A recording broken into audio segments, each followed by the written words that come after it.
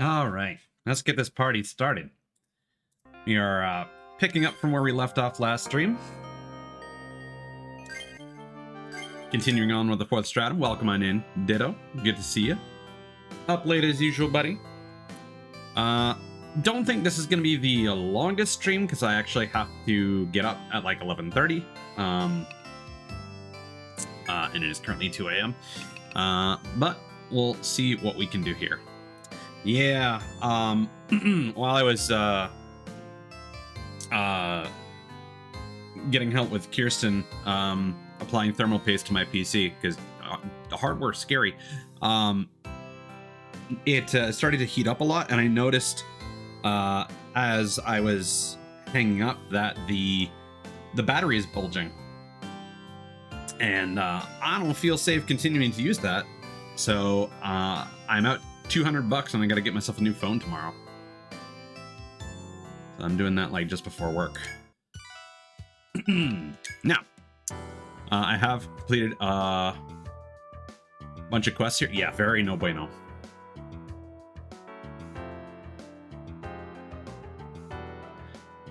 So we were able to get 2 Elon Musks from the Goldier on the 16th floor.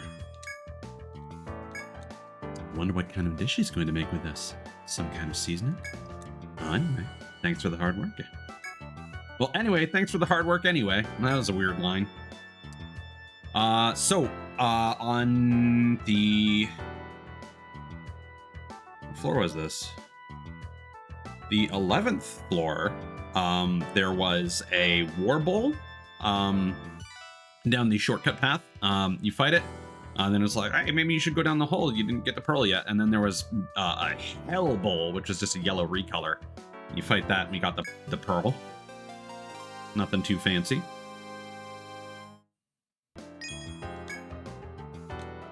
Good job on finding that pearl. Our client will be happy to have it back.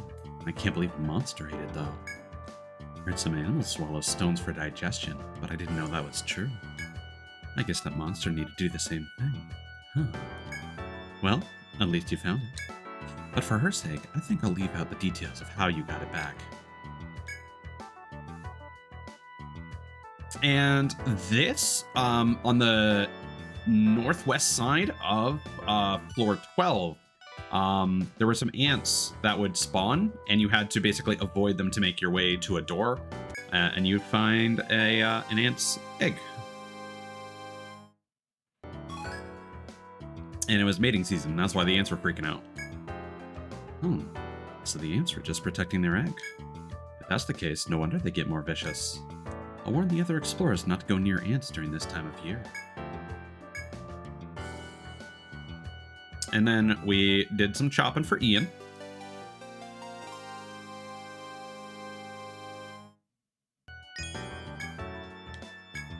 What did you find? A bug nest, a strawberry, and a sea branch? I bet you could find other useful things in the forest, even if no one's requesting them. Well, I'll make sure our client gets these. Thanks for your hard work. We did also get a 100 shell.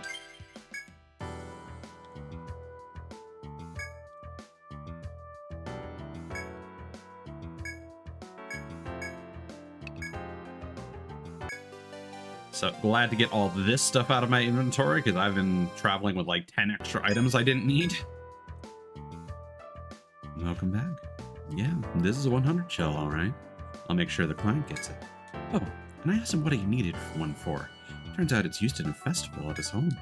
They put the shells over a strong flame and read the future by the way it cracks. Guess how far into the future they can read with this method. That's right, 100 years. Just goes to show that not all the world's mysteries are down there in the labyrinth.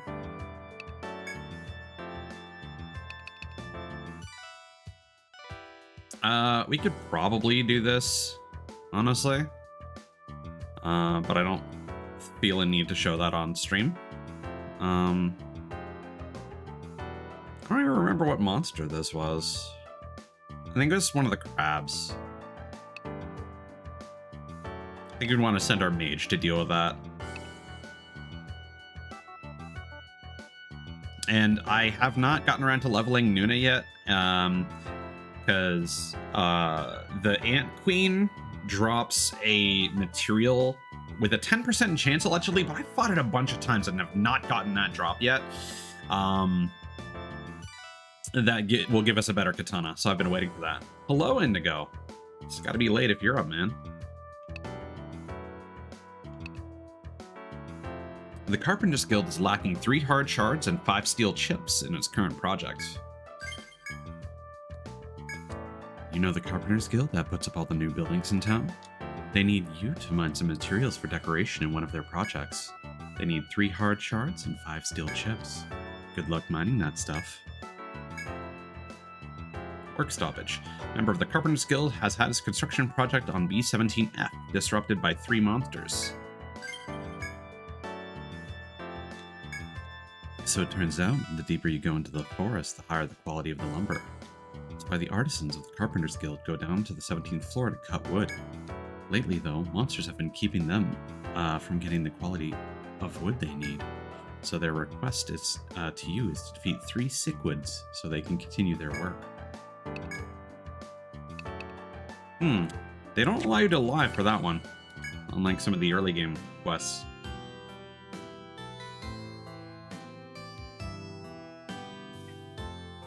Hey Nuna, welcome on in. Alright. Now for my sanity, I did want to do a little bit of reading into the future. Just to see how long I theoretically would need to stream this evening to give me some more stuff to do. I don't feel like we're going to be completing the 4th stratum on stream.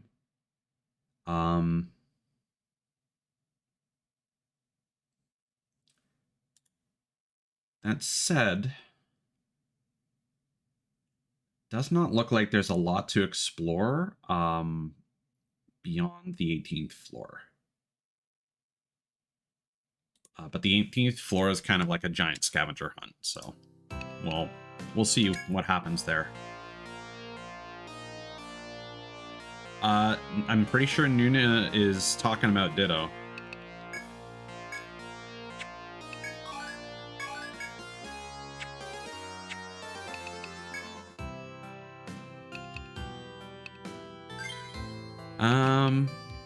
We have upgraded some equipment. I don't remember what specifically.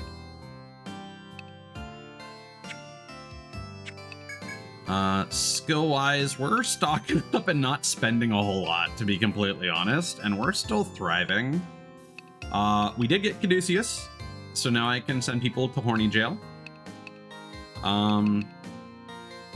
Something important is that we got Apollon to level 5, because now it is capable of stunning. We did the same with Smite, because you need to get it to level 5 for it to be capable of applying Armbind. And then I think we also maxed out Sword Mastery.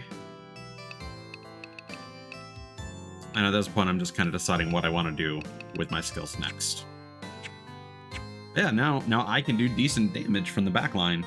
If I actually put myself in the front line, I could probably like do some decent numbers, but the problem is my health would not last very long. And we did already have some of the items that we need for this new Carpenter quest that we just got. Got some steel chips. Also have a swordfish fin. Oh, we need to give this flute to Indigo, actually.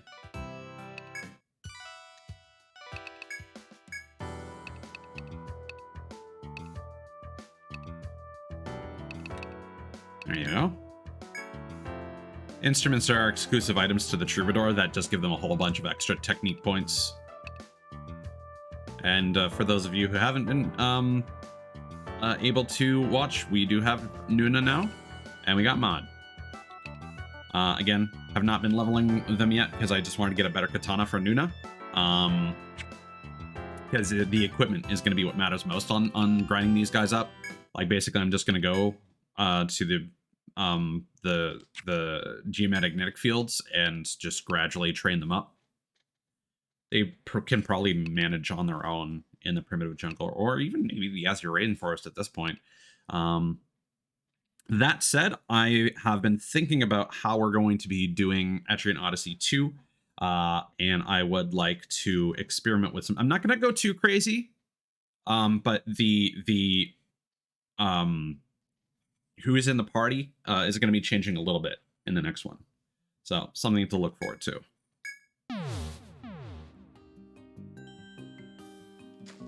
I will say that Nuna will be happy.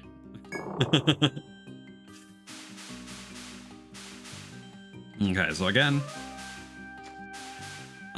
this is the first floor of the 4th stratum. We officially have a new battle theme, which is super exciting.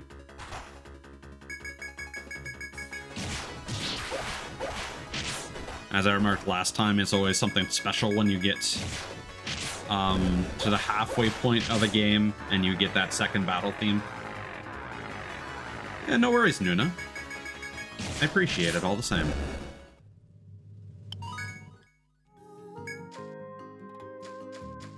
Although technically with the way that the Etrian Odyssey games work, or at least as far as I'm aware that they work, because again, my track record with actually playing through them has never been super good. My understanding is that there are 6 stratums, so technically we've only got 2 more to go as far as the main story is concerned. This one included. And then the 6th stratum is usually like post-game content that's super difficult. But at the same time, with how much of a steamroll this game has had in terms of pacing, I don't think it's going to get that difficult, to be completely honest. Like, sure, there's a little bit of grinding involved, but it becomes so easy to grind against regular enemies as time goes on. And it makes me laugh whenever I look at, like,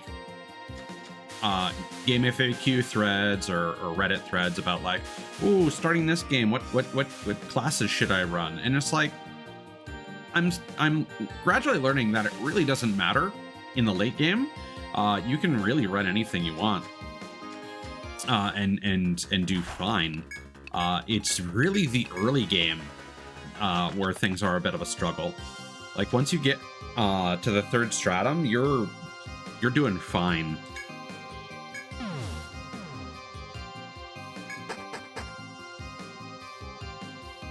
And again, this is the reminder that the 4th stratum is actually the furthest I've ever gotten in this game, because back on the DS, I stopped early on in the 3rd stratum. I don't even remember if I ever fought the Ant Queen or not. So this is the floor that we left off on. I have now fully explored it. It is a very... It's again, kind of an interesting gimmick, but kind of a tedious floor to explore, because it's all a bunch of, like, 1 width or 2 column passageways, where you are having to look at all the walls to find passages that will lead you, and almost all of them are one-way passages. So you'll oftentimes end up at a dead end that will force you down certain ways. And then I got here, and then some story stuff started happening, so I loaded my save. You're now in Nature's Boundless Horizon, V18F. And you'll see that we have a nice little spring. Hello, DJ. Welcome on in. Good to see you. A vast area opens before you as you climb down the steep slope. While you marvel at how the labyrinth could be so spacious, figures appear before you. It's been some time, explorers. How fare you? The warrior woman Ren speaks to you abruptly. Beside her is her constant companion, flame-haired Kalakta. It seems the pair has been waiting for you here. Ren takes a slow look around the vast forest behind her before speaking. We heard from the Rada that you've come to deal with the forest folk. Is this true? Oh yeah. So the government has basically hired us to genocide the people of the forest. Yeah, doing great, thriving. DJ, I'm doing all right. Had some real ups and downs over the past week. As I mentioned at the beginning of stream, got thermal paste applied to my PC. Seems to be doing better. When I test Wild Hearts, though, is running like garbage. Don't know why. So I've given up on that game. I'm now going to focus on the games that I can play with decent frame rates that are just crashing arbitrarily. And I've changed Discord settings to resolve that. So hopefully that works. But toward the end of that process, my phone started, like, the battery started ballooning. So now that's $200 in the hole. I got to replace my cell phone. So that sucks. Unexpected costs are the worst.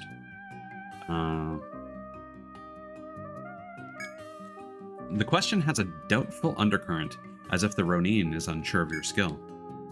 The forest folk are guarded by many powerful monsters that dwell on this floor. Furthermore, it is all too easy to lose your bearings if you walk about aimlessly. Somewhere along the walls, though, is a secret passage. If you find it, it will lead you to stairs that take you below. Forest monsters will do their utmost to prevent that. Proceed with caution. Ren sighs as one would when completing an odious task. That is all. We leave the rest to your skills. The two of them stand aside, allowing you to pass. If you are prepared, continue forth. As you continue onward, a pair of adventurers gazes at your party from afar. Forest folk and the horde of monsters, if they make it through them to the depths. Ren gives a sidelong glance to the girl beside her, who nods and speaks quietly. That's why we're here, isn't it? For the sake of both the labyrinth and the town. The two of them fall silent and disappear into the forest. So we have also seen some scenes where the chieftain has basically more or less suggested that he's going to be sending Ren and Klokta to kill us before we discover the secrets of the labyrinth for whatever reason. Even though they are simultaneously hiring us to genocide the forest folk, but they also don't want us to do that and continue. So it kind of seems like they're expecting us to fail. But if we do succeed, then, you know, we're gonna have problems. Yeah, it's not a good feeling, but like I'm not like particularly attached to my phone, but it is a huge convenience for me. Like I do rely on it for like alarm functions and keeping track of the time and whatnot. I mean, I'm about to start my work week, so probably not, but we'll see next weekend. The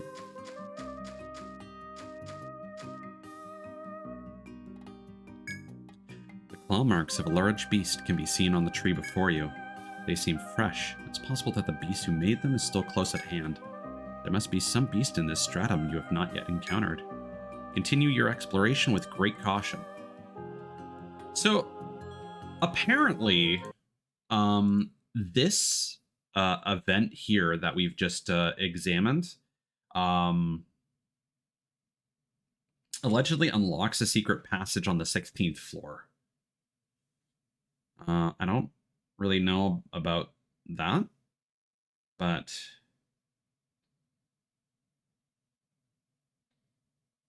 that is a thing.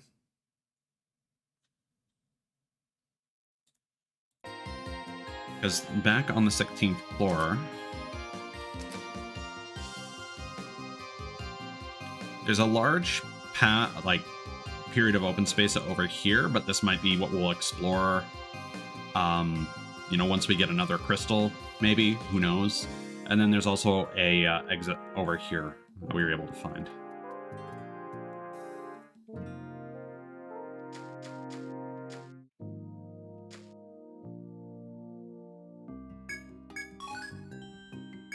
Sandcloth. Ooh, cross seed. Hell yes. That's huge.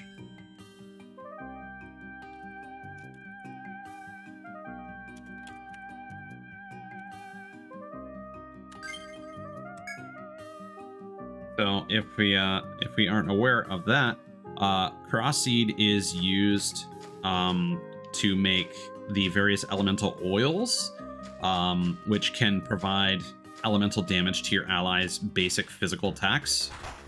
Oh, quote unquote monsters have appeared. We've got forest folk soldiers and mystics. Something interesting about the manual of the original game is on the final page, this sprite appears as a teaser of the potential direction of the plot. Said, I'm gonna go ham on this mystic and see how sturdy they are. Not super sturdy.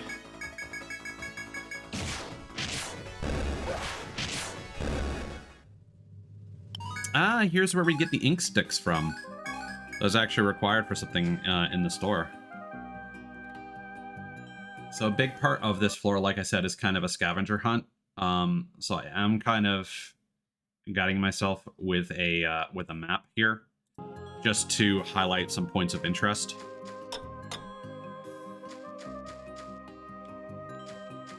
Because for the most part, this is just an empty floor with nothing going on, with a whole bunch of random, like, take spots. And apparently there are some events, but I think a lot of them are tied to quests. So apologies, but I am going to be alt-tabbing a lot. Unfortunately, that does cause the game to pause itself.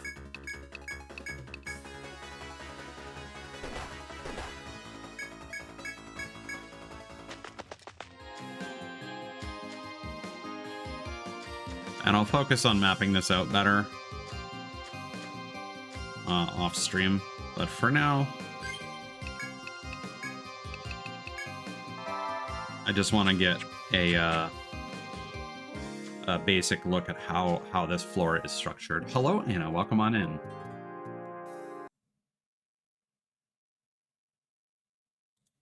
Good to see you.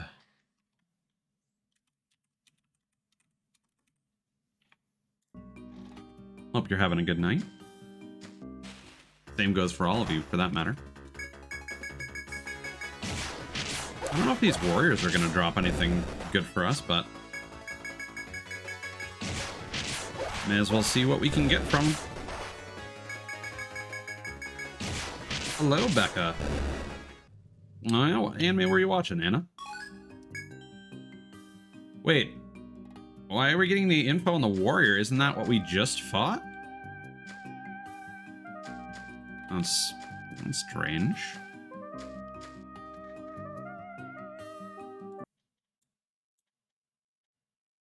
Okay, where are we right now?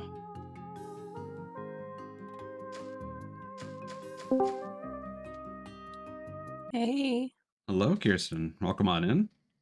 I've come to hang out with my signature salads and also a sausage. Well, you are more than welcome to hang out while you munch. Mm-hmm. I will screen share for you. This isn't a game that I think we need screen sharing for, but thank you. I can totally manage with this game. Alright, so we got a chop point. What's here? More cross seeds. Hell yes. That is more than welcome.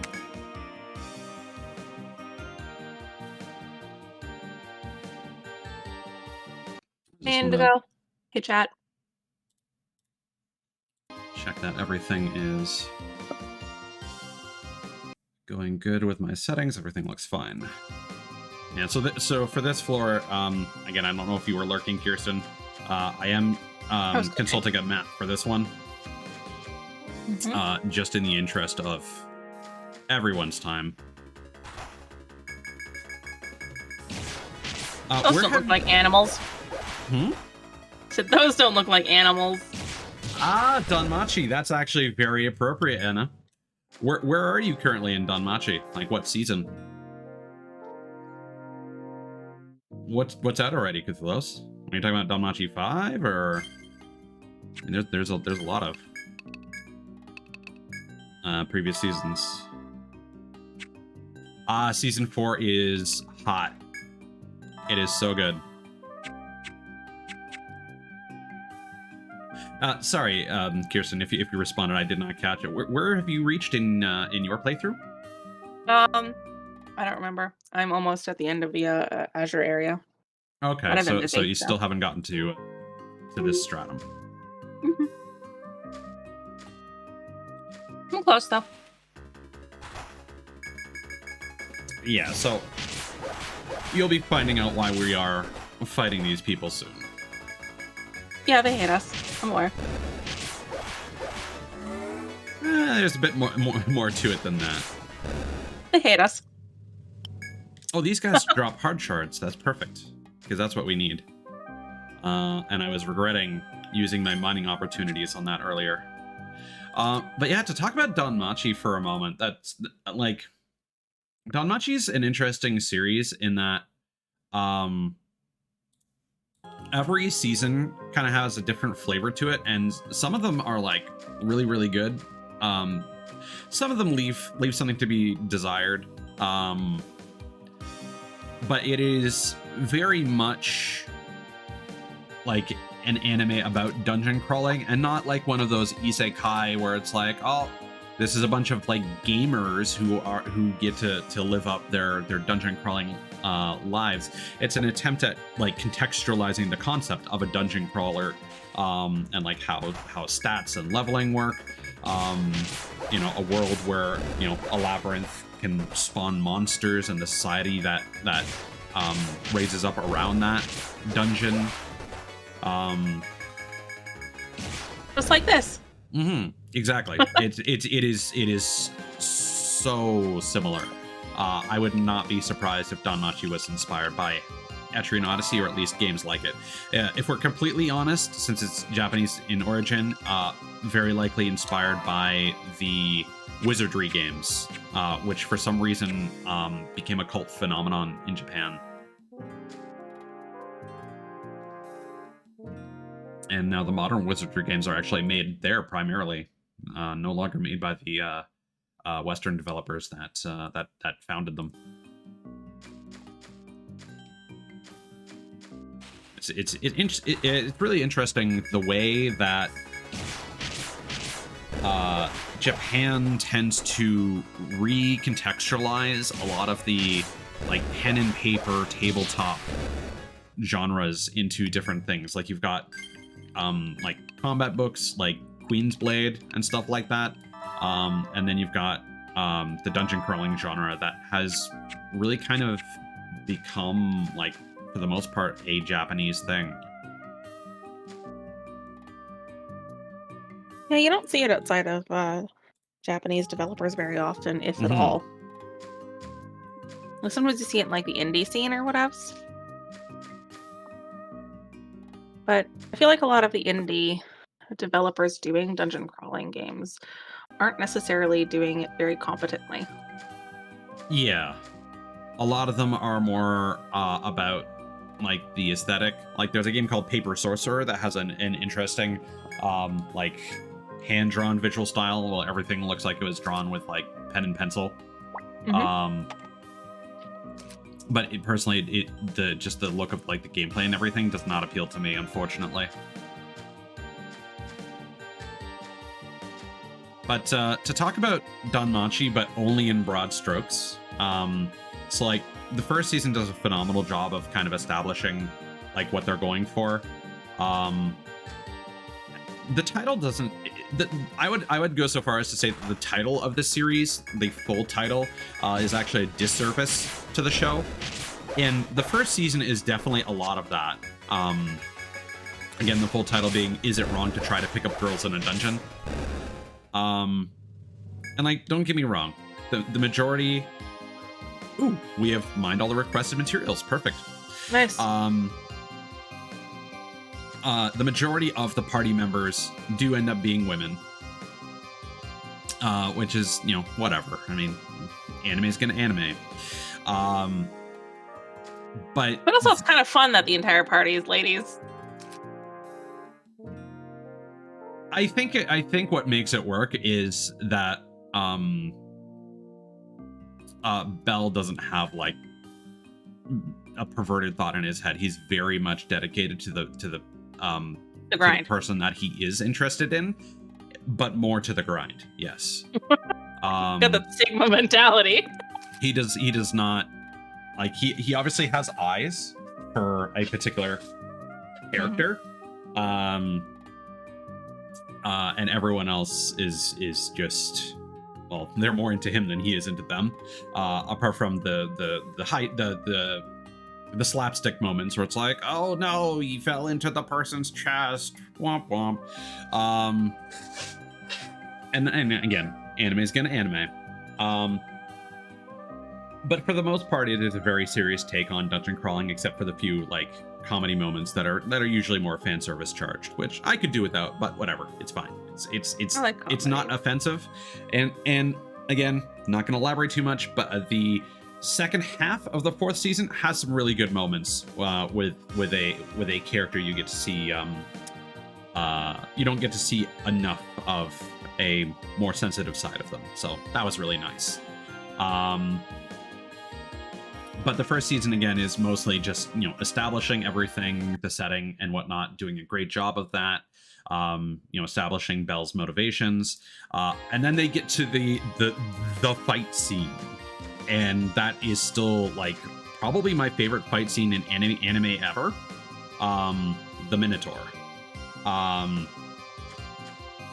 I cannot recommend it enough to anyone who likes fantasy anime, and just a solid progression of that combat, showing all the movements, the things that the character comes up with in the moment, to persevere. It's a very Mhm. cool, very visceral fight scene. It's also quite brutal. um Yeah, you were talking to me about that one. mhm. And that is something that the series also surprisingly does well, because it ends very shortly after that. Mhm. There was a spin-off series that focuses on another guild, and while I'm not sure I would highly recommend it, I will say it was not bad at all, and it introduced another character, like a different protagonist. Oh, there's an FOE hanging out up there.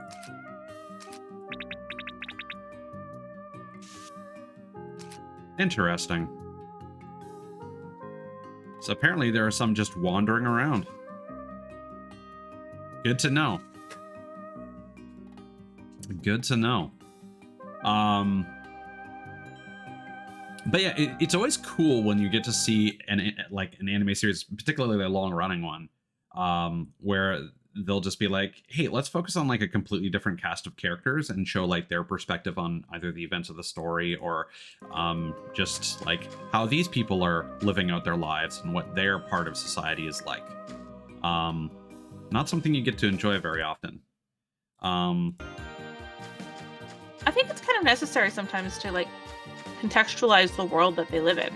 and that's the funny thing, in that I feel like that spin-off does a much better job of world building than the second season does. And the second season was very much all about building the world and showing a bunch of different guilds and kind of how they interact with one another, and what more of the surface society is all about.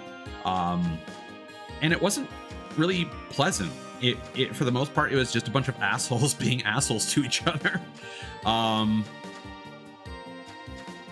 and yeah, I wasn't the biggest fan of the second. I'd like to go back and rewatch it sometime, Mhm. because maybe I just was not in a good state of mind when it was airing.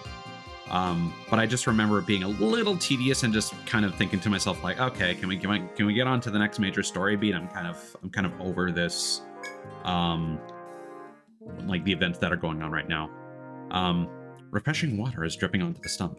Will you drink the water? The party is revitalized.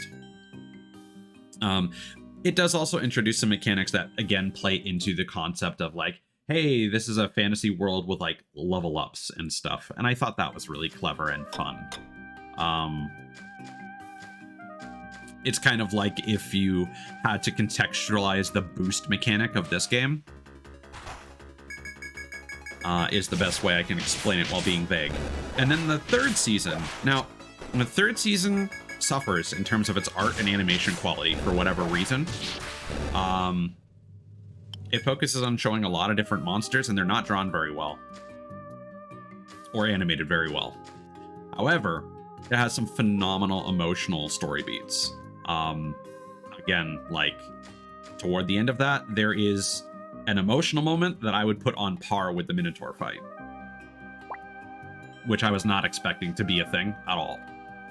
So I got really invested in the third season, despite the visual aspects where it fails.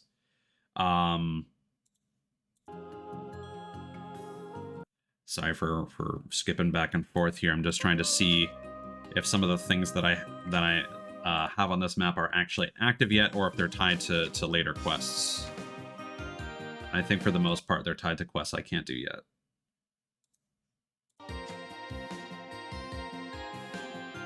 Which is fine.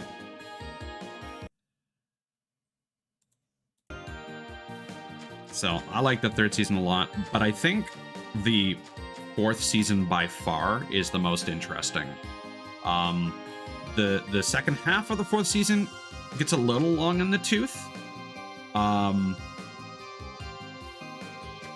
But the direction that they went in, again, is kind of channeling the early Etrian Odyssey vibes, where it's like, hey, we're gonna show you how horrific the dungeon can be.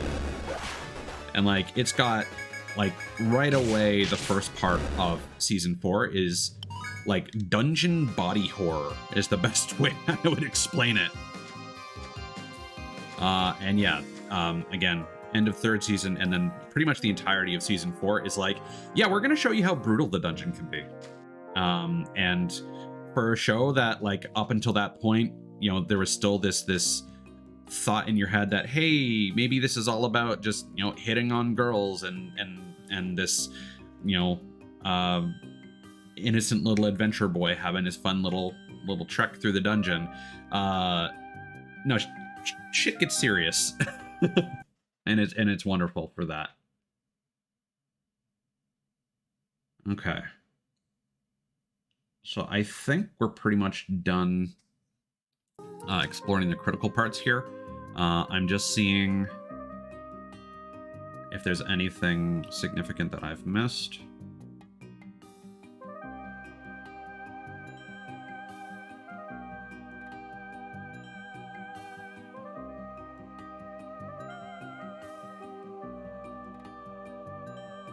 I'm just noticing another tile that the FOE is on. I do want to go and map out that FOE's path before we move on.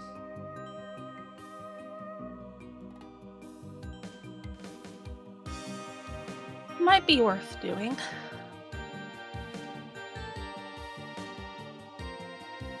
I muted myself for most of that salad because it was full of, like, Yeah, no worries. chopped nuts, and I didn't want to, like, make chewing noises at the chat.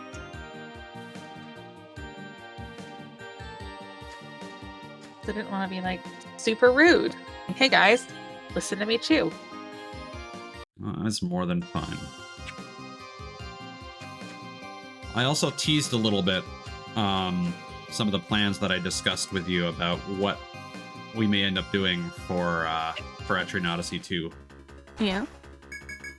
So I'm very excited for that, because Etrian Odyssey 2, out of the ones that I have played, is the one that I've played the least. So I'm interested to give that the old college try. And then Etrian Odyssey 3 is going to be a bit of a struggle, because I actually don't know what I want to do in terms of the party composition for that one. It's probably going to be, again, very similar to what we're doing here with the old kind of JRPG standbys. The path that this thing is following is A little weird.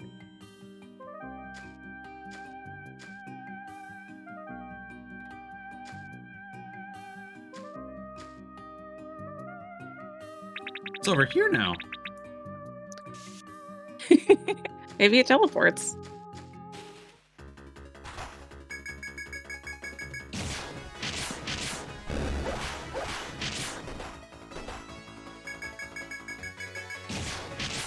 Now, here's the thing that's going to be a problem for my brain, is if this FOE can potentially appear on any tile.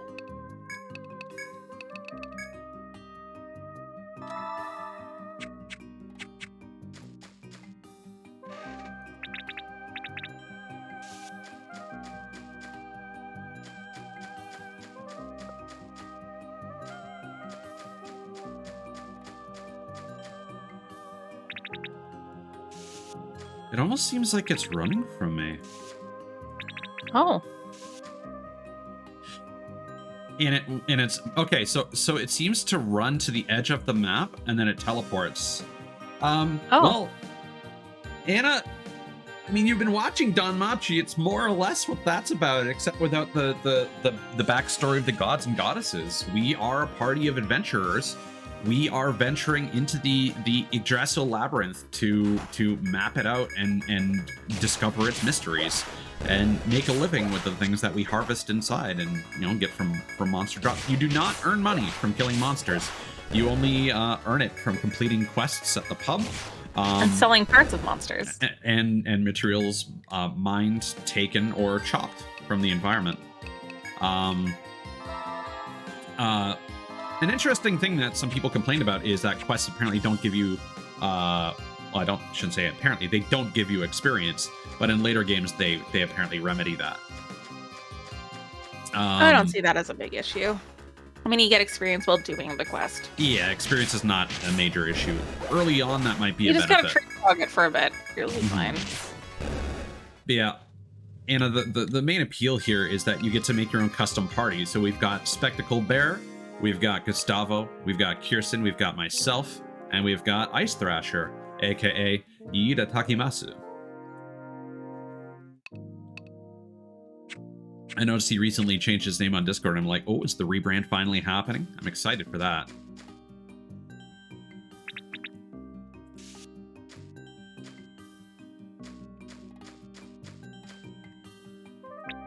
And he's gonna disappear again, isn't he? Yep. And then he's gone somewhere else on the floor. Okay, I feel like this mystery is worth exploring. The mystery of the teleporting monster. Yeah. Oh, now he's over here. So you get to pick your classes that you recruit. You get to pick their portraits. You get to pick their skills that they end up taking. Yep, there's a big old skill tree.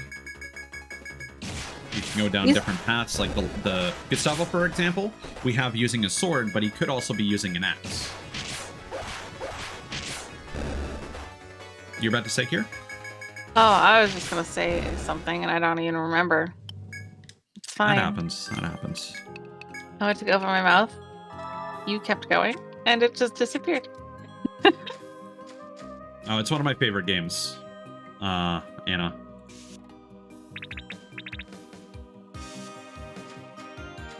Like, I've been talking about this for, like, pretty much the entire time I've been VTubing.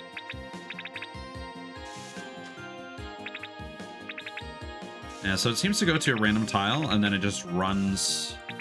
Is it the same animal that's running in each area, or...? I think so.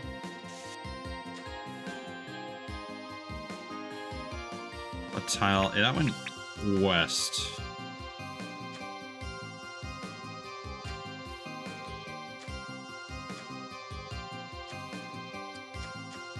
It is very fun. I don't know if I'm it's, also playing it. if it's seeing me or not. If it's running based on my approach, it seems completely random.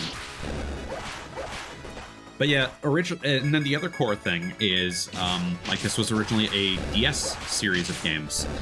So a big part of this was having a map on the bottom screen that you could draw on and map out the dungeon. Because back in the day, there used to be games like this, like Might and Magic and Wizardry. For the Sega Genesis, there was Shining in the Darkness.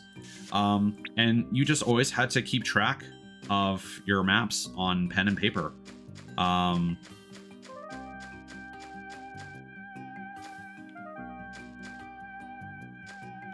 Grid paper was mandatory. Usually graph paper is what people would use. Grid paper, graph paper, same shit.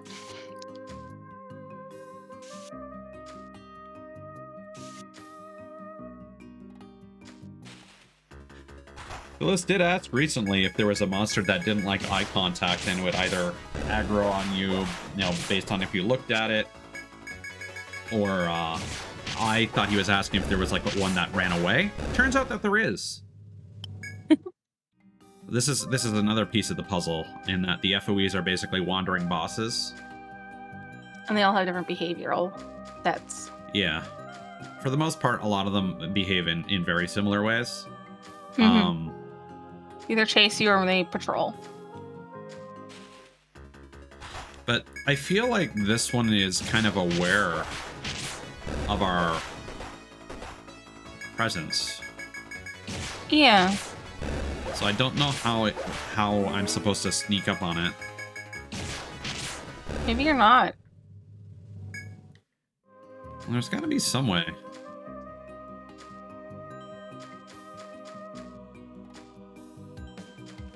You know, at this point, I'm just going to map out every tile. Because seeing where this thing is spawning would be very important. Because it doesn't seem to be avoiding us based on sight. And maybe it's not avoiding you. Maybe it's just got a very specific, very weird path. That's possible. We are gonna want to get out of here soon anyway. Okay, we've got so much sandcloth, we can get rid of that.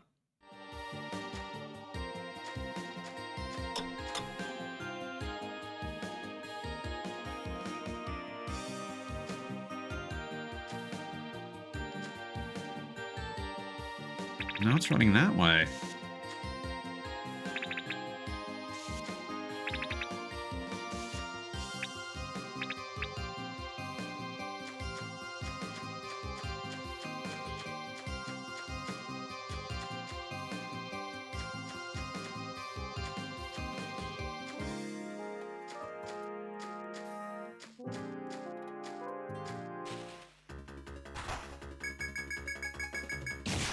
You know, I think at this point, I'm just gonna gather some materials and then exit out of here, and then we're gonna map the whole floor. Makes sense.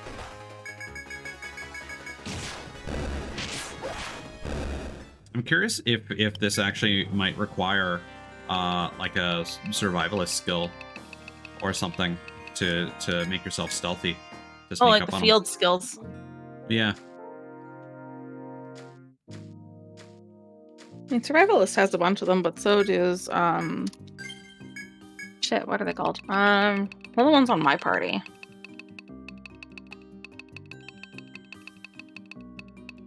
Protectors have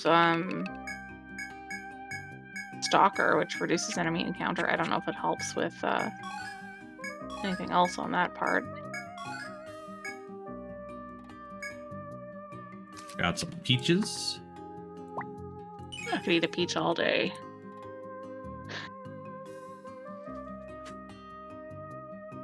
I think the actual phrase is, you know, I could eat a peach for hours.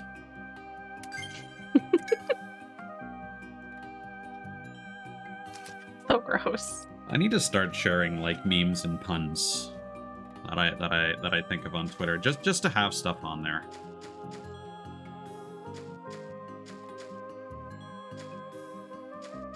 I'll probably post that. I also thought of another one.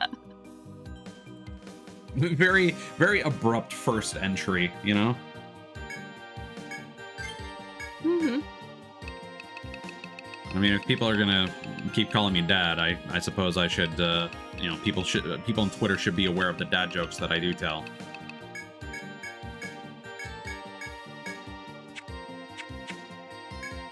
I'll also probably share my my classic pun of what is the friendliest type of pepper? The jalapeno. Oh, Jesus Christ. Now we all get to experience this. And what do you call it when you've been having a lot, like too much pasta recently? It's a little bit routine-y. That's awful. It's so bad. My soul is on fire right now. I feel like going with that is a little bit better than going with like routine-y. That's a more common word.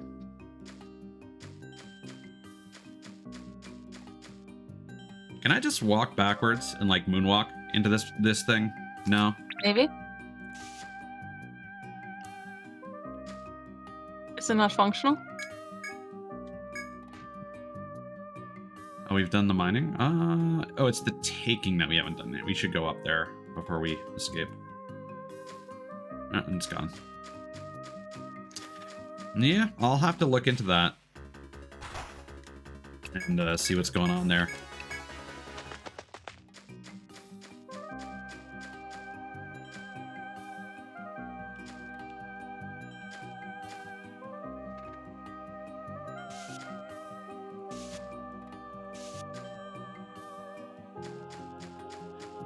I don't even know if there's any point in like pathing it out. Ooh, I got an idea.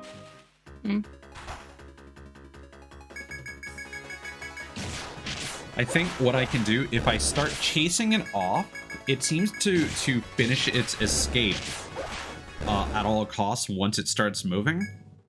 So if it spawns to like the upper left, and then I start backpedaling onto this, like it always seems to appear on the first tile. That tile always appears to be the same.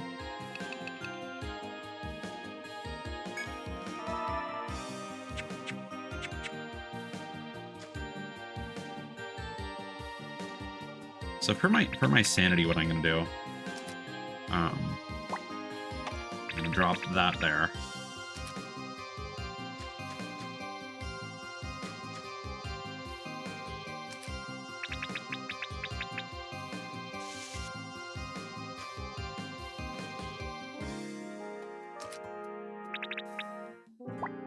Again, I might be wrong in this. It might be proximity based. Might be.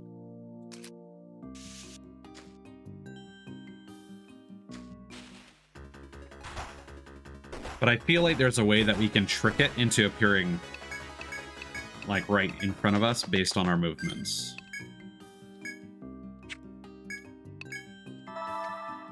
Something else you can do is you can use getting into a battle, because on the turn that you move onto a tile and start a fight, FOEs will not move.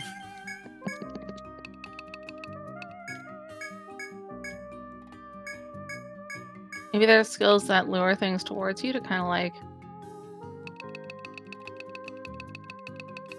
get you closer somehow. I don't know.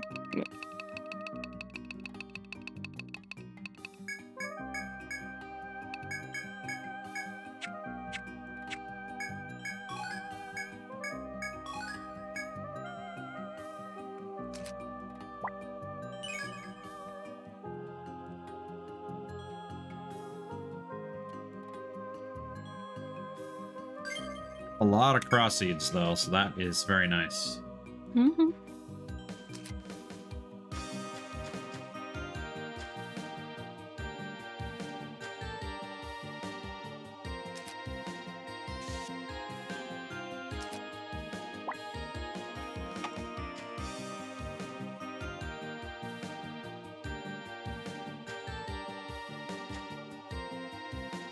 What level's your team at? 52. I'm actually very close by you.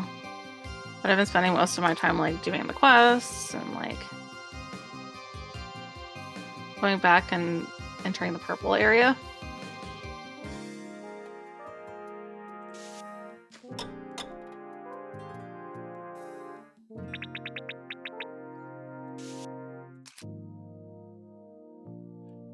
I also Well, that's not engaged in cool. some It just tree frogging. disappears completely randomly, I guess. Oh, Because it didn't even reach a wall. that's weird.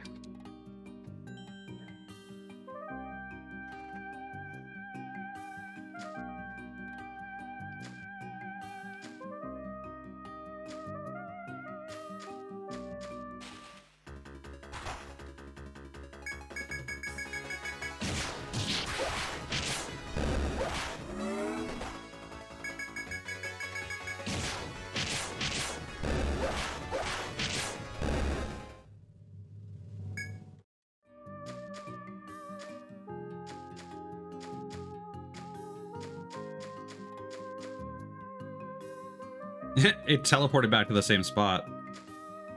Hmm. Which floor is this? This is 18. 18. Okay.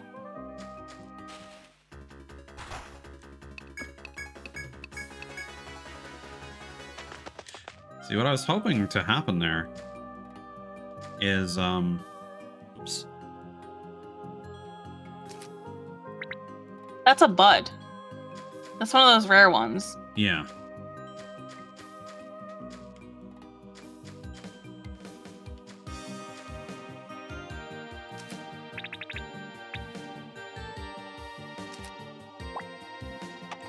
So I think I've got that spawn point down.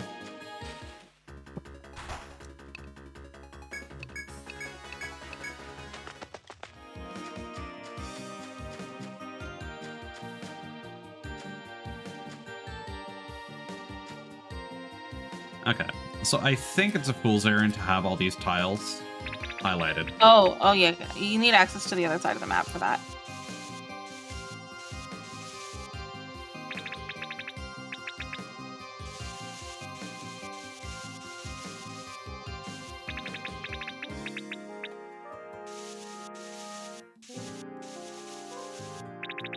And other than that, it's like RNG. So there's an FOE on the opposite side of the map that runs parallel. Okay. And both of them check the player's position at all times. If you get too close to the one that's running parallel on the other side, it triggers both of them to teleport at the same time. So it can like cause some issues. I see. Someone's saying it's RNG, but one person's saying there's a very specific set of steps that you have to follow to prevent it from teleporting. Would you like me to tell you the steps? After we finish mapping out that floor. You know, I'll just send the steps to you. So you can like review them at a later time.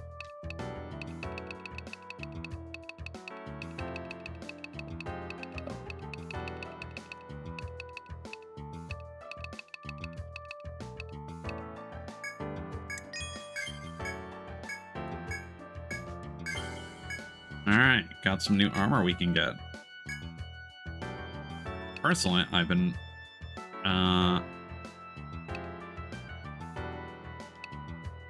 I think I wanted this for one of our reserve party members. Hmm? Let's see. So the ebon plate. Oh, that's even better than the brigandine. Interesting. We haven't even unlocked that yet.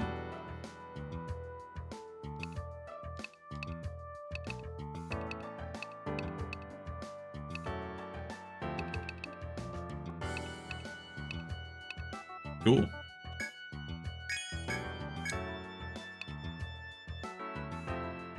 Oh yeah, that's also something I should mention. I did fight the wyvern, and I specifically reloaded a few times so that we could get the wing that it drops, which you need to purchase certain endgame weapons. So I'll take a look at that in a sec. And then the tunic is going to be good for Kirsten. But yeah. we might want to wait. Hold on, you're at 78 right now.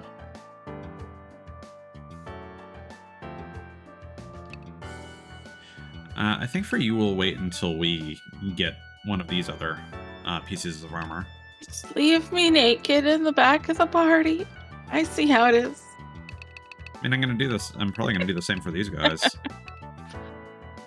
Because the Lycora seems like it's going to be great for everyone.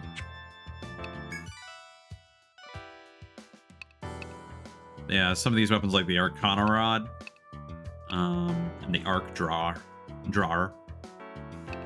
are basically endgame.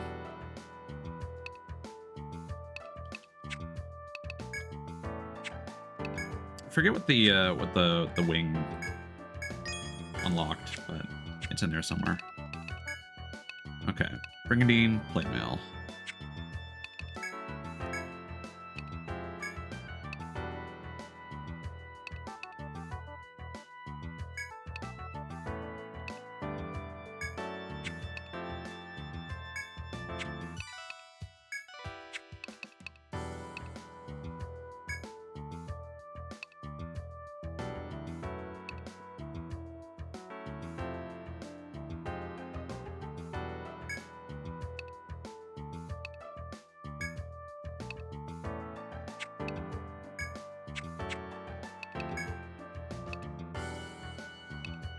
16 and 12.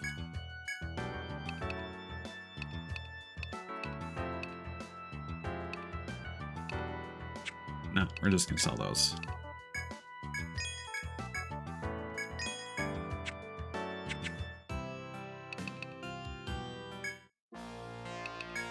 When I look at the bear-like creatures in this game, I can't help but think of like how a lot of like classical painters would like try to paint a cat and basically just paint a human face and then throw some cat features on it. Mm, Like, yeah, like what is a cat but a little man, right?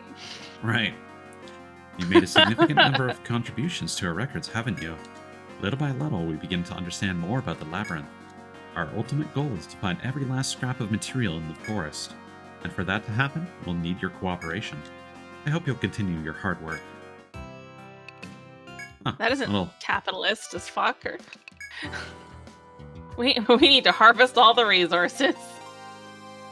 Every last scrap of them. Sheesh, this must have been a pain to carry out there. Carry out of there? Well, leave the rest to me. Don't worry, I'm not going to lug this stuff around myself. I'll have one of them get it. Alright. We got ourselves a steel sword, which we already have. Something for Cthulhu's, probably. Hand it to the off party. Here you go. Anyone else use the sword? Yeah, we're gonna need to get rid of that other executor anyway.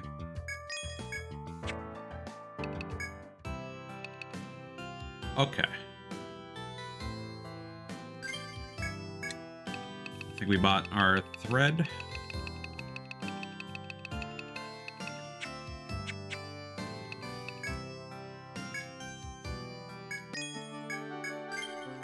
Nap time.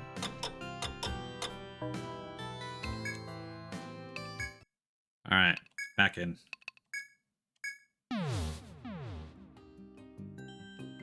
I have a mosquito bite. I haven't left my house in days. I got a mosquito bite. I hate it. You do open your window, don't you? You do. It's not the window though. Like even if I have the window closed, mosquitoes still get in somehow. It is my personal hell.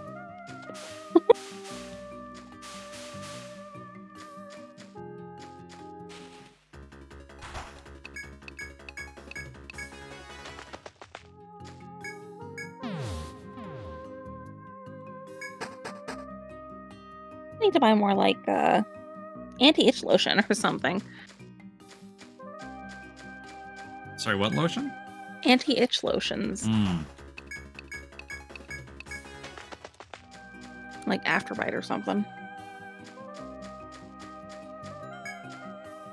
Because the temptation to just scratch my leg open, very high. Yeah.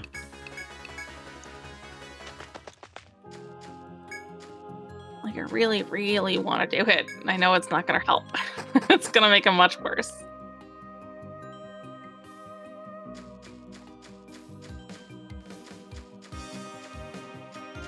It's just the joys of being a mammal, though.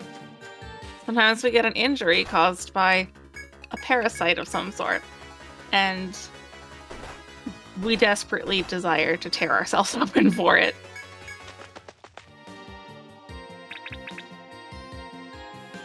So it seems like it has 4 spawn locations. Mhm.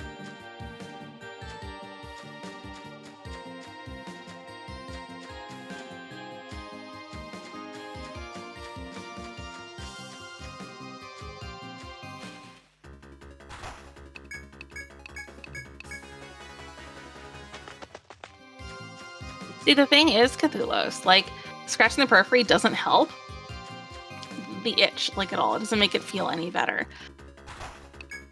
And, like, part of my brain is, like, just scratch the skin off. If the skin's missing, I can't feel it, right? It doesn't work that way. Because it's the tissue under the skin that has the problem. So it's like, I have to try very hard not to just scratch. Because if I scratch, like, I won't stop. And I don't need a hole in my leg, honestly. Nobody does. It's like I just like sometimes I put like an ice cube on it to freeze it, so like I can't feel it anymore. Sometimes that helps. But I ain't got ice cubes right now, so I'm just kind of like grinding my teeth a little bit.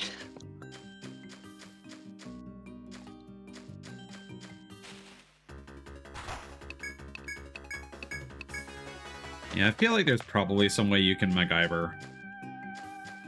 Because if you said there's this particular route that you can follow, I'm sure that route is... There are probably multiple routes for the different locations, but people have probably just mapped out one that works. You have to, like, I don't know if you saw the route that I sent you. I have not, no. So you have to start at the floors from basement 17, and then travel north 1 step, west 2 steps, south 4 steps, east 4 steps, north 6 steps, south 1 step, east 4 steps, north 1 step, east 5 steps, north steps, west 1 step, north 2 steps, east 1 steps, west 6 steps, south 2 steps, and then east 2 steps. Might work.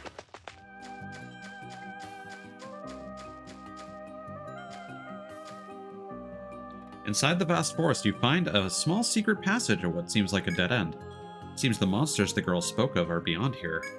You decide this would be a good place to prepare before continuing down the path. The way forward waits silently and patiently for you to continue forth. Interesting, this section is actually labeled unlike every other shortcut in the game. I think with this floor, they're just kind of like, okay, it's kind of a tall order for people to be searching all the walls for a secret passage.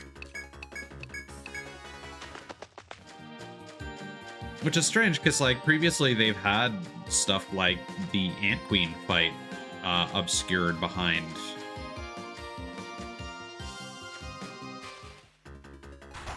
Or the exit from the wyvern nest. They also tell you about that though.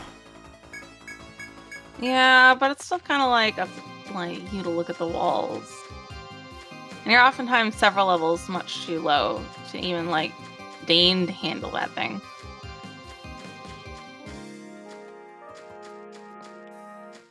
Something that's also kind of driving me crazy is I'm noticing that thing is not actually appearing in the consistent spots that I thought it would. No, they aren't. They're appearing in that general vicinity. Not everything is like perfectly timed and perfectly placed.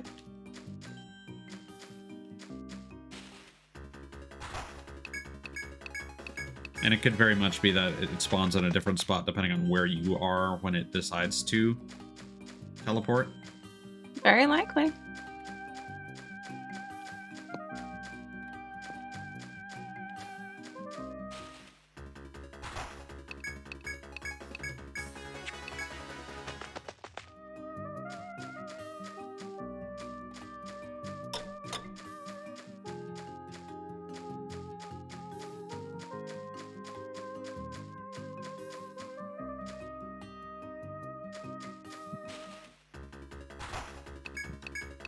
But this large space has now been mapped.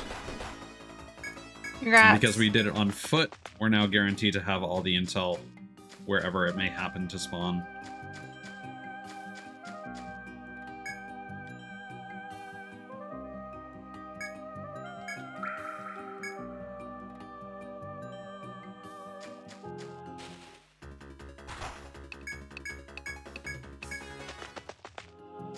I'll probably adjust those points later, but for now...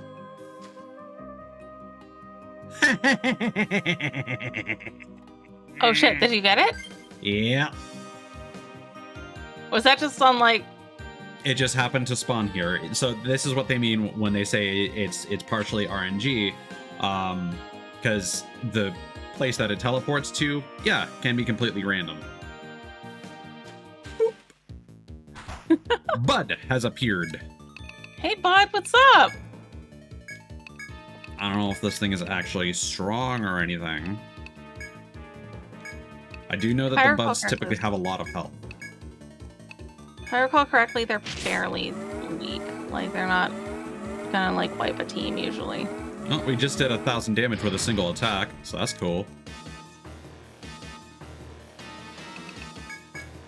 that was Gustavo with his all slash. Damn.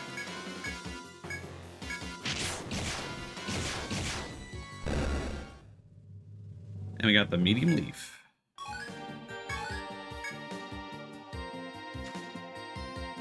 Well, that was satisfying.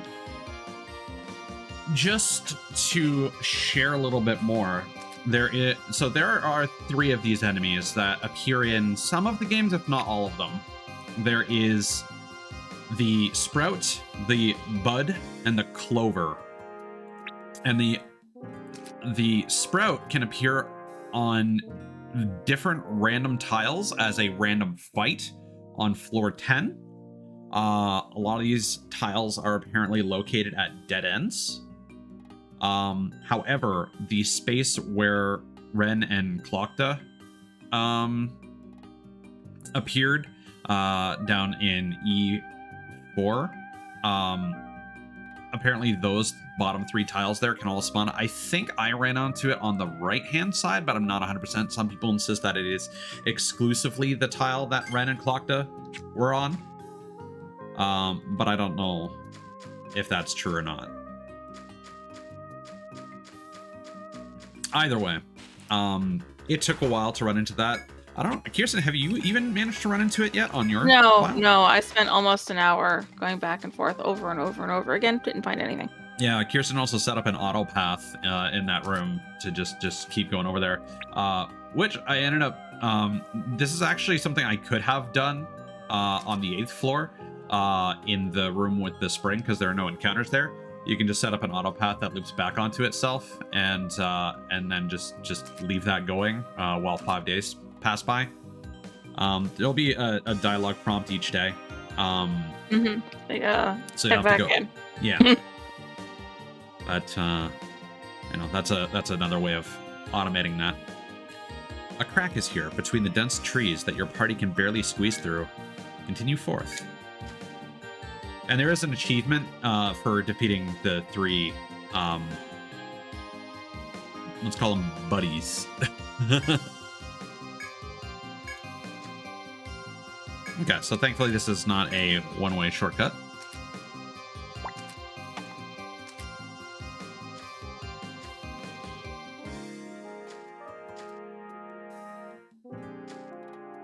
There's enough weed chilling there. Are you chill? You know what always ticks me off in games is when you get a preemptive attack, but it doesn't let you run. Kind of gross. And that is something that can happen here.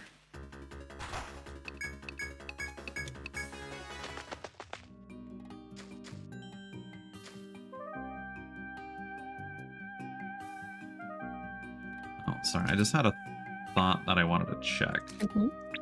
Also, I forget if I mentioned this on stream, but one detail is that it seems that black FOEs, mini bosses and major bosses, you do need to progress far enough into the stratum, or they take more than 3 in-game days to respawn.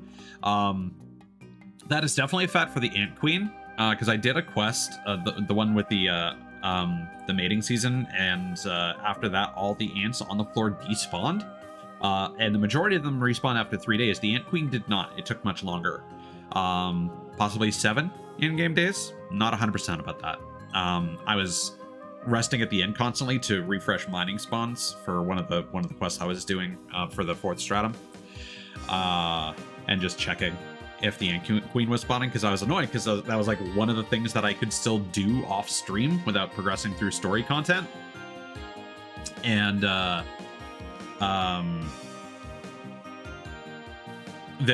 queen disappeared. It's like, okay, well now I can't farm that.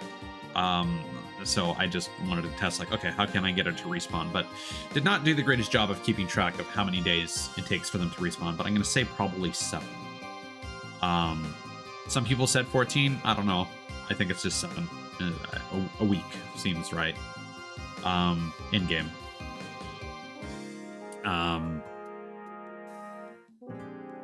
There's something else I wanted to say there. So I've not been able to refight the Pokemon here. It has not respawned for me yet. So it probably will once I get far enough into the 4th stratum. Don't know if I have to beat the entire 4th stratum before that'll happen, but, you know. Okay, so this guy's just chilling. Diabolics. Woo! All right, plant mommy. Let's go. Damn. Hey, girl. You need watering? Because I got a watering can. Seems like the one thirsty here is you. I might need to get the fertilizer out.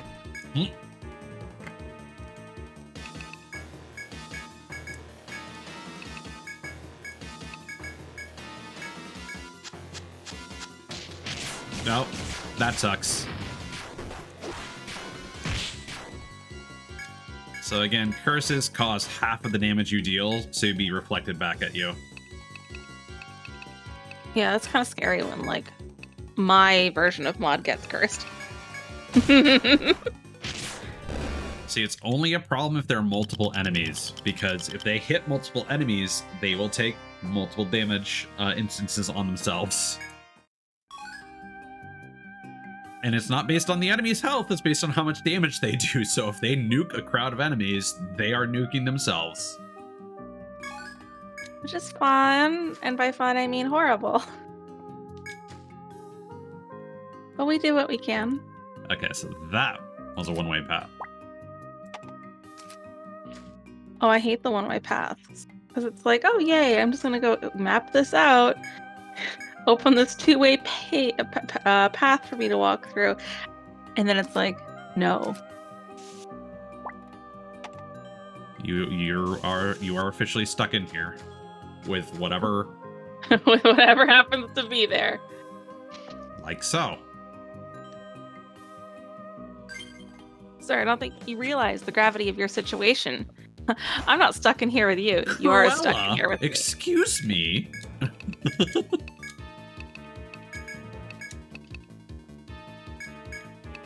Just the bad bitch goon squad over here. I ain't complaining. I don't think anybody else is either.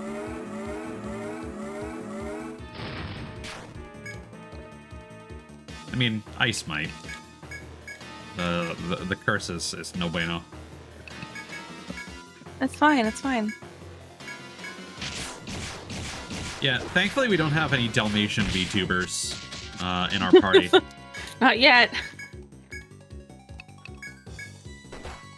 Ow, ow, ow. Everyone's attacking the healer. That's so mean. It's the smart thing to do. Confused my ass. That was targeted. Oleander.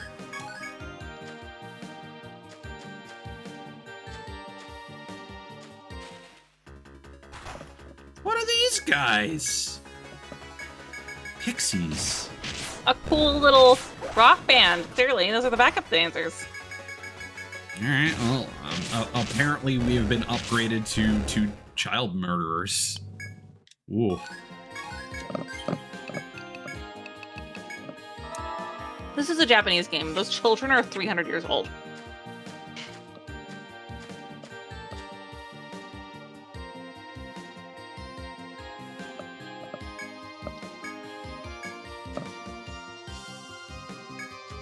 Oh, good. That's a two-way. Perfect. That's what we love to see.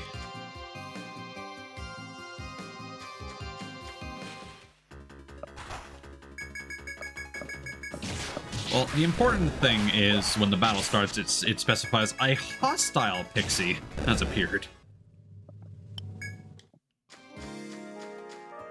As opposed to a friendly one. Thank goodness it's stating its intentions, so I feel less guilty.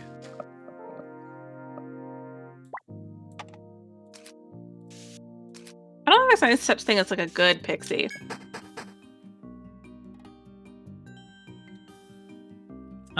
The pixies in Shin Megami Tensei are cool. But just like in general, lore-wise, pixies are typically Hello, Kingaris. chaotic evil. Thanks for coming by. Hope you're having a good night or morning. Or both.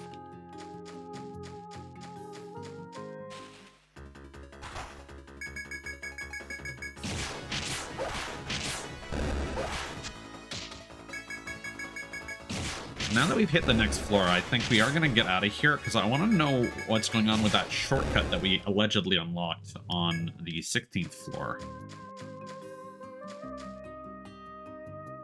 Oh, hi.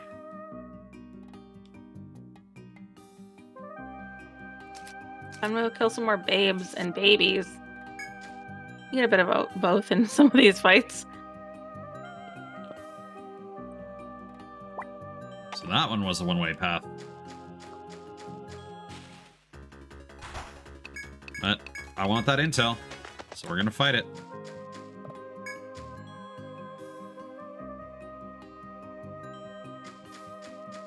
I know fairy people are generally cool unless they're not.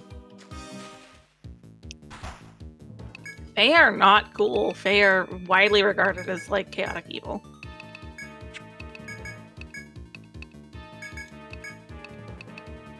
What are you weak to? All elements do the same.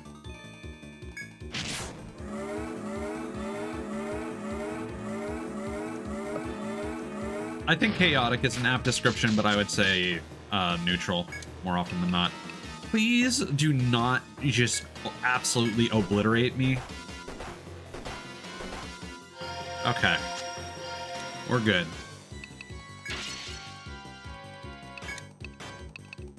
Time to smite. A little bit of all slash. Let's focus on healing.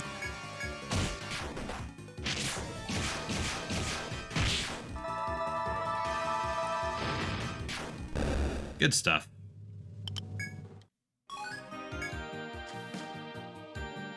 That's weird. Some of these discoveries are we're getting the prompt for them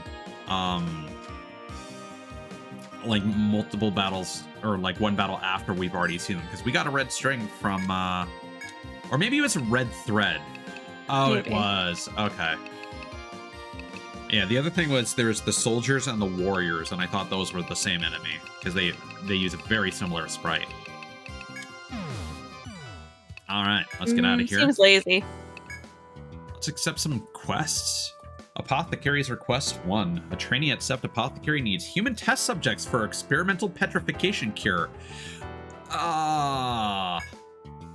Okay. I've been hoping someone would do this. Have you been?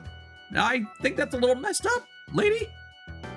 The young medic at Sef's has come up with a medicine for curing petrification. The thing is, it's still experimental. That's what she said to me, anyway. She's looking for a petrified explorer to test the medicine. Now, they say there's a monster on the 18th floor who can petrify you. Getting deliberately petrified doesn't sound like my idea of a good time, but have fun.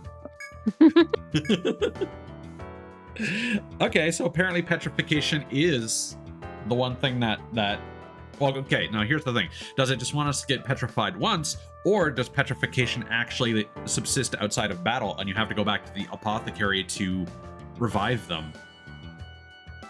No idea. That'll be interesting to see. It's always interesting when there's that one ailment that is a problem. Yeah. Something I've noticed that just now that I don't like. What? Is so I had it set up so that when the Discord reactive images would have people in here, it would show their name. And I just noticed it's doing the K ... thing. Yeah, that happens. And even if I disable streamer mode, I don't think that will fix. Oh, it does. Does it? Ooh, that's a problem that Discord's gonna have to fix. I mean, I never stream my Discord anyway. I never capture my full screen. So I'm going to disable streamer mode indefinitely now, or at least make it so that it does not auto toggle. But that I think the reason why why it's doing K ... and everything else when you have streamer mode on is because now people can search for you and add you by your username. But you're still able to change that username to a cosmetic one, aren't you? I don't know if it's displaying the cosmetic username or not. That's a good point. Here, let me go ahead and change my username. But like before, it would never show like your numbers or anything like that. No, but it would show you the username itself. It is changing. It is. It did change? Okay. Yeah. So. All right. Yeah, that's weird. So they probably changed something in terms of how the API accesses that stuff on the back end. Maybe. Weird. All right. Versus the unknown. I need an able party to subjugate the monsters that appear at night and vanishes with the morning sun. Subjugate them like the crews that we subjugate Sea of Thieves. While investigating the 18th floor, our client noticed monsters that appeared at midnight. Then at dawn, they suddenly disappeared. They haven't killed anyone yet, but he's a little creeped out by the things. Be careful. We have no idea what kind of monsters we're dealing with here. Fair enough.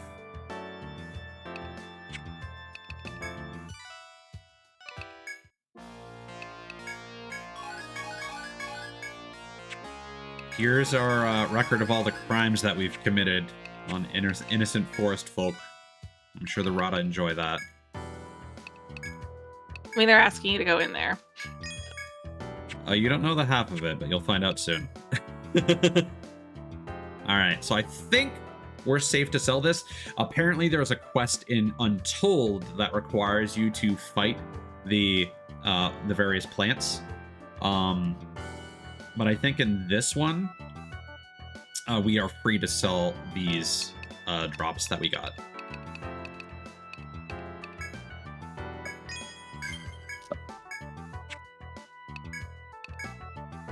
I think the one that we really wanted is the chorus. Oh wait, no. The jazz variant is way better.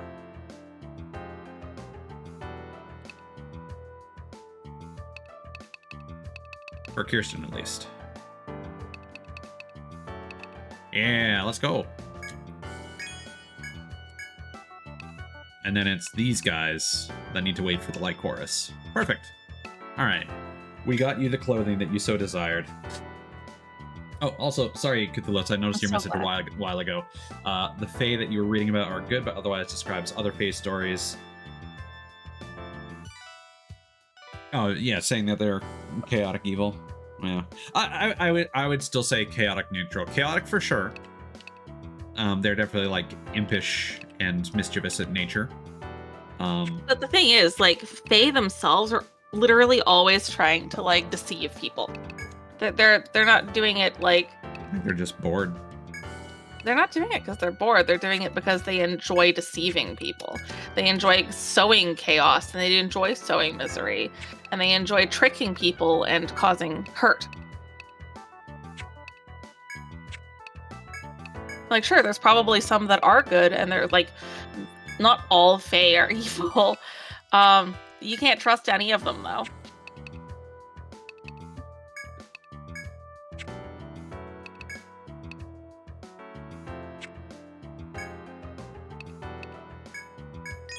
All right. So I would like to see what is going on with this apparent shortcut that we've unlocked.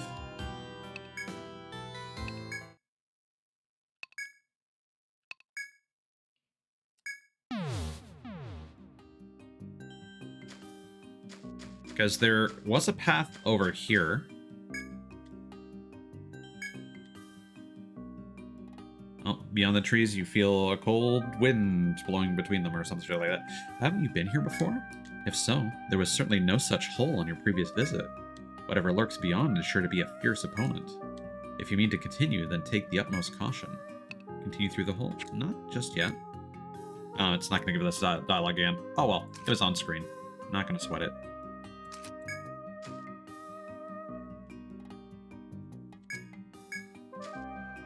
But it is a two-way path.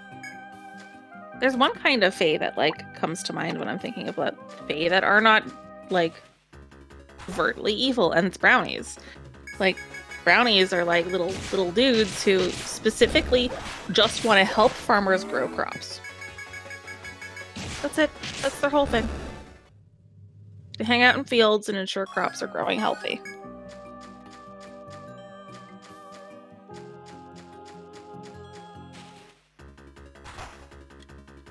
Okay, we're getting some higher level enemies, but they're still kind of around the difficulty of what we're fighting.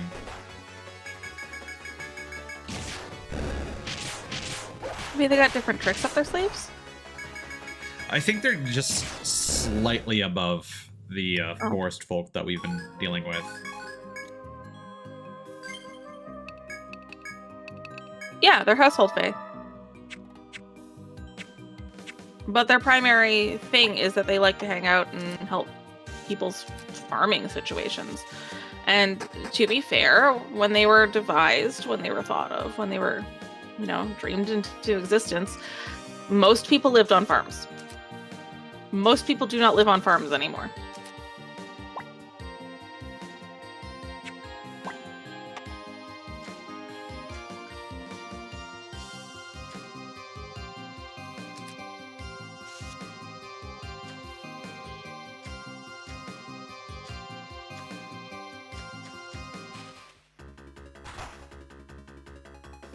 Oh, we got some silkers and dire wolves. So is that FOE going to aggro? Oh boy, these guys are spicy.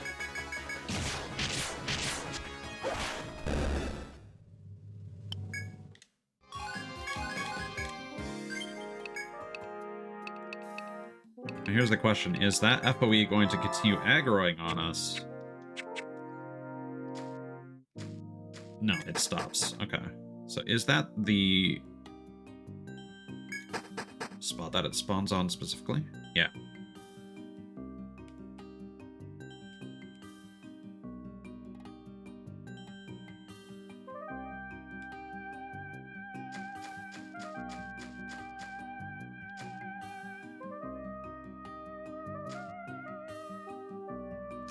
Okay. Looks like we don't have much of a choice except to fight this guy. Fight him. Let him know he's fucking come to the wrong goddamn neighborhood.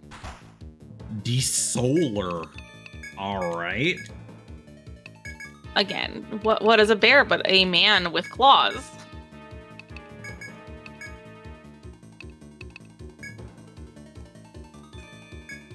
So, oh man. You're a tough lad. More specifically, he's a fast lad.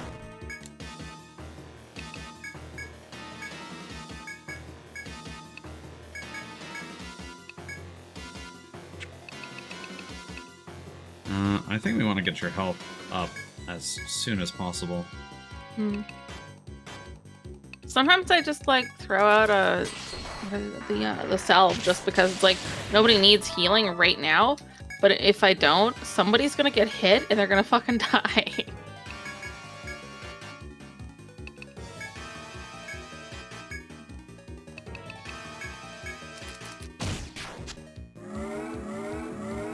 Okay, I think we're good now.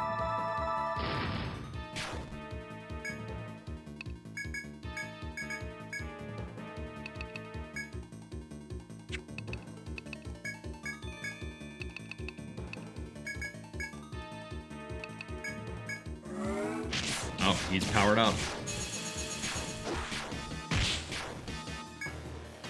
And he is still acting first. I'm gonna do a rear guard. For the best.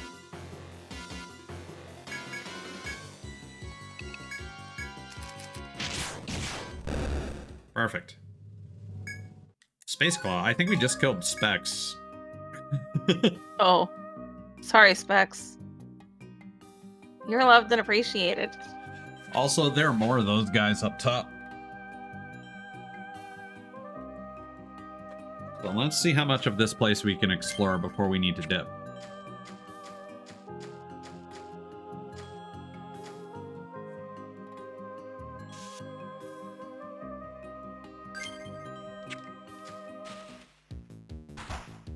King Dial. Alright. Lots of different FOEs on this floor.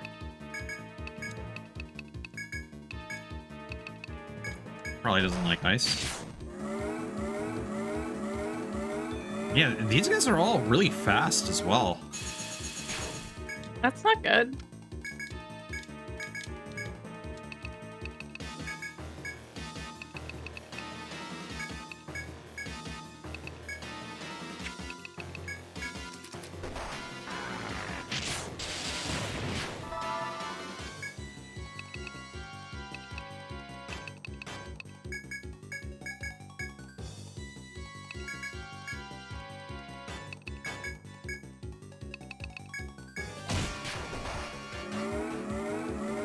Okay, South 2 is a good call.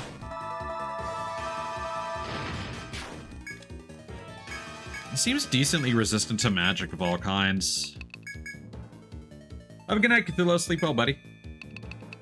Nicodelos.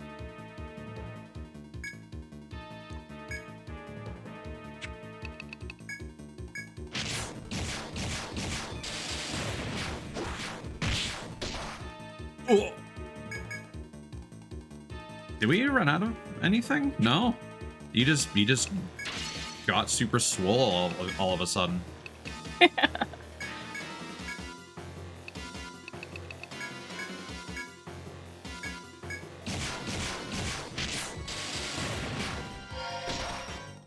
Yikes.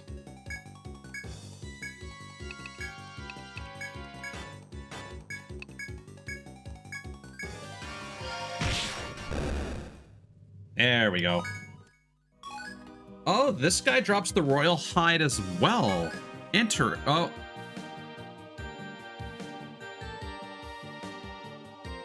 No, never mind. This is apparently a new thing. The reason I made a big deal about that is there is a apparently it's a conditional drop from Cernunnos that gave us access to some good weapon see upgrades. armor.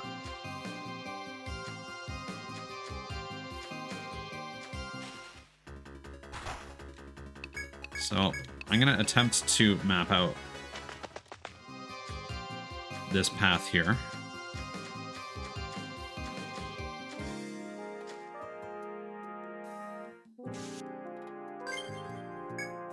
And then we're gonna get out of here.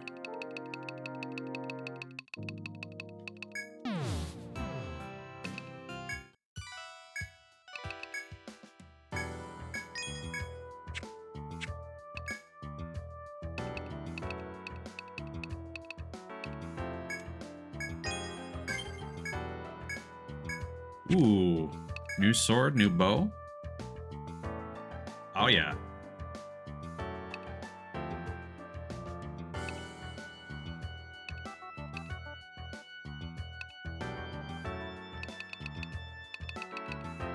Oh yeah, that's a huge increase right there. Very worth it. And how about this bow? Legendary bow that can hit any target. Oh, look at those numbers. Oh, damn. You're getting almost 100 extra damage. Yes, please. How much does it cost? Like 50k? A lot. Like It 50k? costs 13,200. Okay, that's not as bad But as some things. our reserves are getting quite low. Do it. Make me a god. I mean, I did. You're well equipped now. I am not going to let you down. And you've been one of the strongest members of the party for a while. Not worried about that. No one will catch up to me.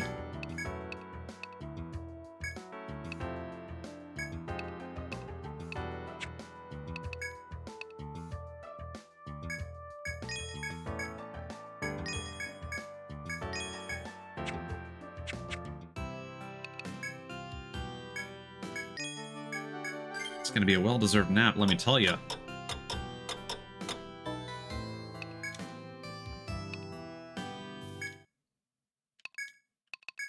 Call it a power nap, but it's more like a powerful nap.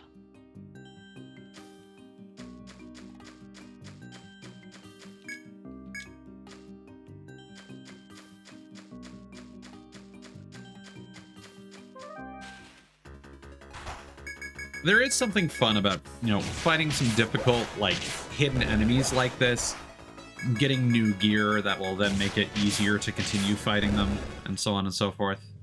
Hmm. Like, I know it's like, duh, that's the game, but like, there's a reason why No, this no, genre... that's a different game. It's got a whole big old title. You mentioned it one time. It's like go into the dungeon and defeat the monsters. You're gonna die, but don't worry, you'll get better if you keep getting items from the monsters and then craft them into gear.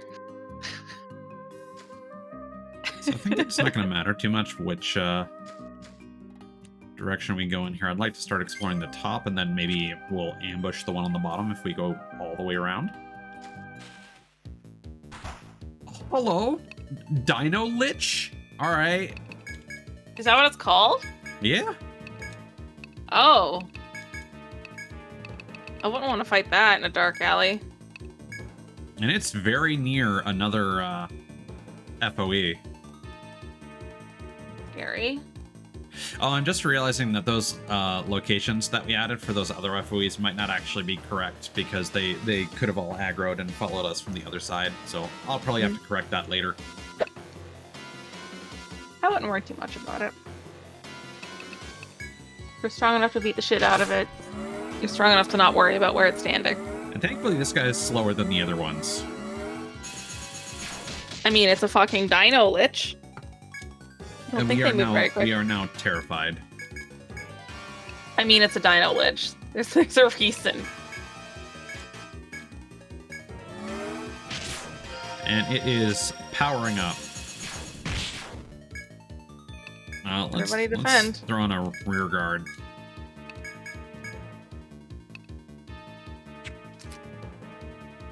Yeah, we're good.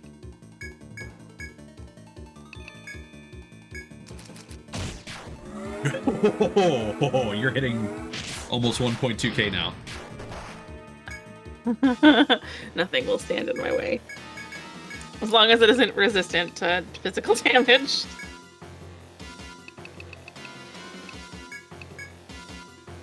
We're about to get a new friend in this battle.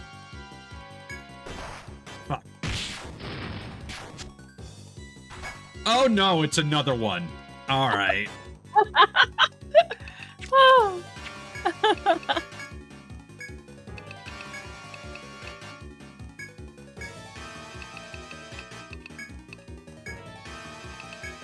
Let's use an item. Let's use a Medica 4 on Gustavo.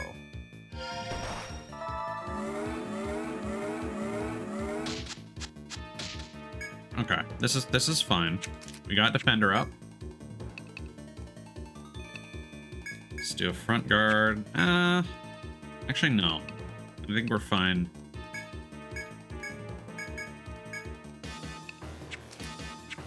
Quicken is fine, but we do want to get a Trickery out. And then Immunize after Refresh.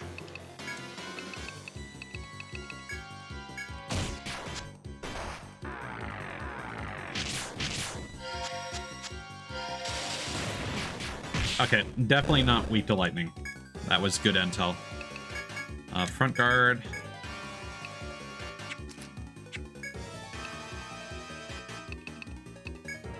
Gonna use another Apollon. Gonna do a salve 2.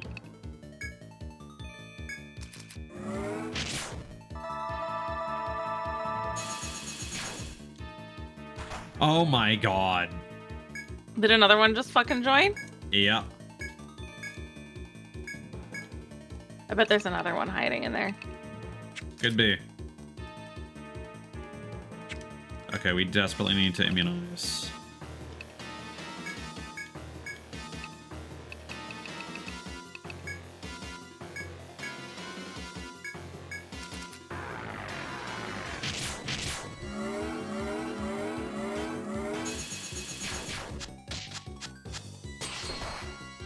Okay, we can do this. We can do this. I'm gonna re-up Defender.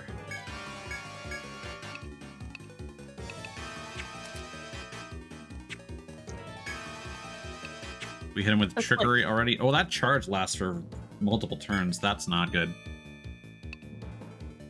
I think we can go without Quicken.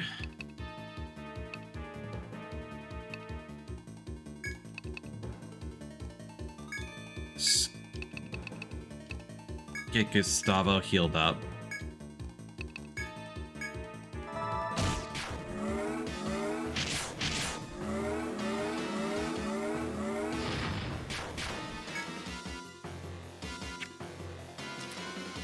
Okay, we are fully defended now.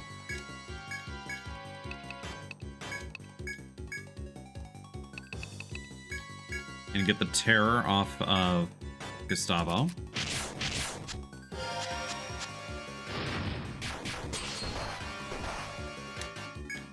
Okay, we can manage.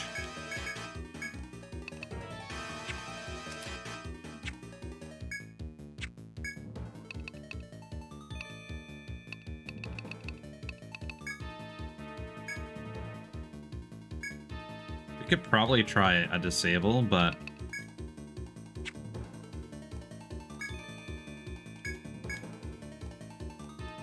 you know what? I'm gonna use a Soma. Damn it.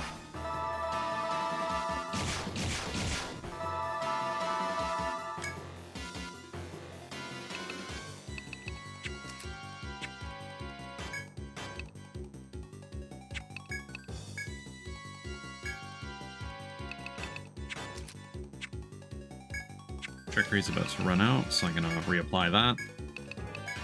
I revive Gustavo. Use a Medica 4 on him.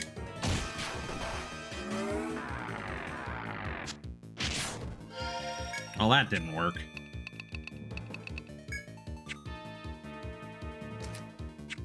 Okay, we're gonna boost and then use Defender.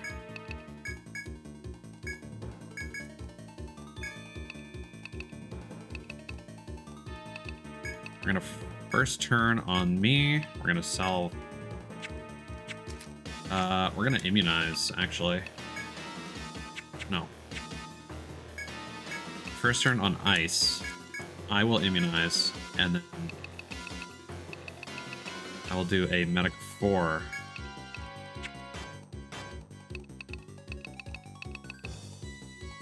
No, Medica 3 on Gustavo.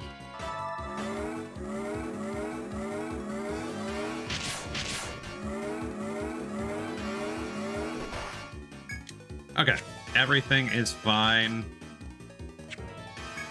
We are running low on technique points, but we're also running low on FOEs. I think there aren't any more that are going to be joining the fight at this point.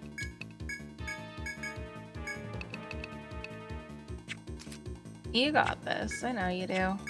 Oh no, I'm positive I do.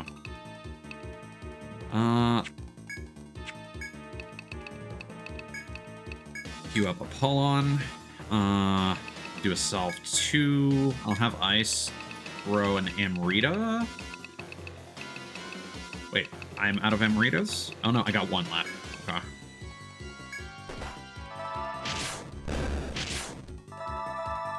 As long as you keep the healer up, it should be okay. Alright. If your healer and your tank. Everything else is just gravy. It'll just take longer without them. Or with everybody else.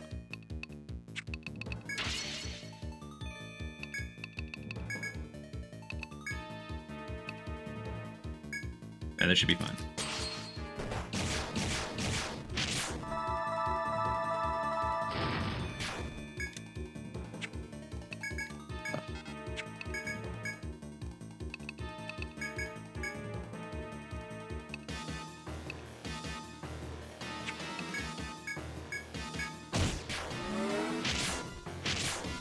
It's a very satisfying number to see.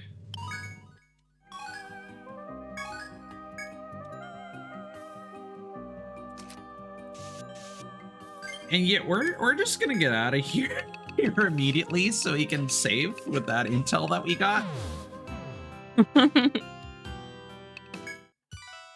just flee and hide. A dino plate.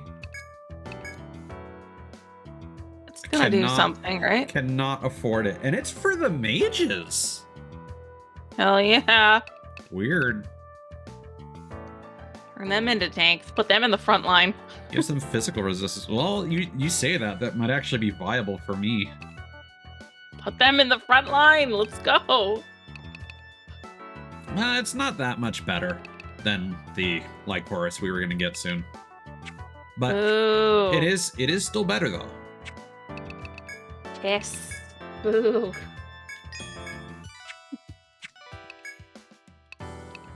And I think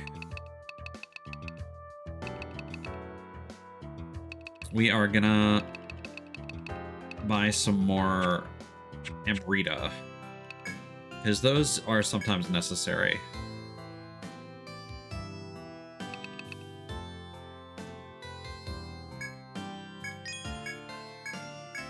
Let's go for 2. But then what we're also going to do is we're going to spend one of these skill points that I've been stockpiling for God knows how long. Oh, we already learned TP up 1. Never mind. I will continue to hoard.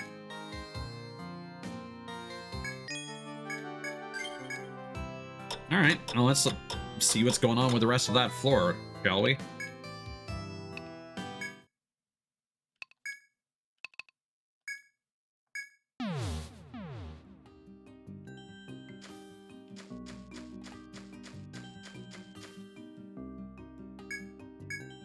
I feel like now that we've defeated those guys, we're in a good situation here. Glad I cut that on stream. That was actually like a decently hard fight. That was full of shenanigans. It's rare when like FOEs are being like such a silly challenge anymore. Again, beginning of the game, huge threat. Now, not quite so much. See, you're like, it's rare, and my brain was like, no, it's Atlas. Eh.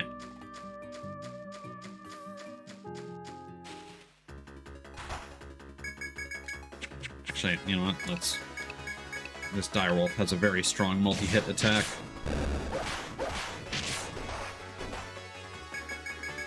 Though these moles, they have hands. And they're throwing them. Your whole team is like getting pretty beat up by these things. They're surviving, but they're getting beat up. Yeah, I mean, that wouldn't be happening quite so much if I was actually using skills and like defeating everything in one turn, but...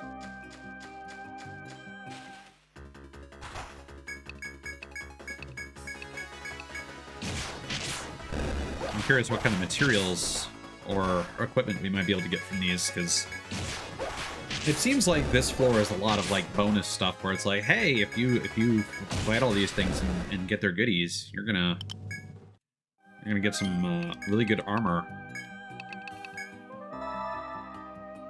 at a time when you could really make use of it.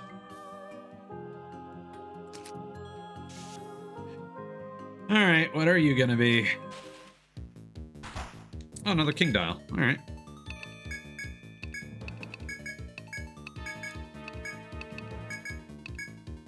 And you're weak to ice. Oh, all right.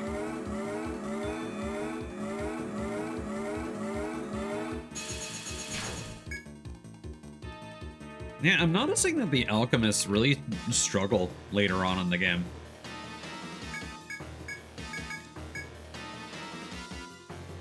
It's like a lot of people would talk about how poison damage specifically would not keep up as time goes on. But I kind of feel like there end up becoming a lot of difficult FOEs and bosses that just have either complete physical resistance or complete elemental resistance, and those fights are always quite a bit of a struggle. Because, like, the game basically tells you, oh, you should have a mix of these characters, but, like, realistically, are you going to have, like, a severe number of different characters? No, you're just gonna have, like, mostly physical with, like, 1 or 2 characters with elemental damage, or the other way around. I think the way it probably wants you to build your team is 2 magic users, 2 physical users, and a healer. Yeah. So it's split right Not down the middle. necessarily magic, but elemental. So, like, giving Gustavo some of those elemental slashes could be a good idea. I just personally don't like how, based on the skill description, and apparently I think we can confirm this, those elemental slashes, oh man. We already confirmed this like 2 nights ago. Yeah, they have to chase another character's magic of the same element. And personally, I'm not a fan of because moves like that. oftentimes those characters are moving a lot faster than the mages.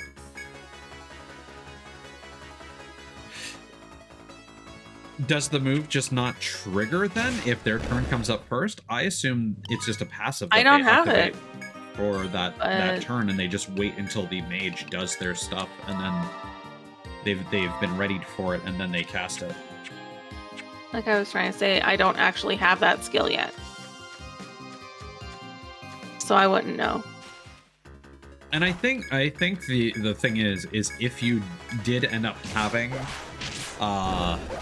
like a party that invested in multiple elemental users, you could have a good thing going where that chase move might trigger multiple times, depending on how it's designed. Because I mean, that's basically a strategy in Etrian Odyssey 3 with the Buccaneer. They are very much focused on chasing attacks. Like their cutlass skills chase the various physical damage types, and then the gun skills chase elemental damage types. God damn it. We just bought these new swords. Too bad, buy new ones. Give the old ones to somebody who needs them. We'll definitely get a new one for Gustavo.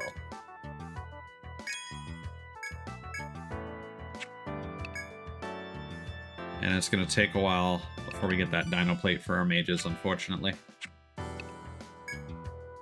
So some farming off stream is going to be necessary.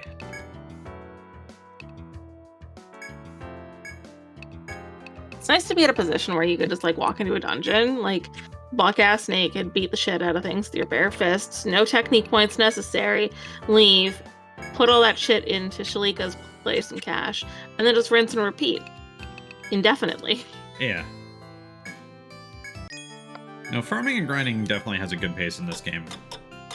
Especially like how quickly you get equipped to deal with your current floor's like level of difficulty. Did I buy a thread? I don't think I bought a thread. Oh, a shame. Nope. We just have to walk from the labyrinth back to Shalika's. I am not. There's no shame in that. But I'll buy 2. That's like forgetting your like sunglasses or something. Yeah, it's more like forgetting your keys. No, because you can always go back in. Your keys aren't locked in. You're just kind of like, oh, damn, like it would be nice to not have forgotten my sunglasses. I guess I have to walk all the way back to my house just to go get them. And I know that I'm only just on the edge of the street and my apartment's just right there, but it's still a pain in the ass. I feel like Ariadne thread is a lot more critical than a pair of sunglasses, is why I prefer the key metaphor. Yeah, but if you locked your keys outside inside your apartment, like you're fucked. Like you're completely fucked, and there's no way to get it back. Oh, you gotta call your landlord. Sometimes your landlord isn't functional until like the morning.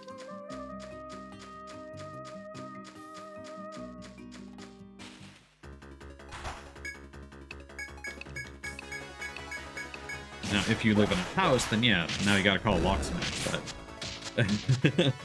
Assuming you didn't also forget. That's where you gotta look for the mythical payphone. There's only 5 of them in all of Ontario still.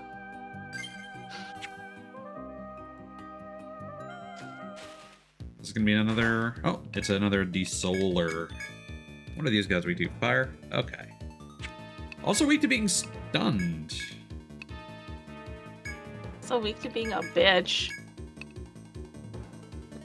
So we should actually hit them with Caduceus.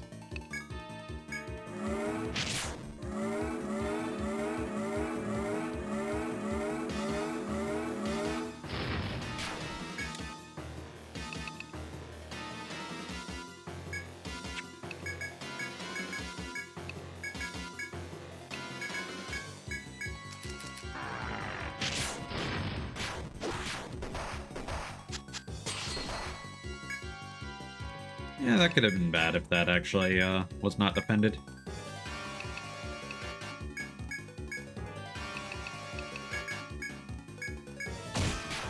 Whew.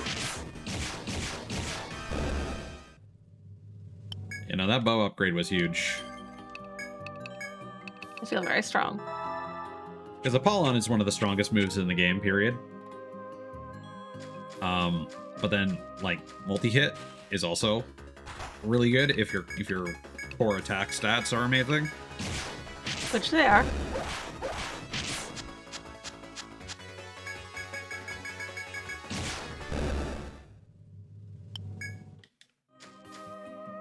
Oh. Something else.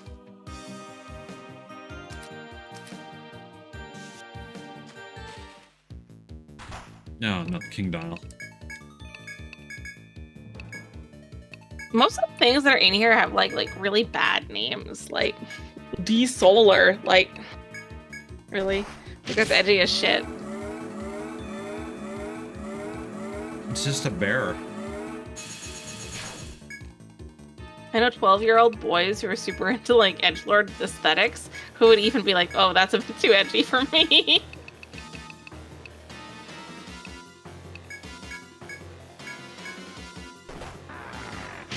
Oh, my cousin's on kids guard are just activated. really That was edgy right clutch. now. Nice. Now it's time for the big damage turn. Oops, no.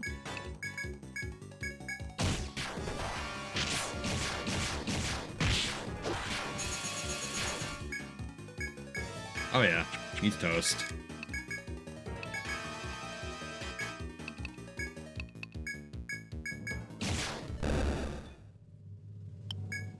They have decent physical resistance as well. Toxic Murder, thank you for the follow. I appreciate it. I hope you're having a good night, man. Ooh, King Frog. Okay.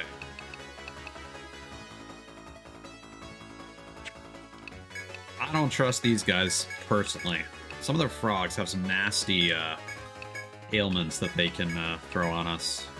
They also tend to call resupplies. No, it just did a melee attack.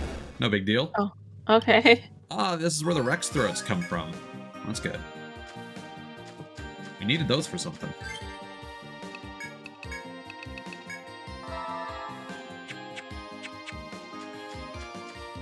Oh my god. More. Okay, we should still be fine. Ah, another D-Solar.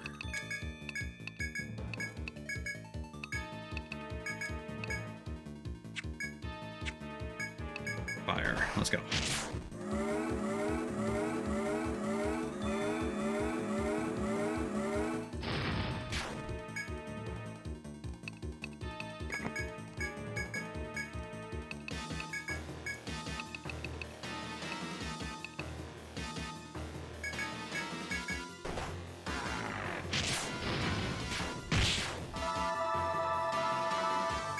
There we go. That should be fine.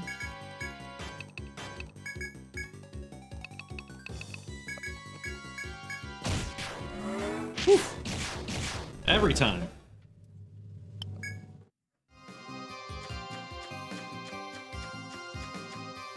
Oh, hello. Hello, little black fuzzball. Dust Bunny of Doom, let's go. At the end of the long corridor, you reach an open area. Upon entering it, the low growl of a beast reaches your ears. You instinctively steel yourself for combat against the gigantic monster standing before you. The grotesque beast has an animal's body, a scorpion's tail, and a human's face. Beating its two large wings against the dry air, it stares directly at you.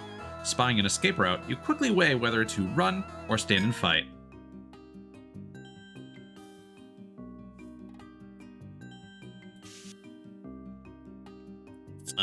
Yeah, we're gonna rest up. We're gonna have a little nap. Little nappy nap. Little beauty sleep. I should also probably talk about some of the back floors that I explored in the second stratum, going from the third. And I think we had the 2 Ariadne threads. Yeah. Okay. So I don't know if this boss is necessarily going to be defeatable right now. But we'll give it the old college try.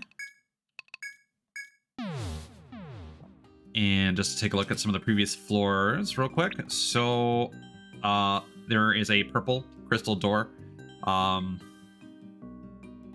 I explored beyond.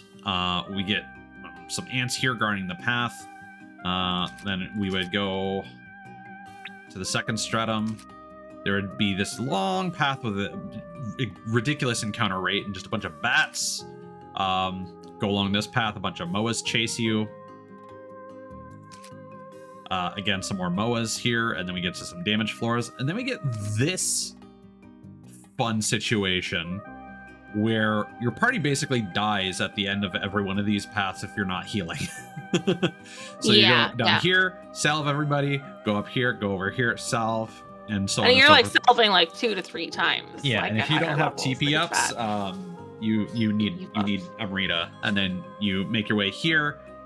Try to go over here and unlock the shortcut before exploring the rest of this. I think there's a boss that's going to appear in this little room here as part of a quest later on, but not yet.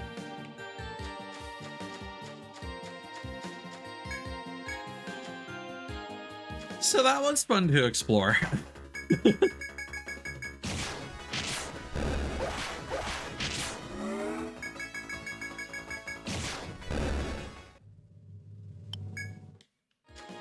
So that dialogue did, in front of that boss, did mention something about an escape route. Unsure of whether or not that's like the path behind you or one of the secrets potentially. Yeah. So I'm going to try and check out what's going on with that room before we engage. Because the problem is, if I go and do a bunch of stuff off stream, I'm almost definitely going to sleep 3 days, and all these FOEs are going to respawn, so we're going to have to go through bears and crocodiles to fight that guy again. Rude.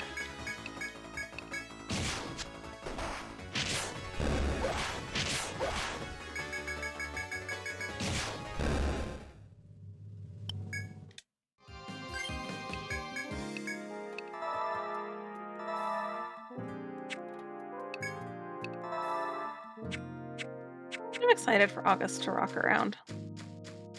Oh yeah? Any particular reason why? The new Baldur's Gate is fully released in August.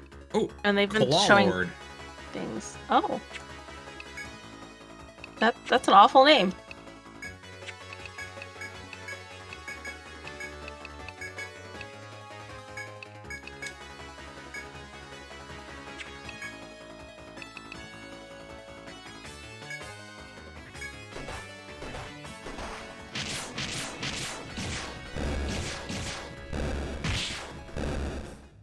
They've been showing teasers for the new game, like the new areas and stuff and different characters. It's all very exciting for me. Nice.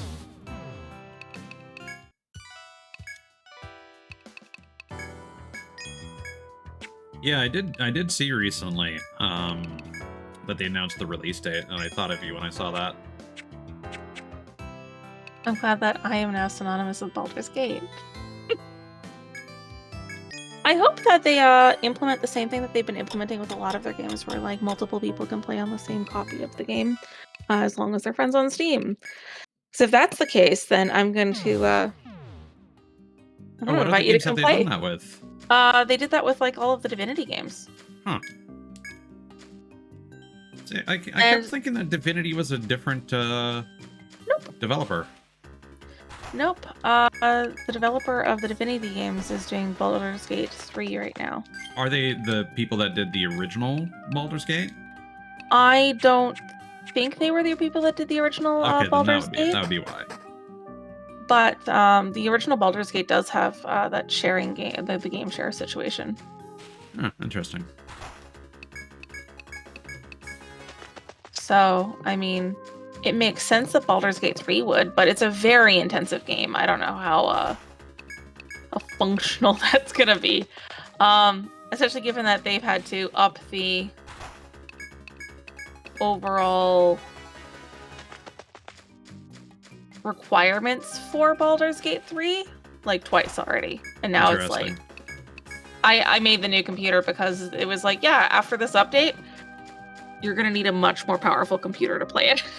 Guess what? What were the big I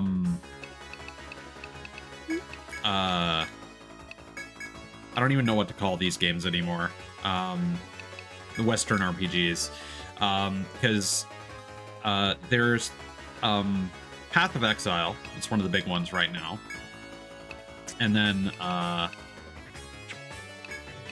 Like Path of Exile there was and Diablo. Divinity, and then Diablo. Yeah, those are sort the of big like three dungeon right now? crawly things. Right now it's I don't know what the big four are, but I know that right now Path of Exile is waning in terms of popularity because of Diablo 4. Because Path of Exile is just Diablo with skill trees. Right. That's literally all it is. It's just a dungeon crawling like RPG made by Western developers essentially. So it is quite literally just mapless versions of the games we're playing right now. But no, Diablo, the new Diablo came out. It's been like crazy popular. I know that Baldur's Gate 3 Manticore is honestly a little bit more niche in terms of its popularity. That thing's huge. Holy shit. Let's try Inferno, I guess. I think Manticore would be ice or lightning, maybe. We shall see. Oh yeah, definitely not fire. Yeah, Manticores are like traditionally fire element. Oh god. Oh no! Not a single one of you resisted it. Fuck. Oh shit.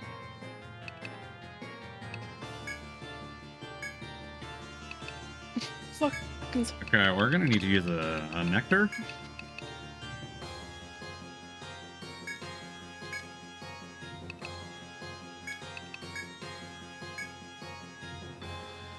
No, we need Summer Prime, probably.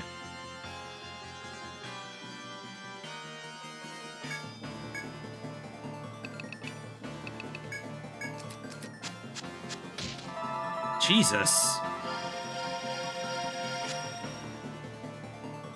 Okay, so this guy inflicts curse and poison. Disgusting.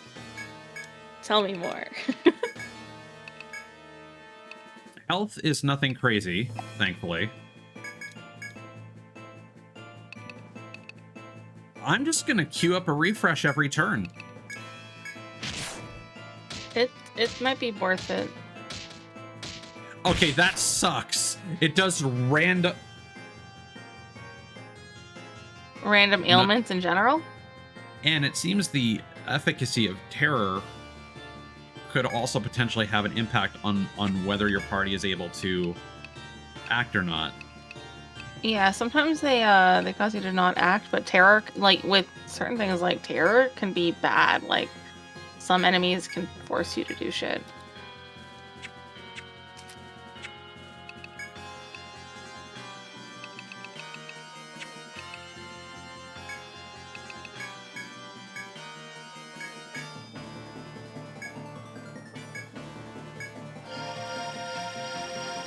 Clutch. All right. Okay, so ice. Oh my god, what? Are you getting fucked? Oh.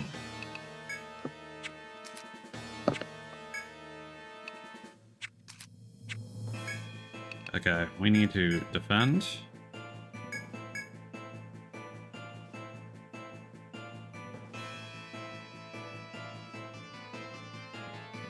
No. We need another Nectar 2.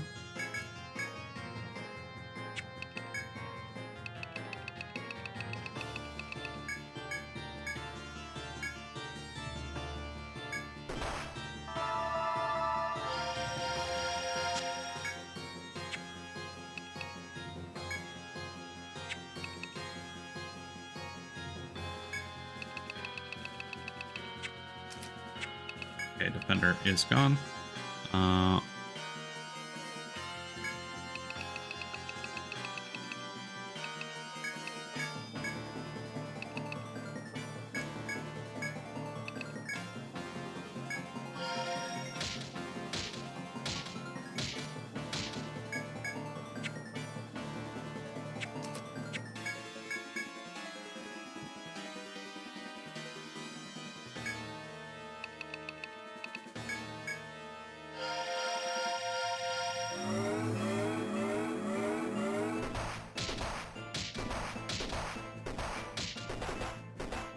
No, that ain't happening.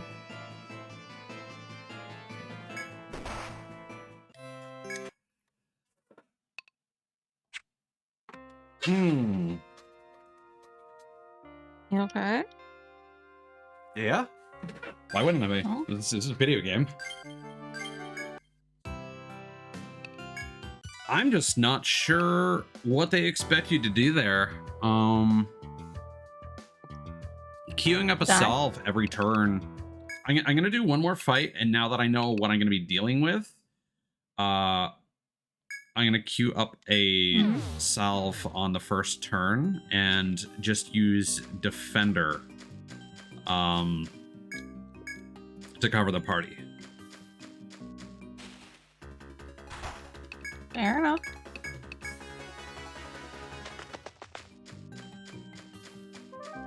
Yeah, I don't know if there's a strategy for that. Because Right. I don't know of anything that's like ailment resistance.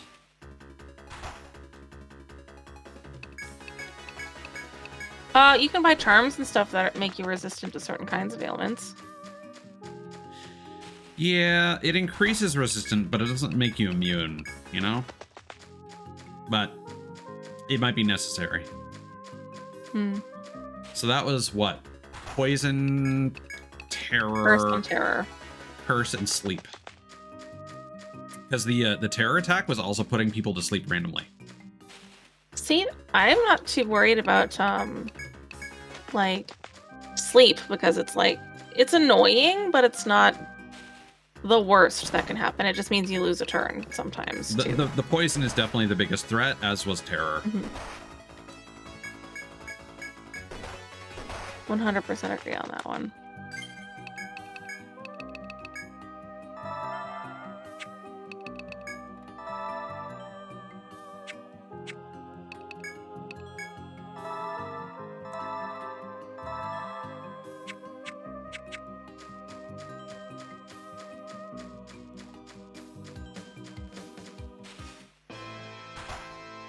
Wait, it got it. What?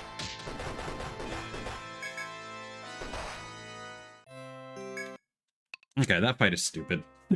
It got a preemptive attack. I walked straight into it. It's bigger than you. If it wants to hit you, it's gonna hit you. Okay, so that is a fool's errand. There is no point in continuing on that. We will come back once I have some extra funds and can buy some accessories, because that poison is lethal.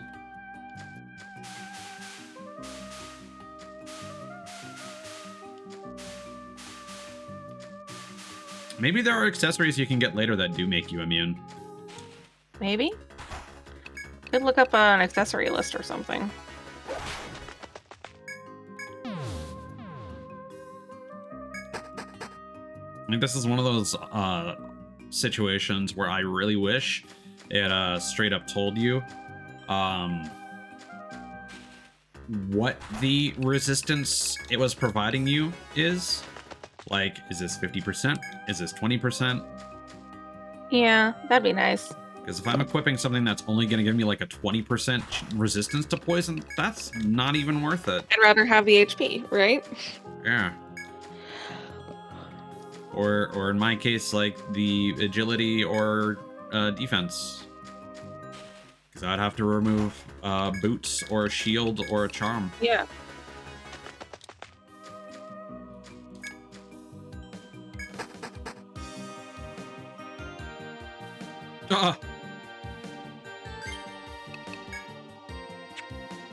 So is this the floor with the dudes? Oh. Apparently the Manticore has a passive skill that isn't even listed in the game.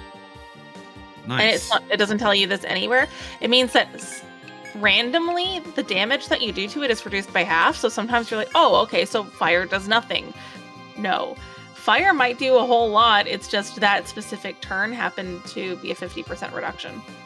That boss kind of sucks design-wise. It's a little too much. All right, its so head and, does the sleep, the oh, were there different body parts I could have targeted? Yeah. So if you were to bind its head, it would make it so that it can't put you to sleep or fear you. It won't be able to curse the party, and it won't be able to petrify your party. Binding. I see. The legs do poison. But I would bind the head first because that's sleep, fear, curse, and petrify options. And it has a 70% chance to reduce all damage by 50%.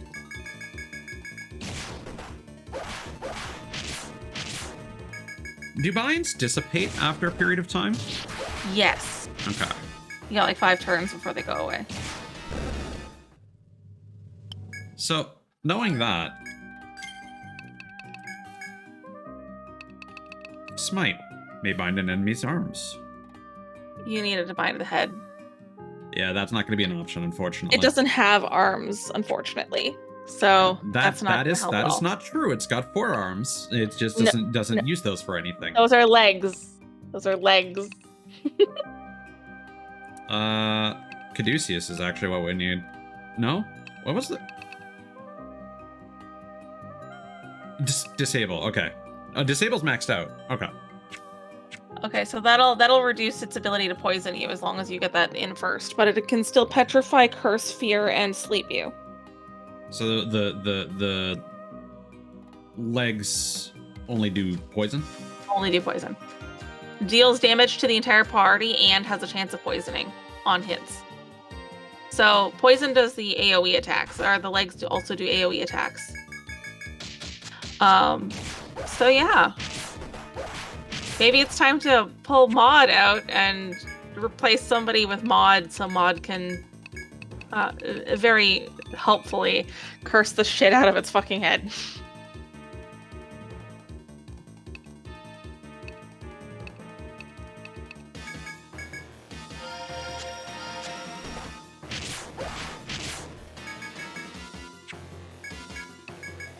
I figured since we're here and this is kind of a conditional thing, I would do this on stream. Yeah. What is the conditional for it? These enemies only appear at night. Oh, fair enough. They're also kind of annoying because they seem to run all over the place.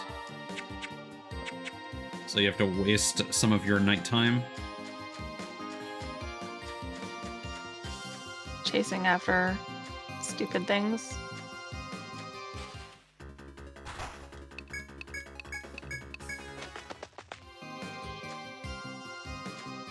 Oh, they are running away. Interesting. Huh.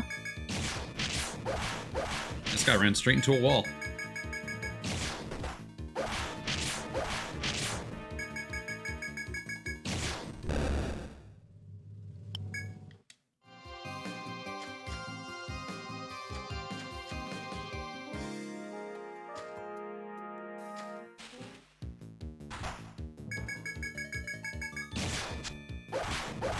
said they show up after midnight though, so Might be the wrong one. because we were definitely here at night and there were not FOEs here before, right? Honestly, I have no idea. I don't remember. And we were running around here a lot looking for trying to catch the bud. And this was a lot of guys for us to not run into. So this has got to be related to a quest.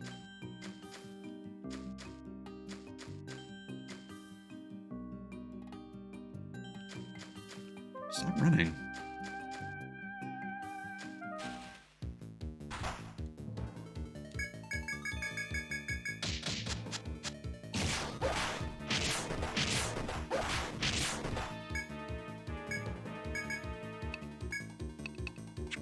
So, Mm-hmm.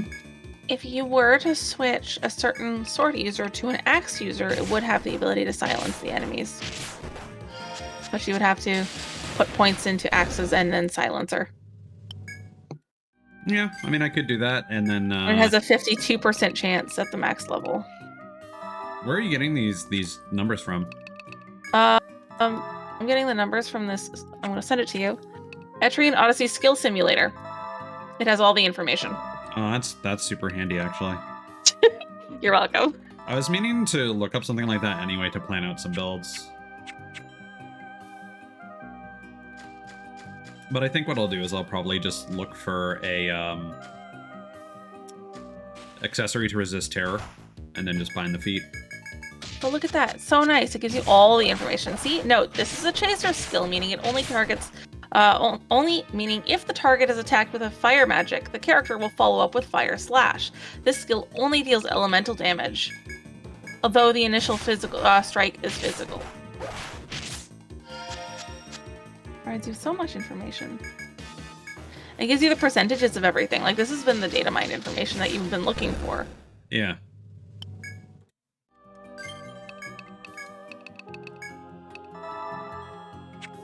Gustavo really suffering from success right now. Sorry, suffering from suckies. Suckies. I was literally thinking it.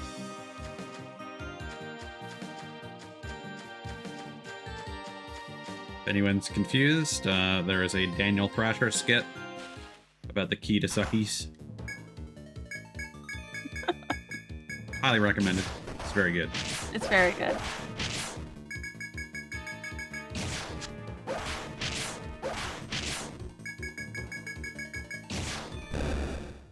Wow, first hit's actually kind of horrible. At level You 10, successfully it's only... exterminated the night toads and hex toads. There you go. Oh, sorry, what move? Oh, first hit for the survivalist at 10, like level 10, it's only 30%.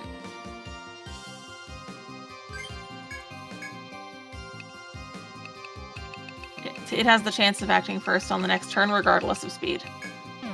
It's passive. Yeah, it's entirely possible the next time I stream this, I may have retooled some of my builds based on that info. Loving it though, like it's so helpful. Because there are definitely some things that I just straight up don't use anymore. Like, I don't know if I need to have Cure 1 on specs. I only ever use Cure 3, because Cure 1 only heals 20 HP. Unless it's percentage based, in which case it probably heals more now, but when I was last using it... Let me look. So, Cure 1 can heal at level 10, 92 health, which isn't horrible.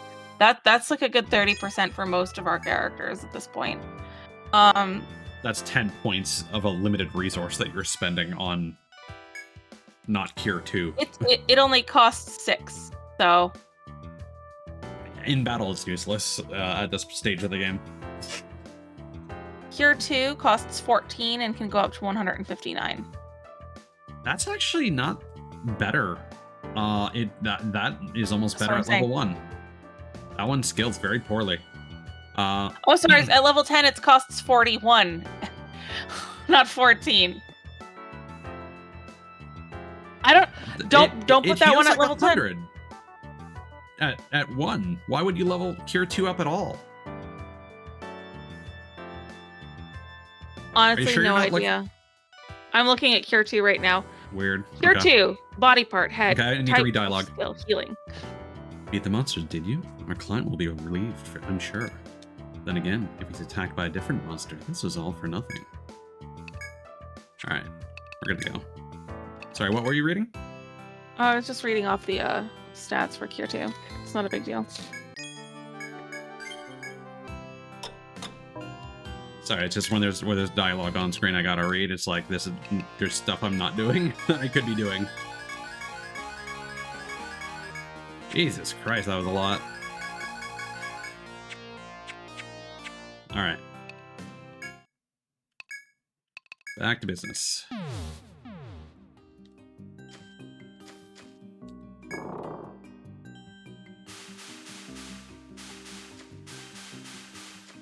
Okay, so doing some math, it is better. Unless I type that in wrong.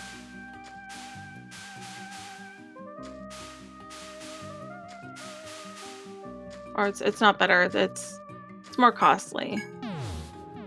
I was reading my data wrong. So Cure 2 at max, it's giving you 3.8 health per mana point, and at max Cure 1 is 15.3 per 1 mana point. I guess the benefit of it is like that's your like Hail Mary, shit's hitting the fan. Well, yeah, the benefit of that is that it's a single skill use that could be used in battle where you're only getting one skill use per turn. Outside of battle, that's obviously not worth the investment. But then we have to think about the fact that, again, for you to get these numbers, you are having to sink 10 points into one of these things, and then it becomes a question You only want to put 9 into your Cure 2, though. Because you're only losing out on, 20 fucking health points. Right. But the cost is so much higher. But either way, my point is that, for the Protector, Cure 1 completely loses all efficacy later. There's no point in using it, period. It only heals 20 health for 4 right now. Versus Cure 2, which does cost 10, but it's healing 100 or close to it. But the question is, for a character like Specs, do I even I only use Cure 2 outside of battle to top people up, to reserve TP on my medic. Somebody who does better. I mean, to be fair, I should probably be spending TP on the medic, TP up to increase their reserves. But again, it's nice to have that option to spread it across multiple characters. But if I do respec specs, I probably won't even bother learning Cure 1 because at this stage of the game, it's not useful at all. There are some other spells as well. Again, even Cure 1 on the medic isn't useful at this point, but I think that is required to learn Patch Up and Salve 1 and stuff like that. So there are more conditionals for the medic's skill tree. Oh, right, hold on. There was... Forgot to mark that FOE there. Wherever they happen to spawn, I'll figure that out later. But yeah, being able to go over all those numbers is going to be very useful because it's entirely possible that I bought some passives or even some buffs. Again, we had this conversation about how it's in... I looked up the manual for the original game. This is me talking to stream. And it specifies that attack is just an amalgamation of your weapon attack plus your strength, and defense is an amalgamation of your armor defense plus your vitality. Vitality also impacts your max HP. Tech increases your max TP and skill damage. Agility impacts evasion and turn order, and then luck only affects item drop chances. And I was commenting to Kirsten that it's interesting how the survivalist has abilities like Trickery and Quicken, and it specifies it lowers the enemy's accuracy, but accuracy is not a visible stat. It does not lower their agility. It doesn't affect their turn order or their evasion. It affects their accuracy. Conversely, you can increase your speed. It's not clear what speed does explicitly here. Is it just changing the turn order? Is it increasing our agility, which therefore would affect both that and evasion? And I'm just assuming that it affects turn order only. So that's why I have not been using Quicken as much as I used to. Because pretty much, unless like a boss is getting to attack first, I'm not really interested in Quicken. So this is interesting. We actually have some paths here that are visible. In the dense wall of trees before you stands a hole that would scarcely admit a person. You peer at it, but nothing happens.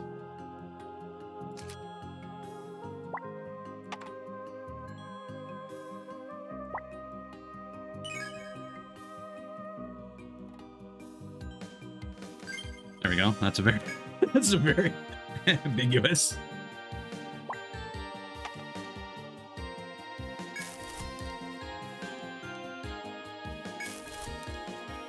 Okay, we're doing a repeat of the flower situation. And finally we can fight the red beaks. These guys drop a few things that we've been needing for materials, and also for one of our quests. So that'll be nice to complete before ending stream. That said, I should go up to that other floor and fight some of those wolves for the red fur. Or red hide, whatever it was.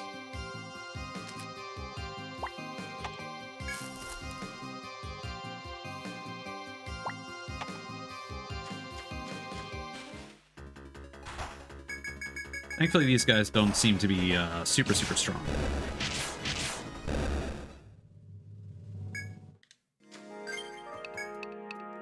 They're hitting the back line a lot, though.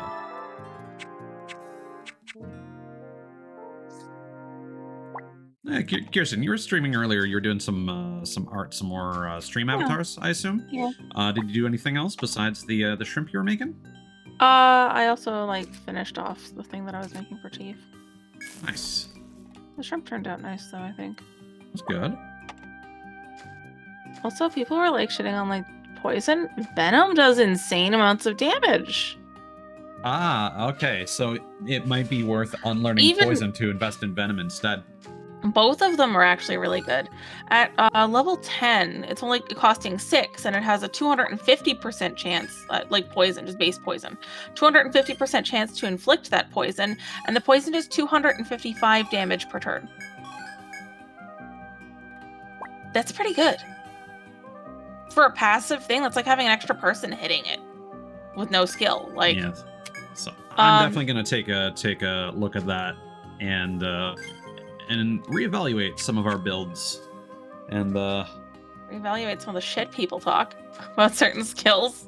Well, again, I think people were being literal in that they were talking about poison and not venom. But again, I'll look at the numbers. Both of them have the same stats, in terms of the overall damage that they're doing at the different levels. Venom costs 14 per cast, but you can hit it across all of them. If there's 5 of them, that's 5 people doing 255 damage per turn, you know what I mean? That's like having a whole extra team in your team. True. It's pretty fun. Yeah, I was curious which one of those I should invest in, if I should invest in one, and I think what I might do is I might unlearn poison and invest in venom. And flame at higher ranks, you get it to rank 10, costs 14, does 350% damage.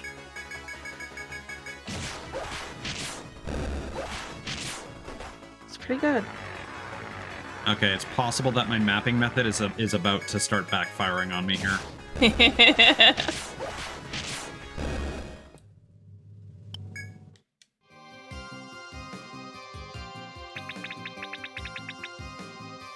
Yeah, okay. No. How do I want to map this?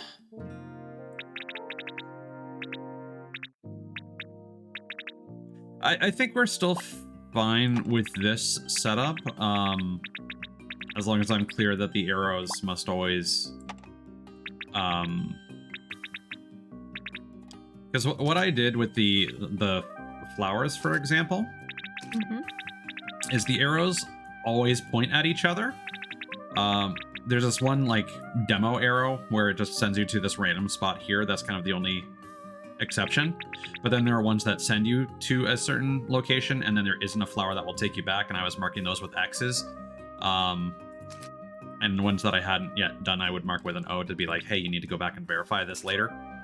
And I would do the same thing on this floor, where you were, for the most part, just taking a whole bunch of secret passages, but there was one that skips over a whole room, and so I used that. So I think we'll do the same here. And we'll just remember that,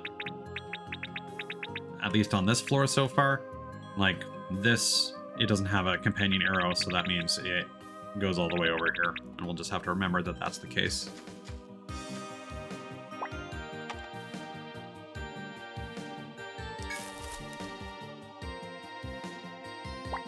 Thankfully, thus far, everything else has seemed to been allowing us to backtrack. Oh, and as I mentioned off stream before going live, I was watching Right Site Gaming play the Final Fantasy 16 demo. That game looks hot. Like it's not often nowadays that I look at like a console exclusive or like a system exclusive thing and I'm like, oh man, I really wish I could play that when it came out. That's one of those games, but I'm not buying a PS5. It'll come to PC eventually. Yeah. Always does. They have confirmed that. They were beating around the bush for the longest time, but they have recently bit the bullet and confirmed it.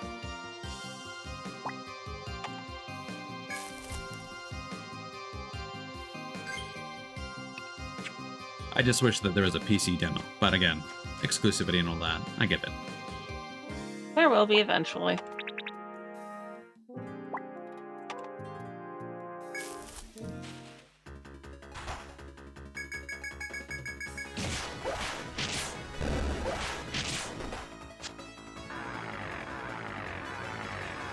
Like, as nice as it would be to have a PS5 so I could play like Wild Hearts or whatever, at a consistent, yeah.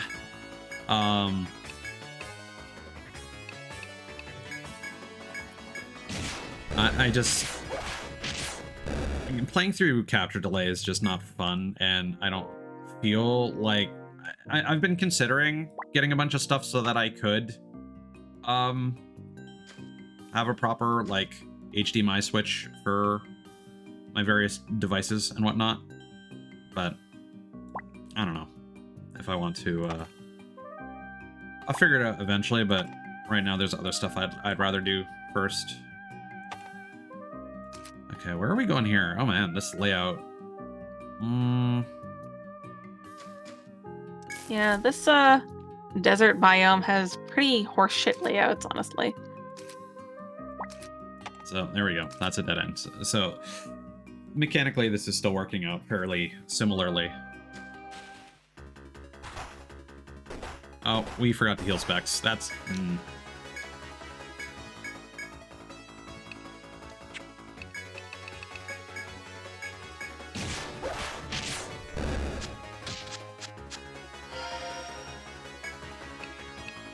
He'll be fine. Not super fine, but he'll be fine.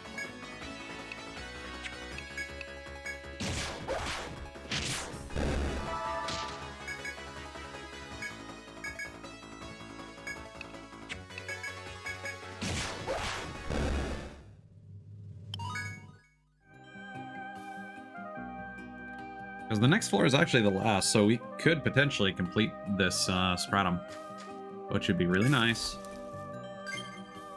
It would be.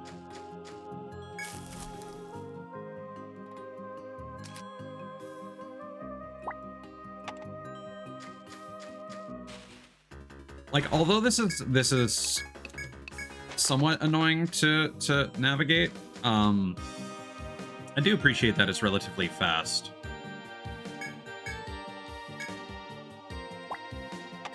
Because like these paths are quite tiny.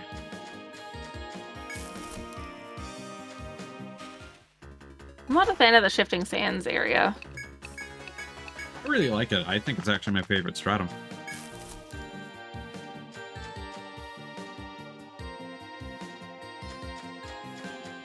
Was not a big fan of looking for all the walls on floor 17, but I've enjoyed the variety of these map gimmicks.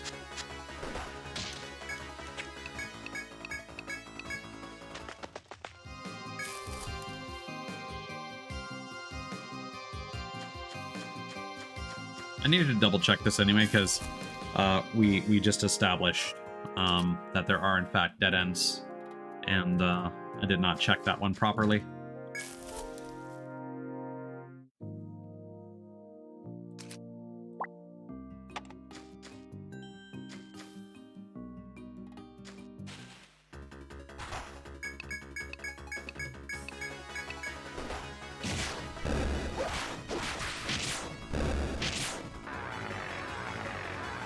Yeah, for me, I feel getting monsters in my compendium is a lot better than getting item drops in most cases. Because, like, we fought those wolves. I know that those wolves exist and where they can be found. So even though we got that red fur and then died, I'm okay with that.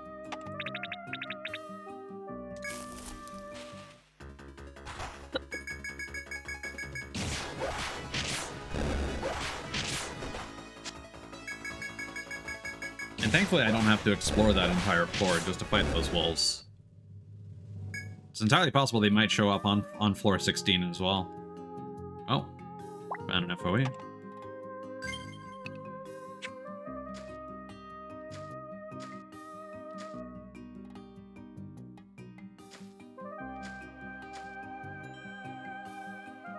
That's 3 more tiles, I think.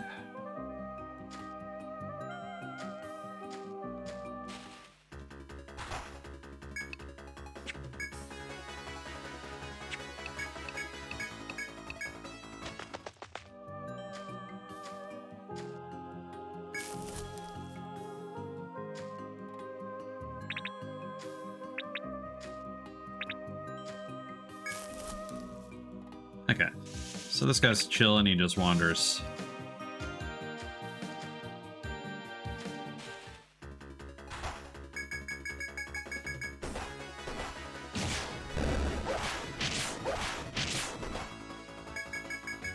He does aggro when you're in a fight, though, just like most of them.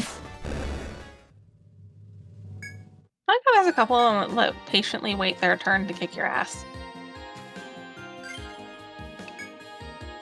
They're far and few between, though.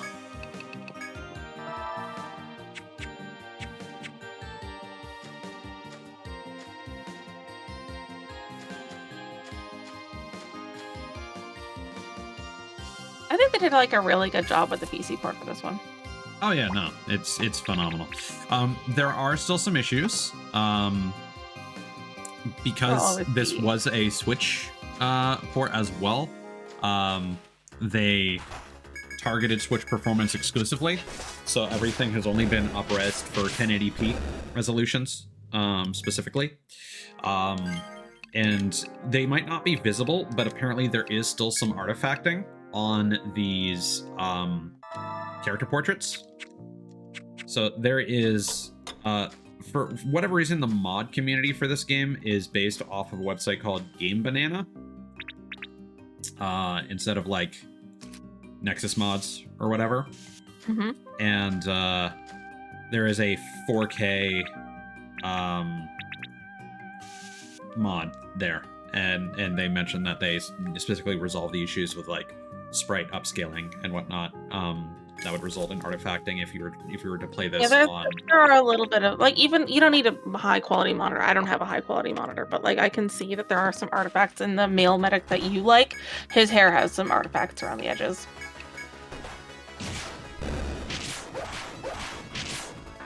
But aside from like some really, still consider those to be minor nitpicks. Oh yeah, they're exceptionally minor. Like there's like literally I counted them. There's about 4 artifacts. Yeah, I think the bigger problem is the fact that the Switch version, as it is, looks like it does. Yep. Yep, that is a set of words that really describes the situation.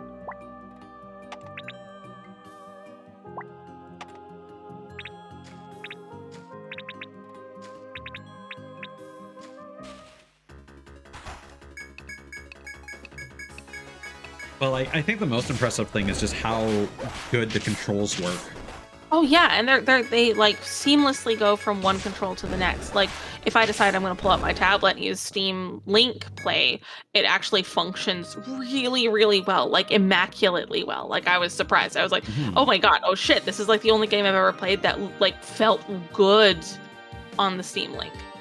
And now we've obtained all the requested ingredients for some cursed fucking food at Jack's restaurant.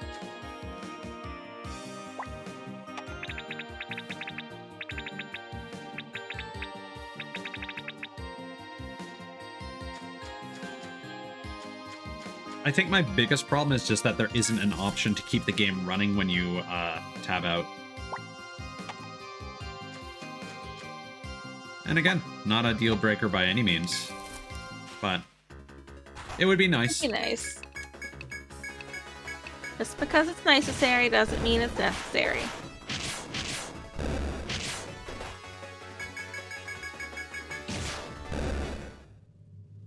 I know that hurt your soul.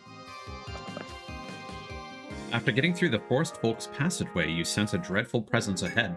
It seems more of the Forest Folk's protectors have appeared further on. If you are prepared to face them in combat, then gather your resolve and proceed. Wait, this is floor 19. This is the end of the... No. There should be one more floor. Never mind. I got excited for a second.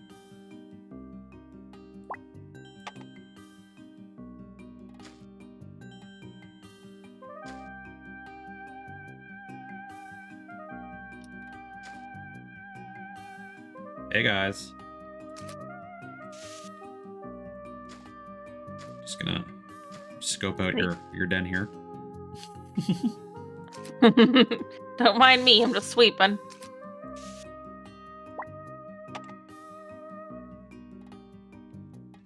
So I have a feeling you're intended to fight these guys together. No, just a Diabolix. Alright. Oh, they have a conditional drop. Alright. Do you want me to check what the condition is? Nah, it's fine.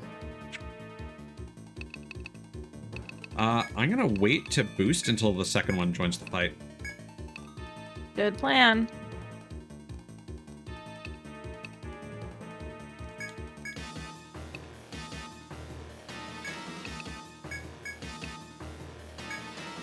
They don't have any particular weaknesses. I might dip for now. Carrie, go to sleep. It was a pleasure. Yeah, I should definitely consider that myself. Yeah, you should reset that. I'm glad that you are resolving the issue that was happening. Well, I mean, Wild Hearts is still kind of a lost cause. The next thing is going to be figuring out if Discord is the culprit crashing various games. I wasn't talking about that issue. I was talking about the other issue that you're fixing tomorrow before work. Ah, yes. I already talked about that earlier on stream. Okay, fair enough. Anyways, I'm glad that you're getting that resolved. Yeah. I will talk to you tomorrow, and hopefully you'll have your new phone by then, and you can, like... No? Let me know how you feel about it. That'll be... Well, I mean, it's not going to be different from my existing phone. It's still going to be a cheap piece of garbage. But it's something I can configure while I'm working. So... Yeah, fair enough. It'll give me something to do. It will. And it won't turn into a small improvised explosive device when you try to use it for a webcam. Yeah. But thanks for coming by and keeping me company, and you sleep well and have sweet dreams. You too. It's always a pleasure to hang out with you. Alright. Bye. Bye. On the note of control well, games with good controls and games that can have control issues. By comparison, Honkai Star Rail had decent controller support. But with their most recent update, they have broken a bunch of things. So now it very like when I go to upgrade certain things, I think specifically when I go to level up relics, I know at the very least light cones are doing it. I don't know if the relic menu is doing it as well. Whenever I enter that menu on controller, it defaults to mouse and keyboard, and I have to click on the window. And also anytime you check news, it deselects the window and disables controller support until you click on it again. So that's been really frustrating.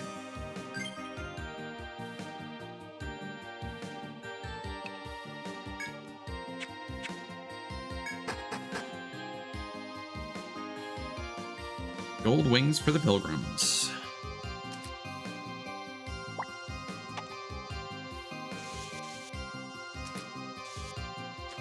Yeah, I definitely should consider ending stream soon, depending on... Hello. As soon as you step onto the 20th floor, you feel extremely strong threats from all sides. Have the forest folk finally marshaled their forces against you? As you consider this prospect, the humanoid girl appears once again. Thou hast violated the pact and slaughtered the forest folk. What reason could you have? The girl makes this harsh demand before spreading her arms and crying out. Your own kind desires your death, and still your onslaught into the forest continues. You are struck by the forest girl's strange words. What does she mean by those that wish for your death? But before you can ask, the girl points into the forest. Come, let us end this once and for all. If thou bests our strongest fighters and our guardian bird, then we shall concede defeat. With that, the girl disappears before you. You wonder if you should return to town or pursue the girl immediately. Well, it sounds like we are about to have a big boss fight and move on to the 5th and final stratum, ignoring the 6th stratum, which is generally considered post-game bonus content, high difficulty and whatnot. So, looks like we're on pace to finish at a reasonable hour. Oops, not the Explorers Guild.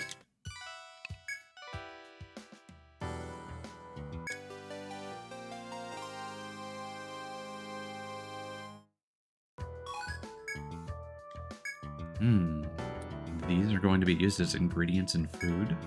The peach, sure, but the fin and beak. I can't imagine what this will turn out as.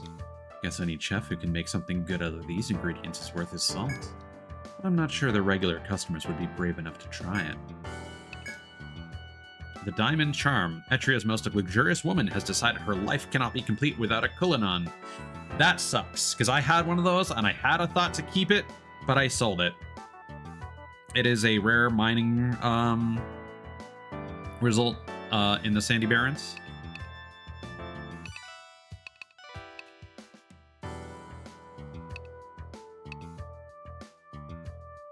I don't think I've grabbed this one. I'm gonna grab all these and do them off stream. Just to make sure I've read all the dialogue. Good. And this is another one from Lady Pompadrille. This time she wants you to find her a Kulinon, one of the rarest of diamonds. I've heard about this before. I want to see it as much as she does. Good luck. That poor kid. He'll never be strong, so he wants to meet a powerful adventurer. He's hoping to meet a Ronin above level 20. Do this for him, okay?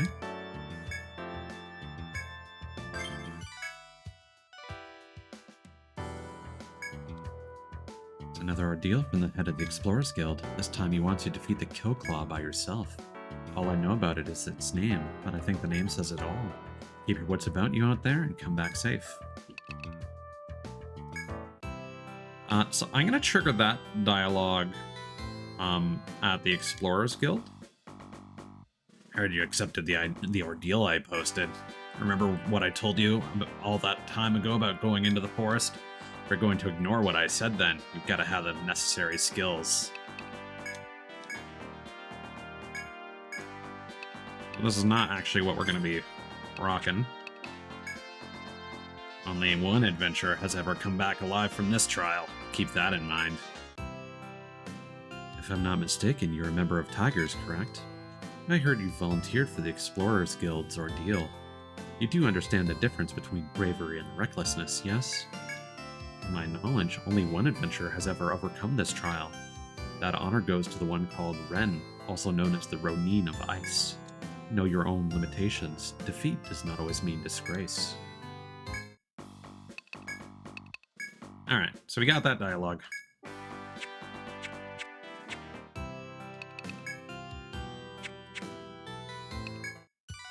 I'm curious if Ronin can actually use, like, elemental skills.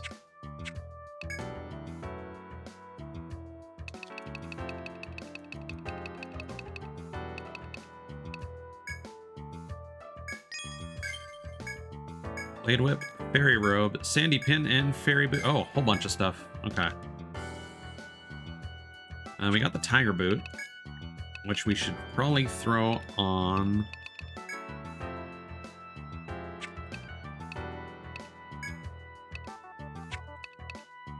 Wait. Okay, well, that's something that we're going to give to one of our reserve members.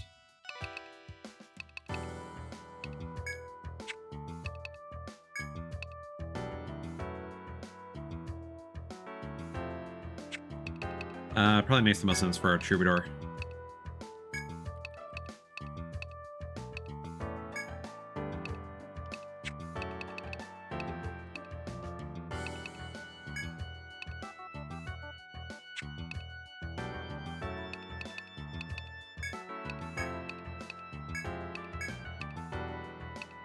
There we go.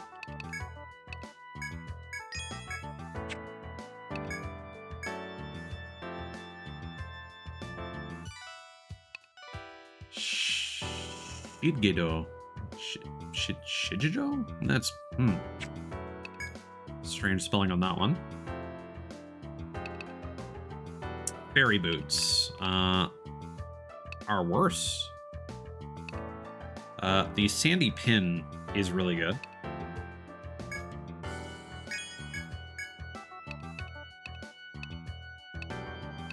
And the Fairy Robe. I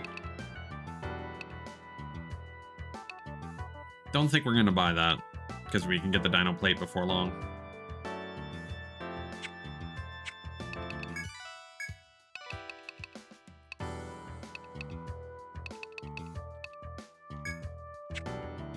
This can only be equipped by our magic people.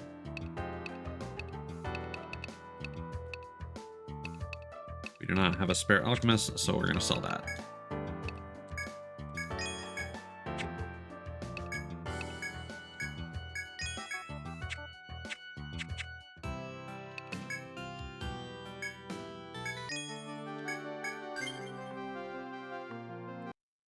Just going to make a quick note for myself.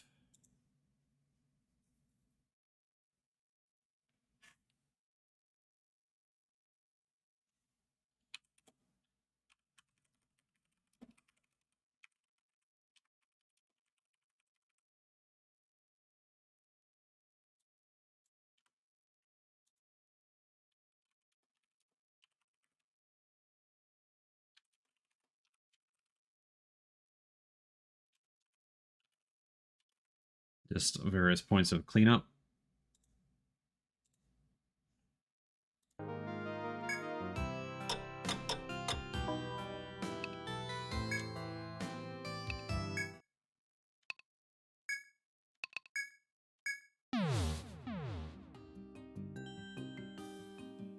Yeah, if we go up here, yeah, I can get cooling on there. I'll farm that off stream, of course, because that could potentially take a while. And it's honestly probably just going to be faster to load saves to do that.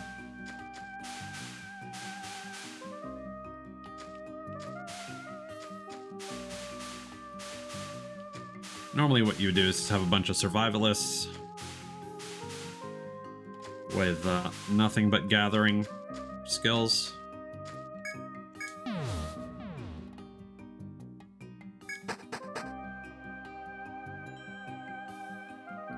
I also like to take some time to create an auto map.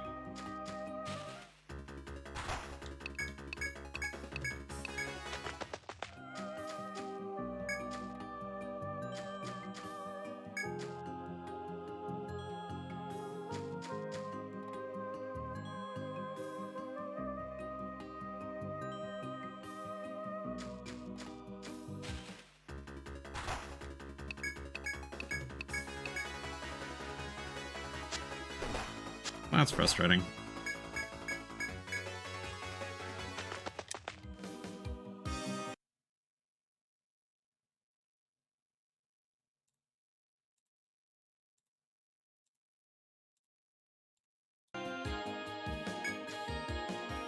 Is this checking the map of the next floor to see if there's anything else I should consider doing, or there could be a faster path. Okay, so for this place, what we're gonna do.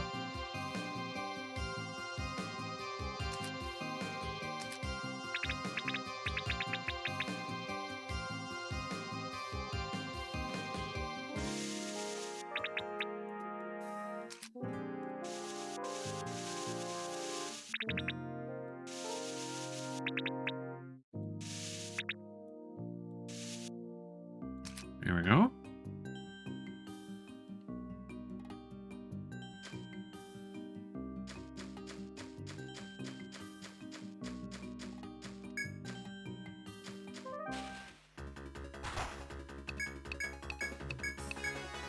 I'm expecting that soloing that crab is not going to give us like significant dialogue, so like I said, I'll do that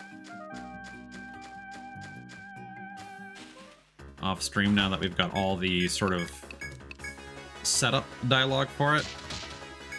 Man, running from these guys is a bit of a struggle. I wonder if their agility stat plays into that at all.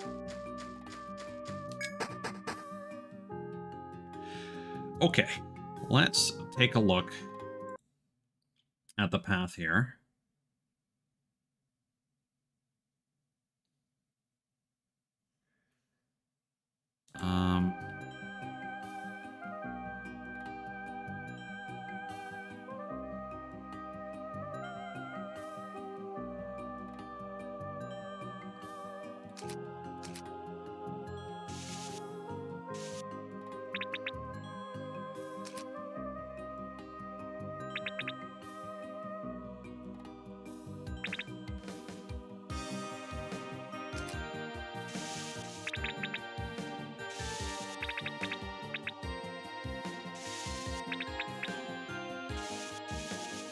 So it's linear until here.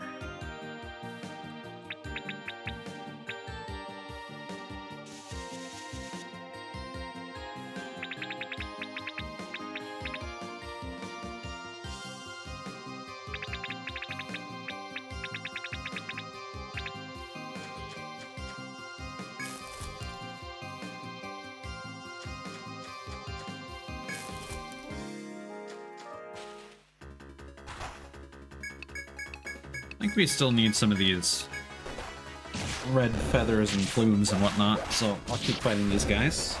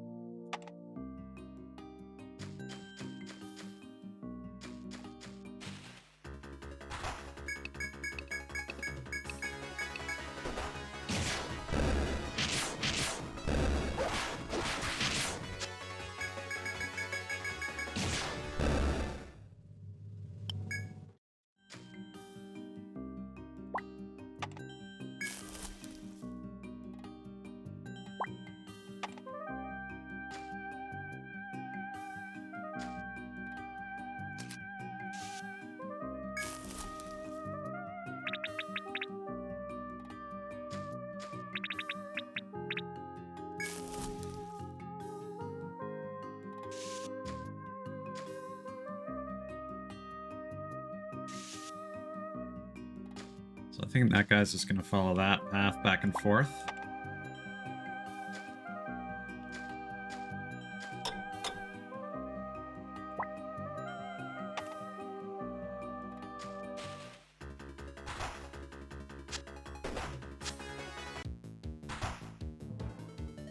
Ah, okay.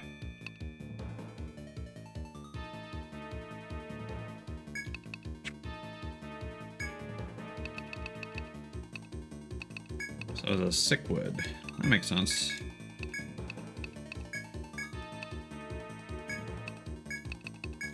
Just gonna go all out because these guys are fairly straightforward. Let me just stop looking at the map just in case anyone comes by. So I can actually see chat.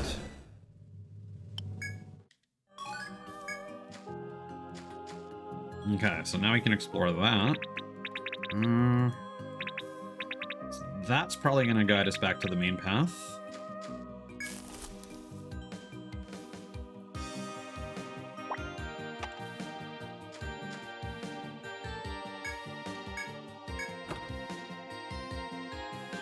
Tiger hand. Alright. Not super interesting.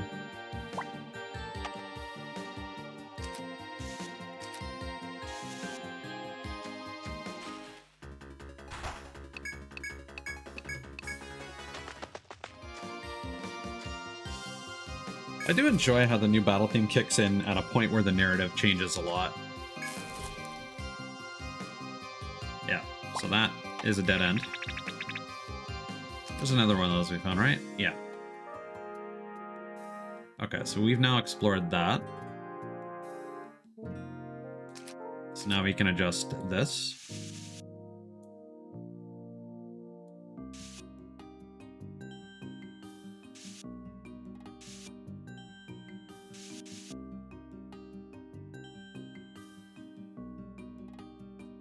We're gonna have a break here.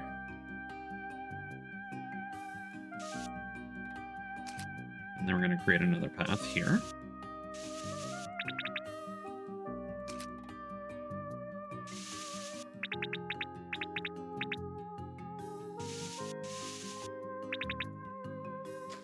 You know, while we're on by, we'll get these materials.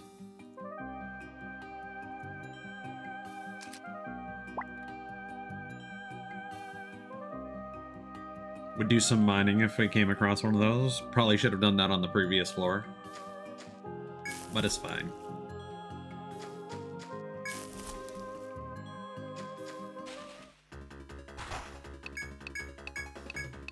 Again, I don't want to obsess too much over the Kulanon.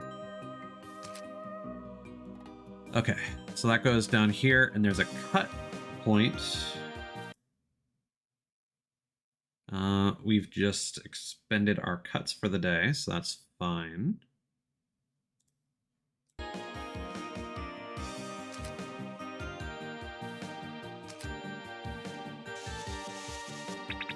This is going to go over here.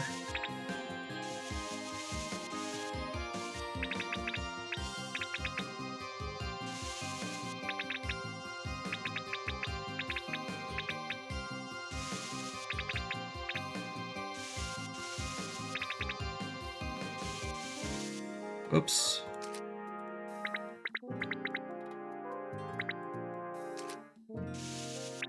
It's gonna go all the way here, right? That's a dead end, that's progress, and then that is gonna go down there somewhere.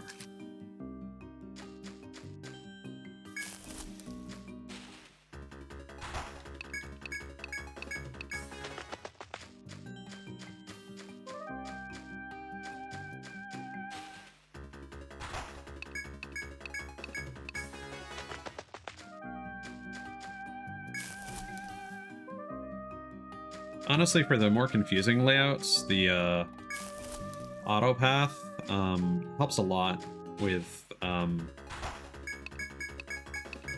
showing yourself the route that you need to take through everything. Otherwise, it gets a little like complicated sometimes trying to remember. Okay, what's the path I need to be taking here?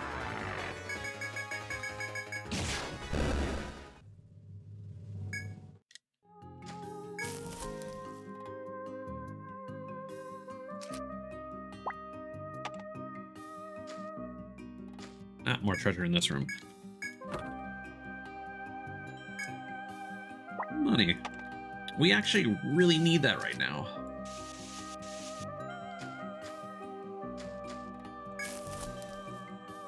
Okay. We're gonna keep that going. This is the path we took.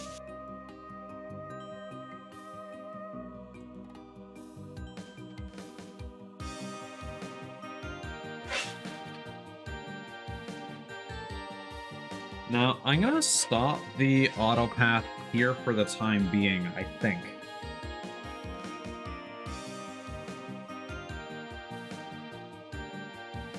Because there's probably an optimal... Well, actually, no. Since this one is actually on its own path, unlike the one on floor 3 that is triggered... The movement is only triggered by the player.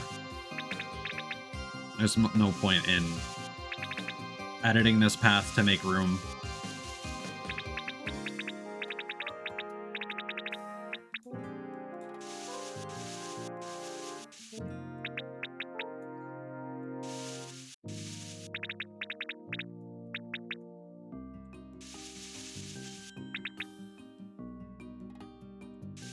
And there. That should do it.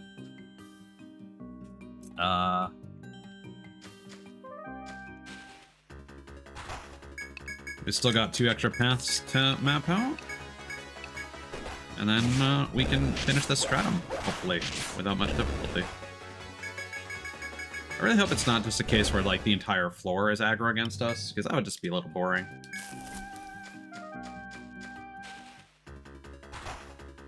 I am hoping for a proper, like, boss encounter.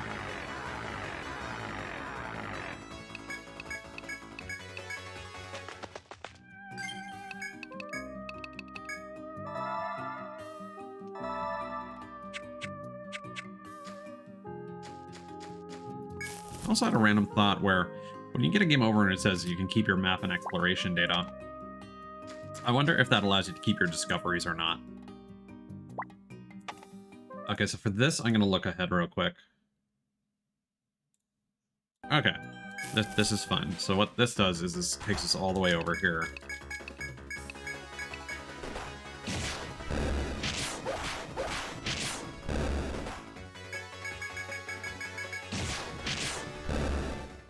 And this is actually the other path that we were going to explore anyway.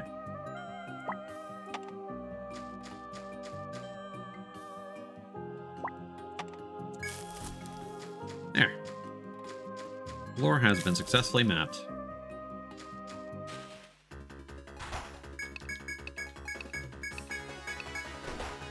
And thankfully the maps for this game on Game FAQs, they do list, like, even, like, story events and whatnot, so once we get to the next stratum, I should be able to see, like, okay, how far is it going to be until the next story thing that I need to be aware of? Oh, hold on a second.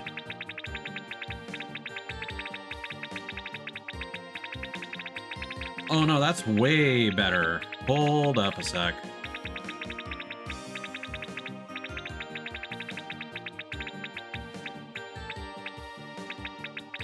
Oh yeah, and because these guys are cichlid, they don't actually spawn until... So I'm gonna have to figure out their spawn locations. For my sanity, I'm just gonna do something like this. Alright. Now, for my insanity, I'm gonna have to backtrack a whole bunch of this path. Because we've actually found a much more optimal route that bypasses the FOEs.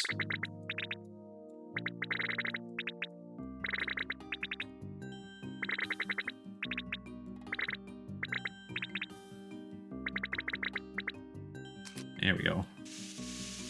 No. That tool can be a little oversensitive.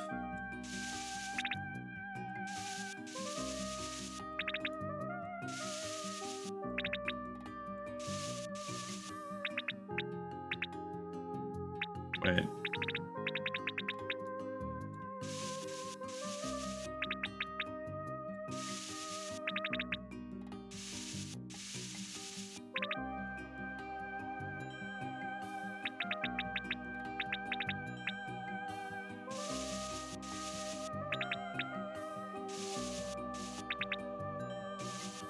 There. Perfect.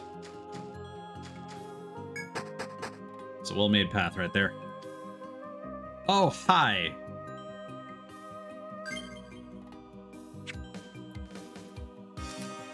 Well, this is what we're gonna do.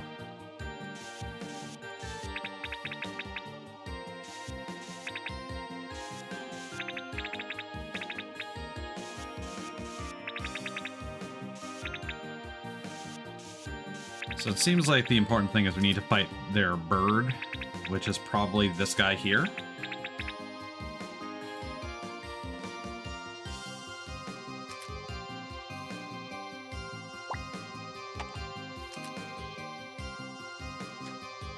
They all move. All right. Time to go insane for a little bit.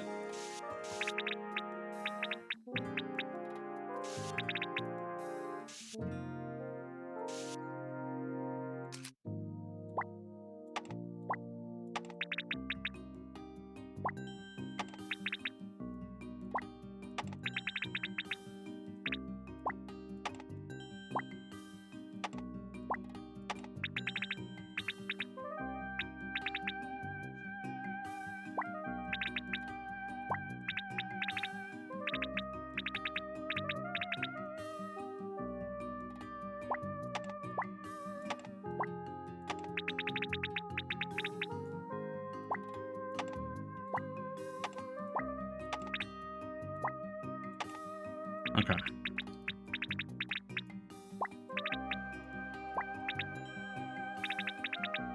I think that covers all of them.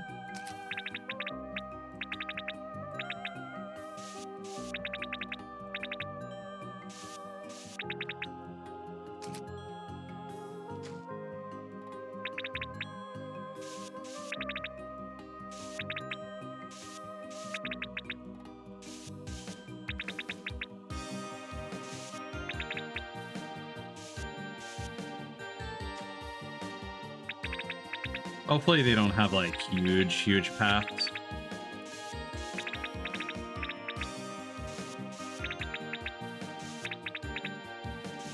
This would be a good opportunity for me to take a peek at the map here.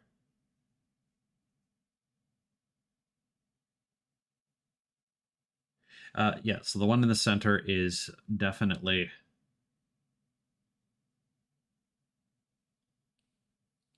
what we're here for. And I get the impression that a lot of these will despawn.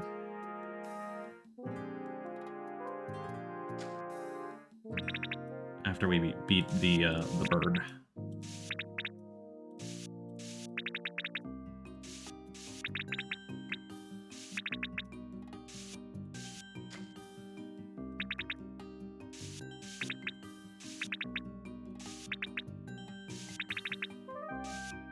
This is tedious, but it's important data, and this is basically the original DS experience.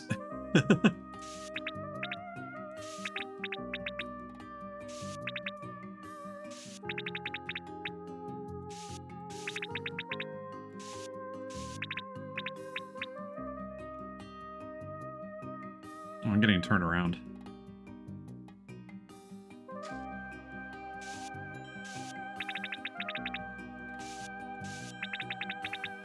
So some of these guys are actually turning back on their own paths.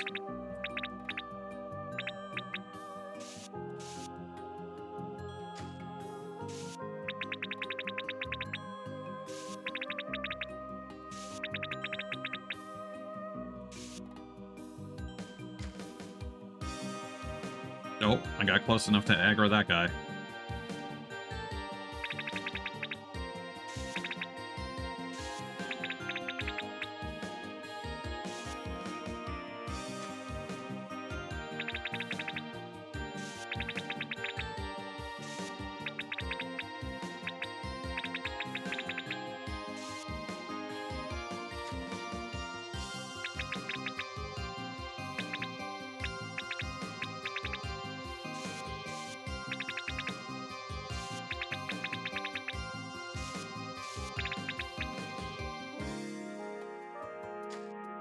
And let's actually go back to the previous floor.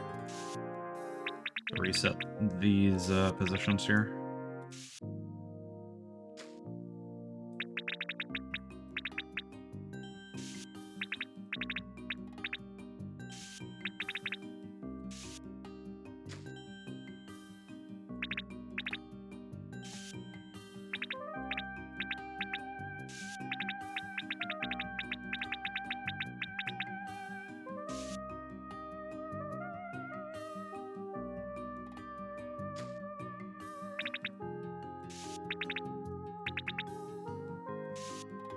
Oh, interesting. That guy finally moved. It's almost like they got pushed out of the way.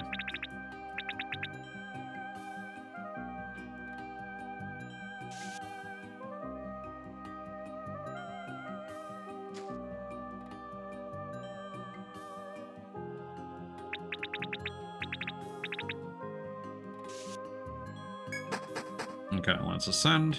Let's go back down. I think we're almost finished mapping out those paths.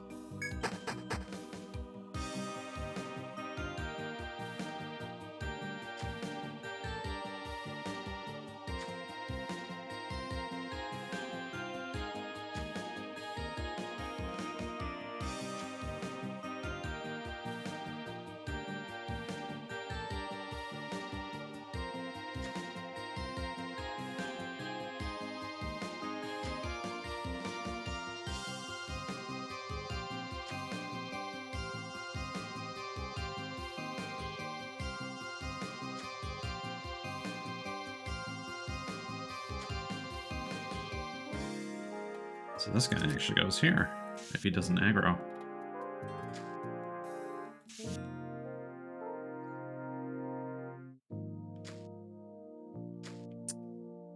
Speaking of...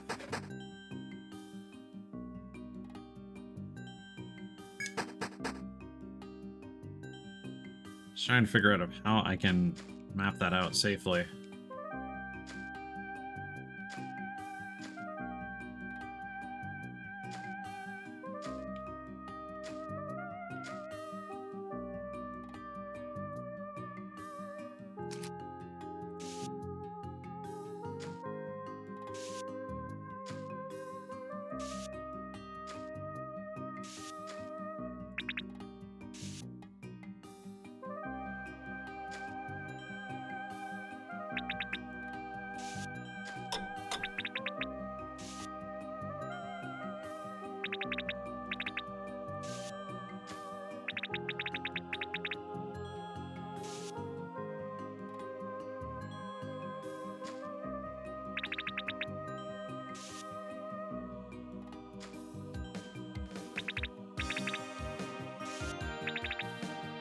I didn't really see where that guy went.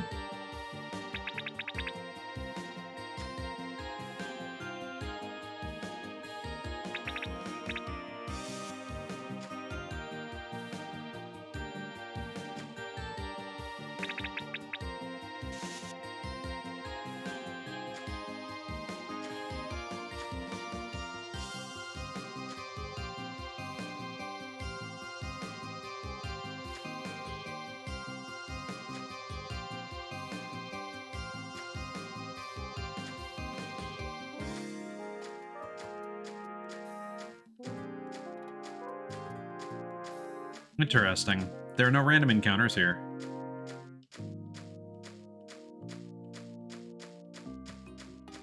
And some of these guys seem to reach a dead end.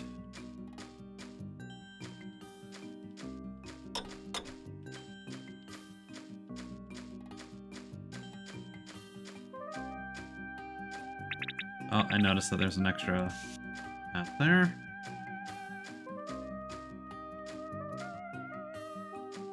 Okay. I think we are good to start exploring. Let's reset everything.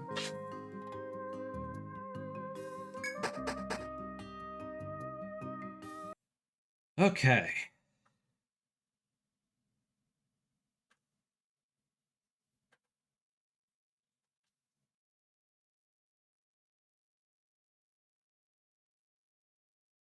And I'm just trying to see how I might be able to make it a beeline for the center.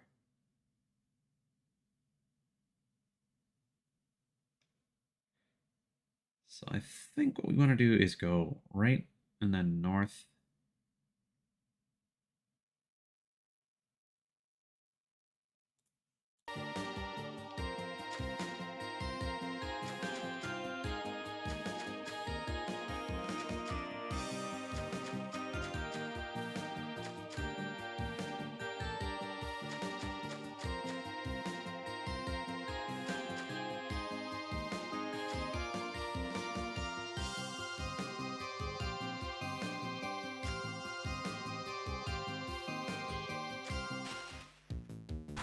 Oh, this guy looks cool.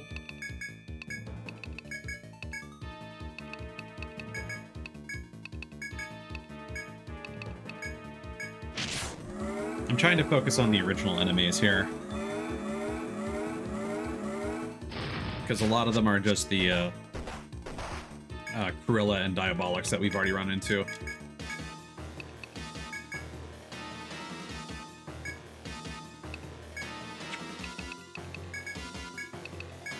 Definitely not weak to fire.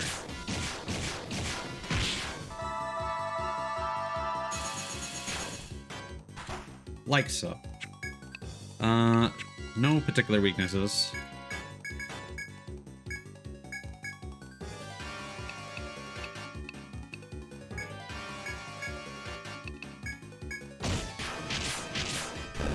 God, 1300.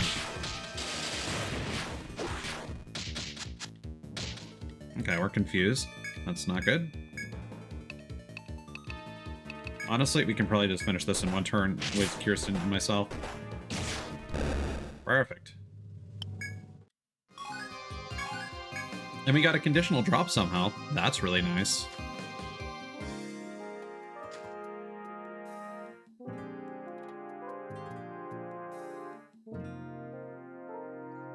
And this path is basically where we want to go. Again, I'm going to focus on mapping this all out later. There are some like treasures and resources we could be gathering. Seems like the only significant one is the vine bow, which I think is worse than what we have right now by a significant degree. So we're going to go up here and we're going to fight this onslaught.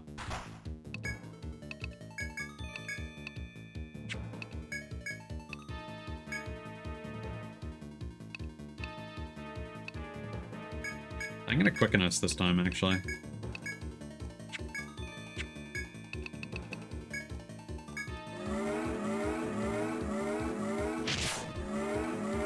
Just because these guys have some debuffs.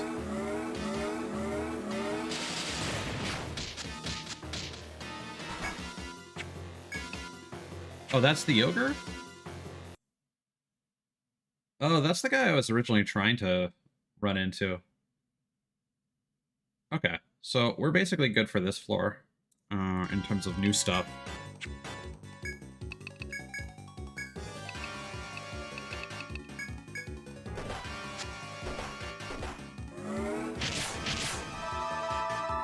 Oh, that wasn't what I wanted to do!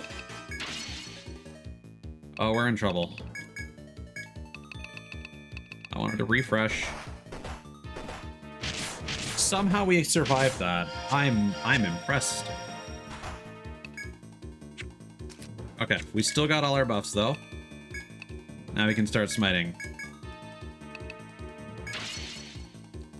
We're gonna boost. We are going to trickery.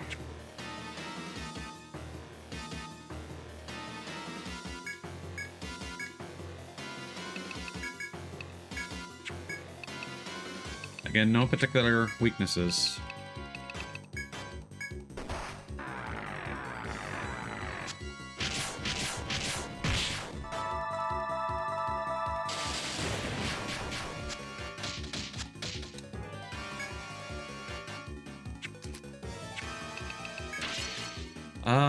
Let's boost Defender. That should be huge, actually.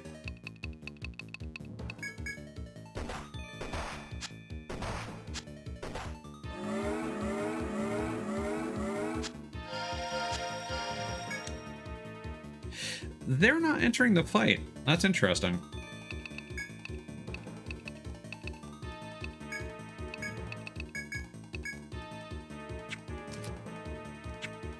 So they've still got trickery on. I'm gonna use an Apollon. I'm gonna boost Salve.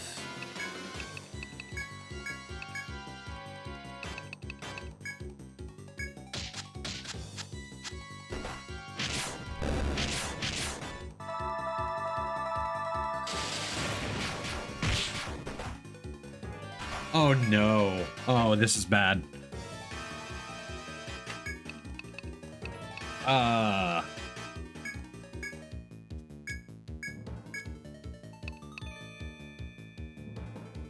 We do not want a multi-hit. That is going to nuke her. We want to do trickery again. Got a refresh, and we're going to use an Amrita.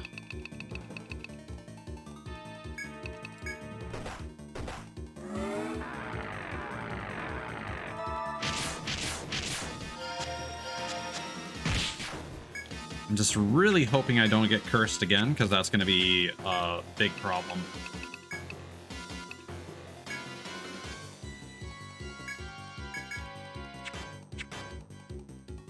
But we still got someone waiting in the wings.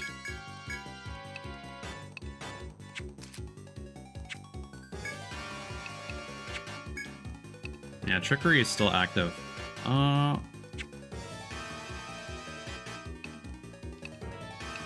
sure if binding is going to be a good idea.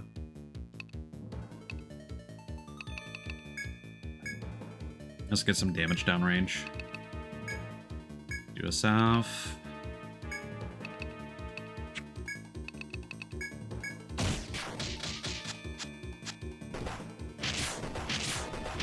Okay, no, the curse situation is really bad.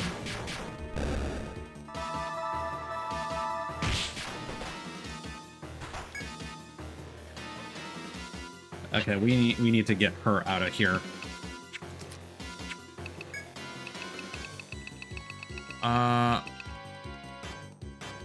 Let's use a nectar on Gustavo.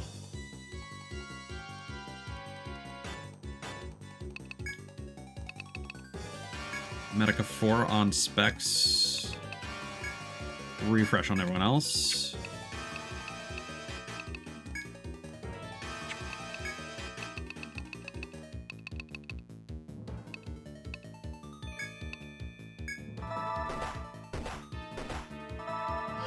You know what? That worked out shockingly well, all things considered.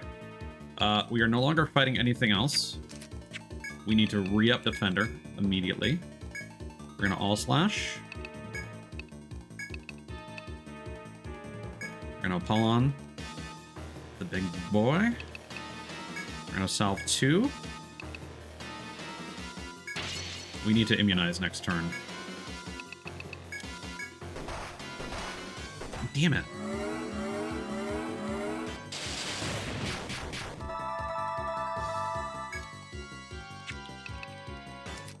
Okay, we got 4 turns of Defender. That should be enough.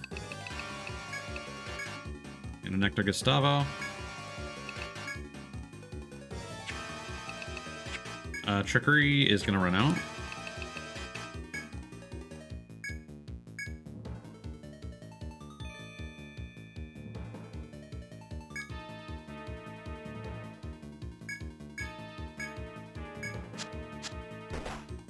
That was a good turn.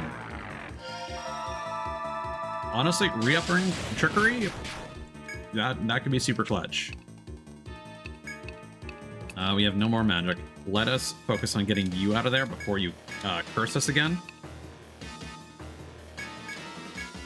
We cannot immunize. Gonna have to use an Amrita.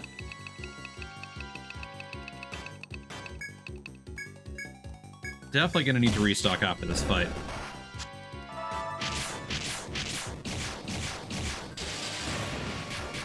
Whew, that was a lot of damage.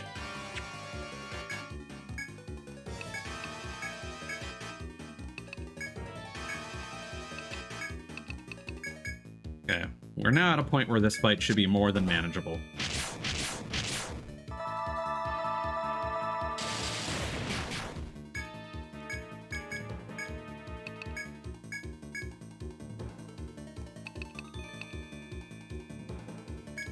We'll immunize for some extra defense. One last hit to send us off, huh?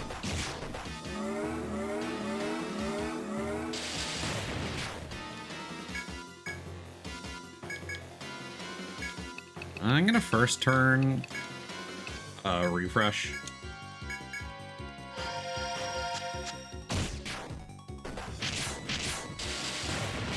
Perfect. That was optimal.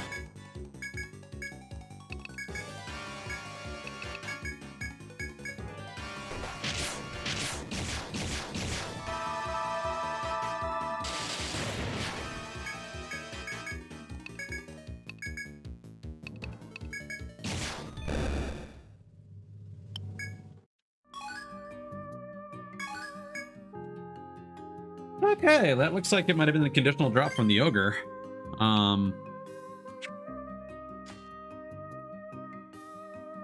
Just checking something real quick here. So in theory,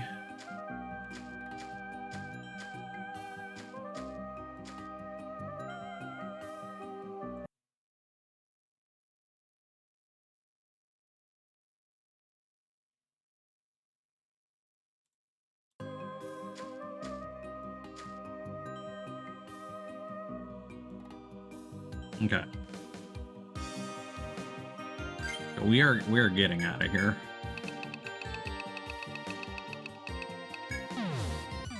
Whew.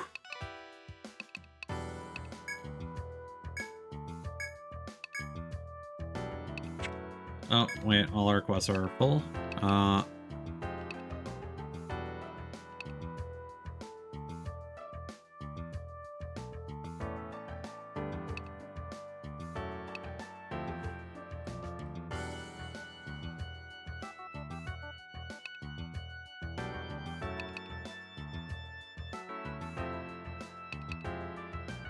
Gonna get rid of this one for the time being.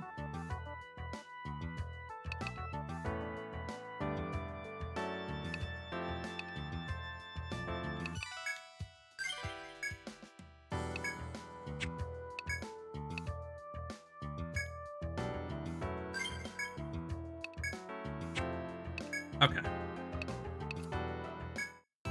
We are gonna want to buy our 2 Amaritas back. We already got a spare Ariane thread.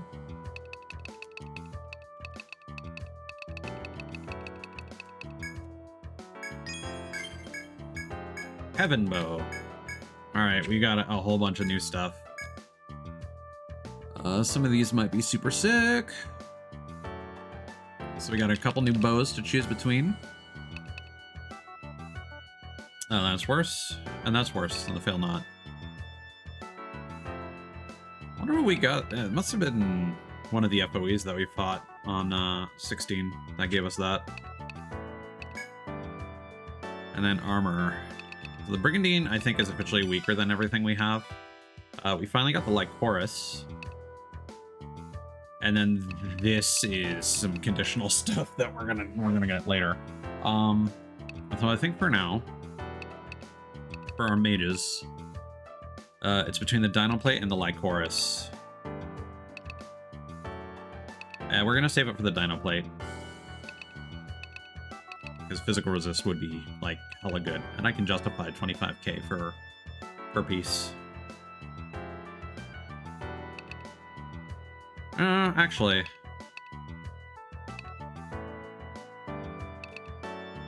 What's the increase here compared to the 7 doublet? 18 versus... that's an extra 10 points. Ugh. Yeah, I'm gonna go for the Dino Plate. Okay. So now we have cleared our path to the boss.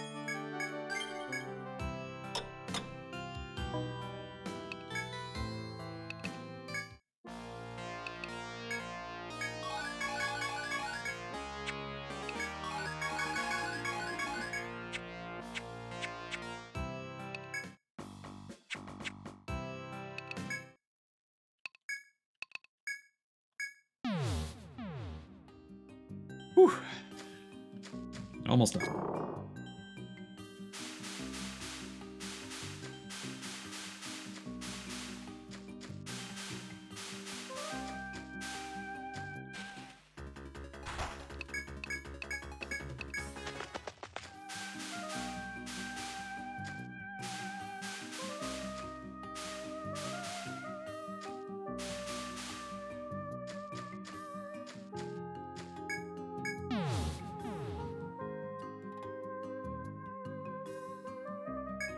I will say, not the biggest fan of the lack of shortcuts on a lot of these floors.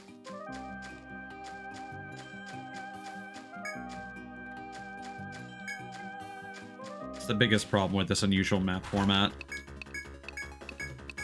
Like, sure, you'll find, like, a way of bypassing some FOEs or whatever.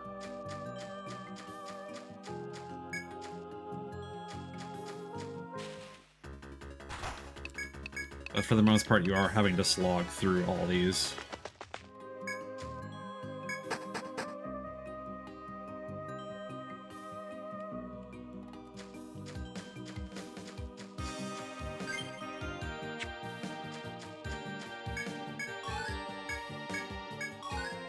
Well, thought I would give it a try.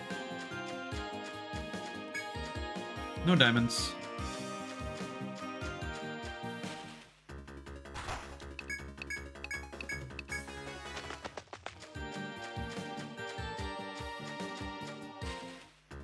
I think we'll try our auto path on the next floor.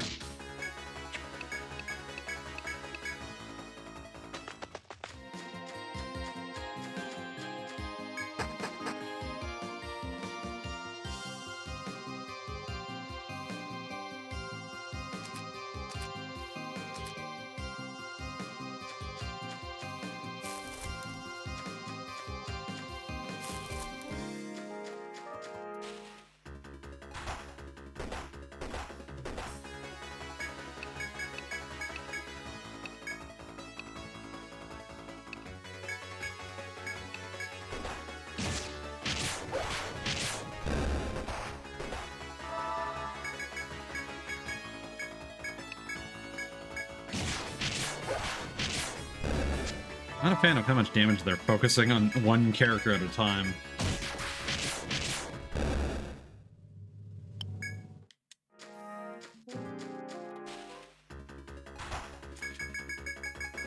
Oh man. We got places to be, birds!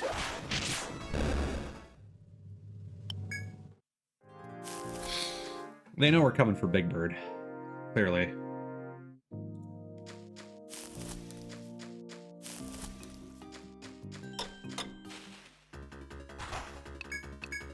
And being able to warp quickly to the next stratum would be really nice.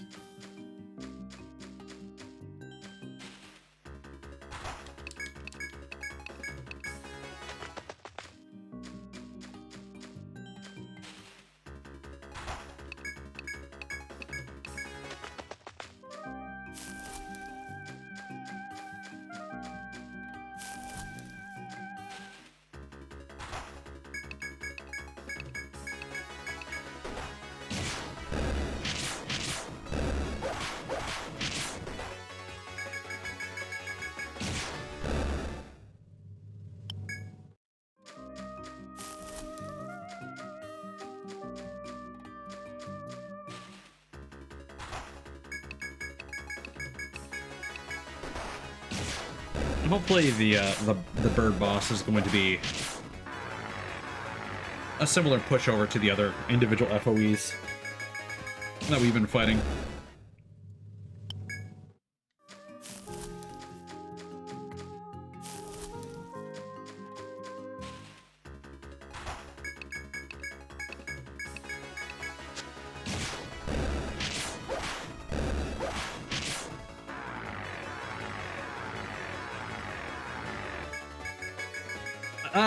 Clarbar, it's more like, what am I doing up so late? And the answer is I made some bad decisions earlier. I went to sleep fairly late in the day because I was not working. I didn't have to work Monday. And didn't feel super great, so I didn't really get up properly until like 11. And I really wanted to... No. Was it? Or was it later? Might have been later. I forget what I did in between getting up and streaming. And then like this stratum has been a lot of distractions. So it has gone on a lot longer than I intended it to be. But we're almost finished. But I do have to get up in like 6 hours, so lots of bad decisions being made. See if we can get a preemptive attack on this guy. But thank you for coming by. I've been meaning to stream more at night to try and build more of an audience at this time, but trying to do that with an RPG is also not the greatest idea.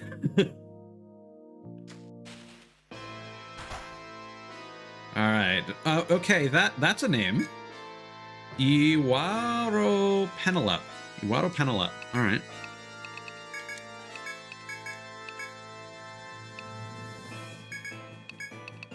Let's get our defenses up. I'm not sure what this guy's going to be weak to. Let's go with lightning.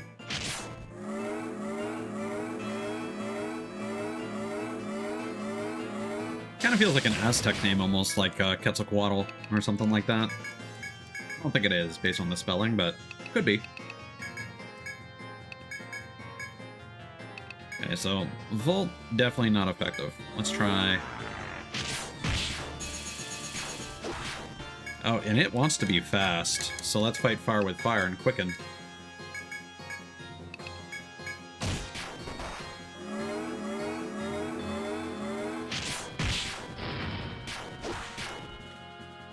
I think it has high elemental resistance across the board. We need to start healing. Let's do a salve. Cositis seems to be doing the most damage.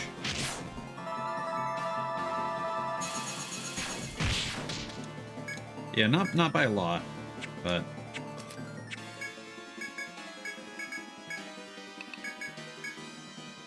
Okay, now we can get some damage in.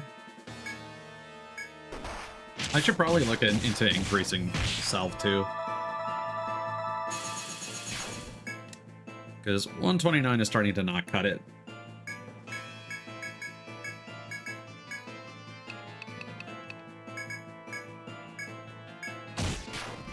Whew. Good way to end it.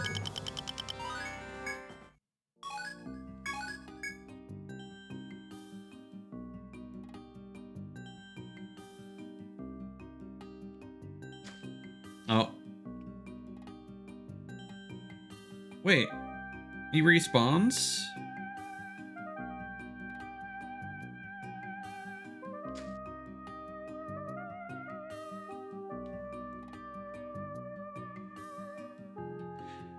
Do I actually have to beat their entire army?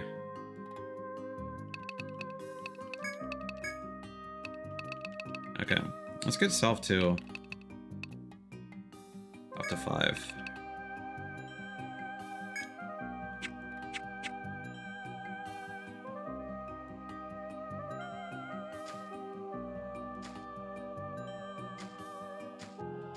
Okay, let's lead a whole bunch of these guys away.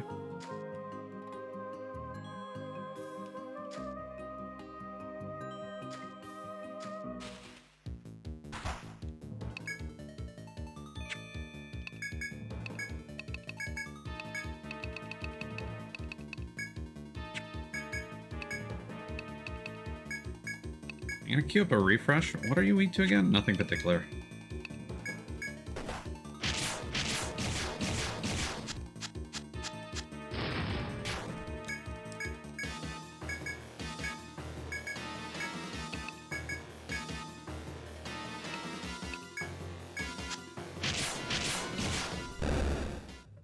Okay, so I'm guessing we have to fight all of these. What?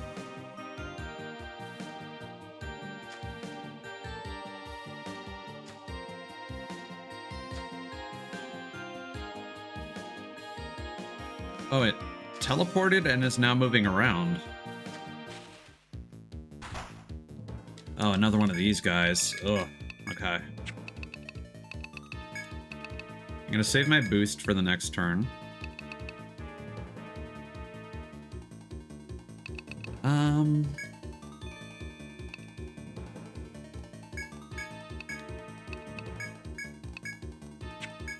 you have any particular weaknesses? No.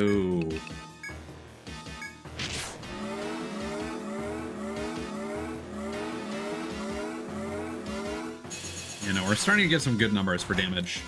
Oh god. Both of these guys, and we have the big boss coming in.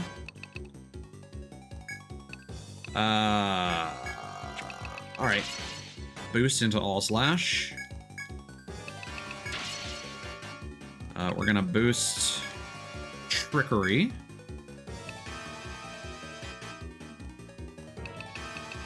Equip a salve. Okay, you're weak against everything.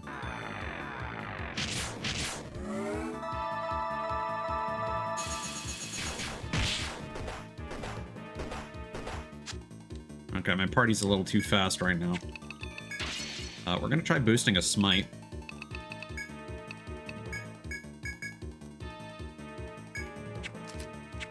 I know I should probably save that for defender, but it is what it is.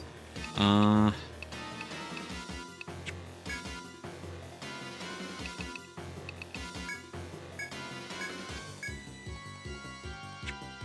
gonna use an Amrita. Whew. The numbers. Oh yeah, decimated.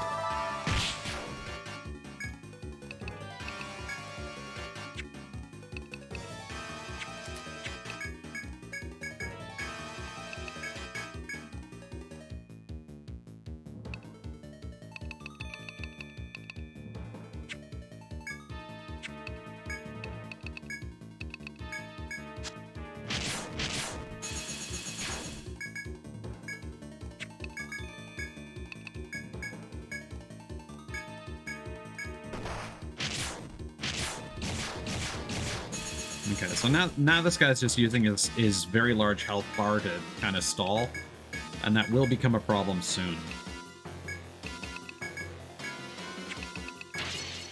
But we can boost Cositis.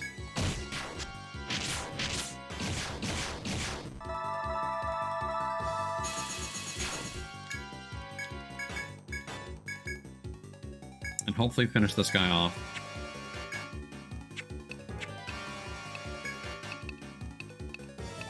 Oh, let's boost Caduceus, why not?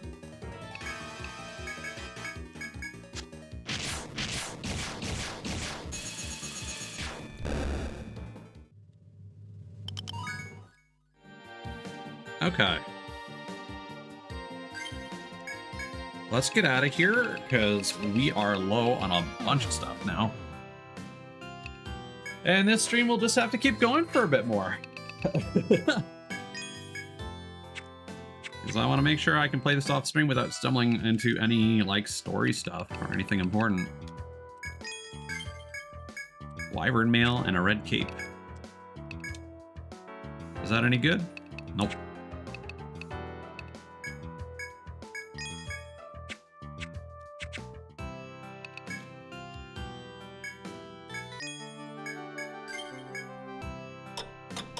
Okay.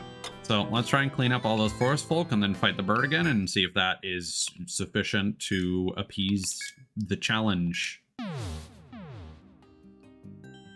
didn't think they were serious about, like, oh, you gotta beat all our warriors and our big mean bird if you want us to acknowledge your strength or whatever. It's not expecting the boss to just straight up respawn.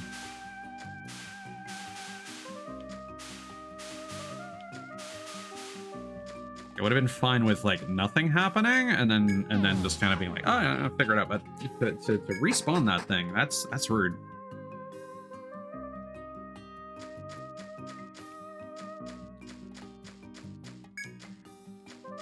Also somewhat concerning that it started teleporting around, but I think that's just because I got into a fight near it.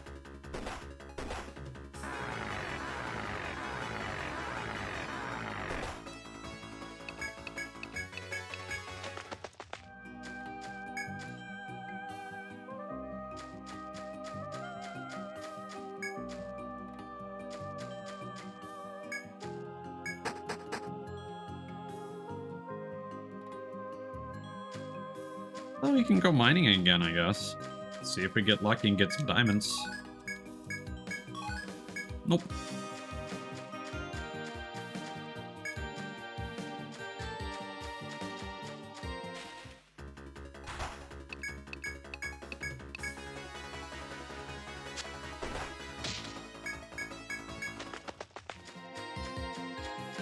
Always weird when you can't run from an enemy that's completely non-threatening.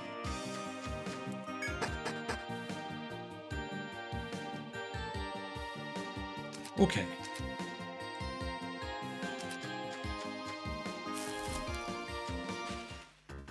Yeah, really wishing we had a shortcut.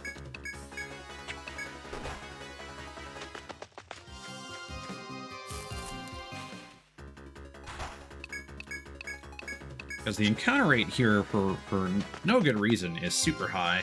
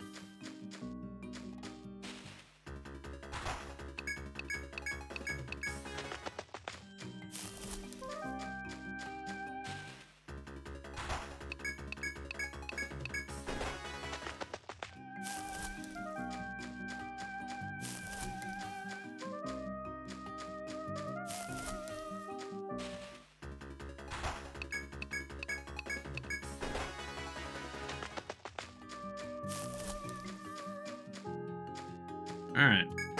Back to the gauntlet.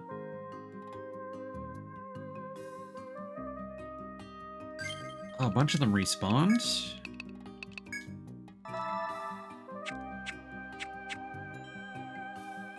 Here, in the interest of time, I'm going to look this up.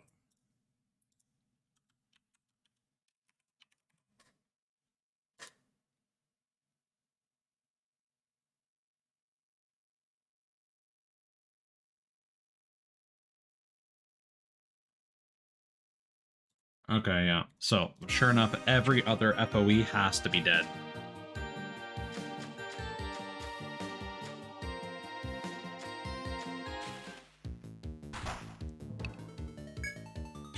Oh boy.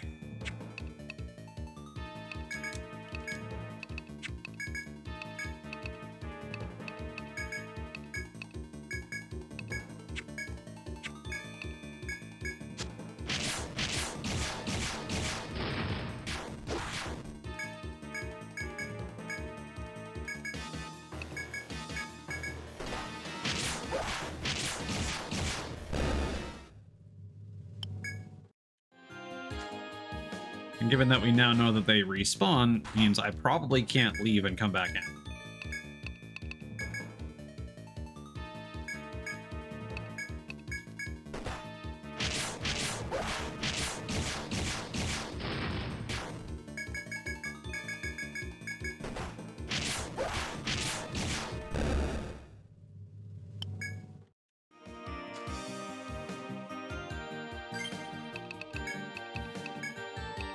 Yeah, so I got that to 5.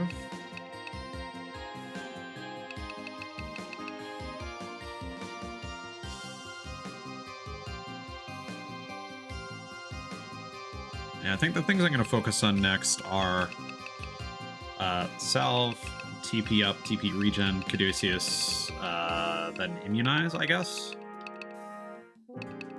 I'm not sure if I need anything better for Revive, and Cure 3 is doing all it needs to.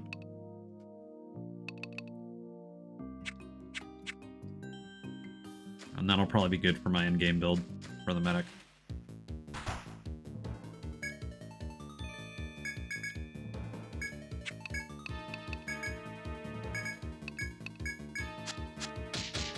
Oh, that's bad.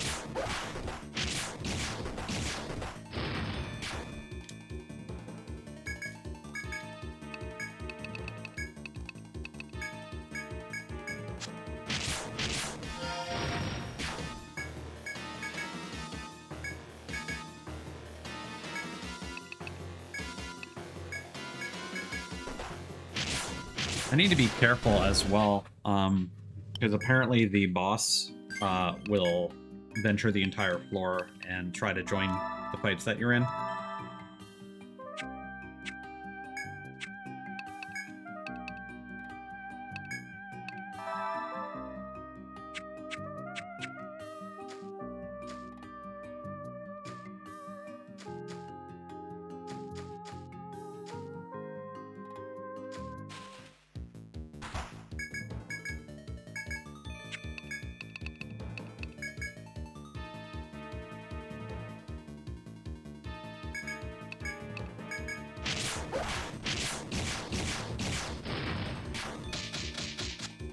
Oh, that's not good.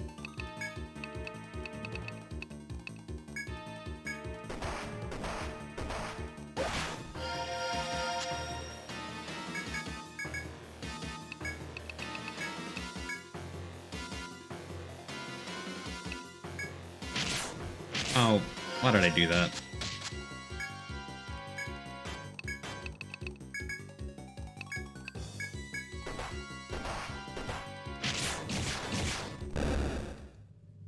That fight actually could have been much more straightforward if I didn't miss that input.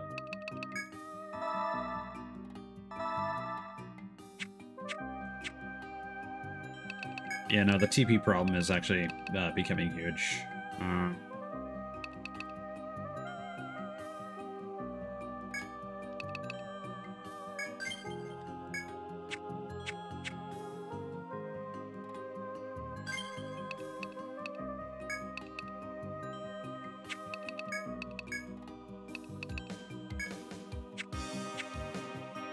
No, I can't get that to master yet.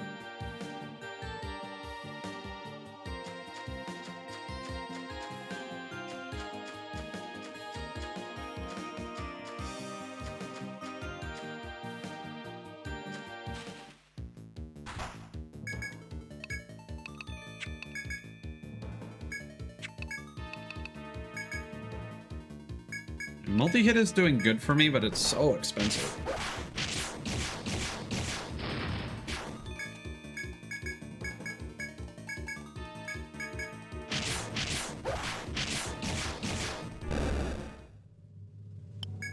Just hoping that the lack of TP on my survivalist doesn't become a problem. Oh god, not another one of these guys. Okay.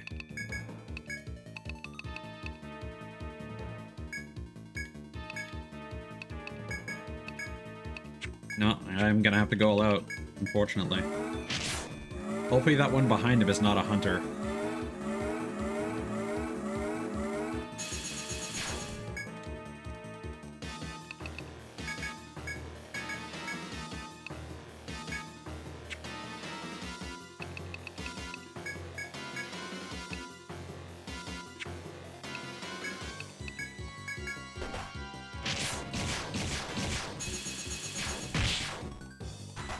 Thank goodness. Okay, that said, you need to go. You need to go and not curse everyone.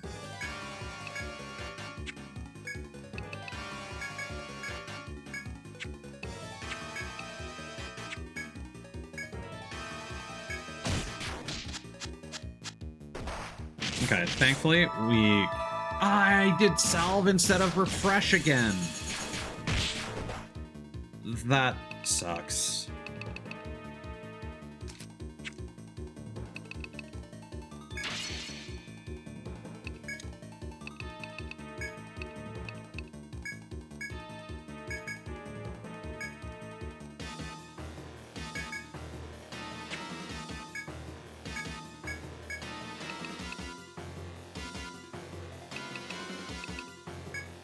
I'm just gonna cure for revive. Not even gonna worry about it.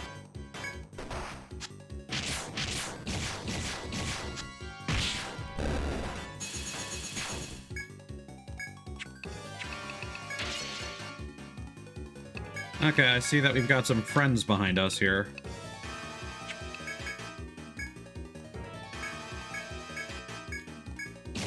And there's no way we can finish this in this turn. Oh.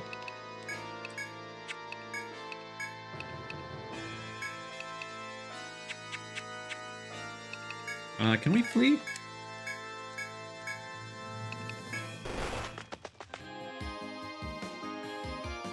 Yep.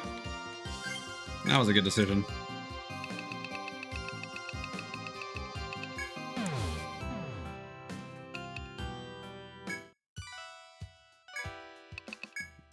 Really sucks that we're not going to get any of those potential rewards from that FOE.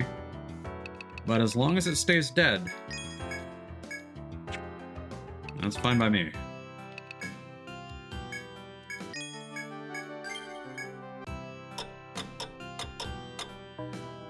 I'm also realizing that part of the problem is likely the fact that we're going back and forth there, and I am doing a full sleep instead of napping. Because napping still heals your party to full, but it does not pass a whole day. It only turns it to night. So in terms of like FOEs respawning, it's less of a problem there. And that could very well be why those Ferris Force Folk respawned. I'm not super concerned about them, but having to fight a whole bunch of them does drain the reserves. So hopefully we're not going to have as many to deal with when we get back there. And hopefully that that ogre stays dead. We already got the conditional drop for the hunter and the ogre somehow. So I'm not super concerned about fighting them multiple times.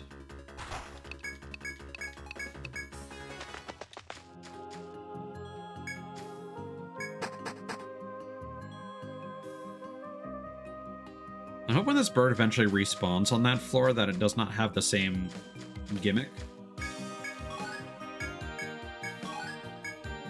So that if the bird has some conditional drops, that you can just farm that without having to.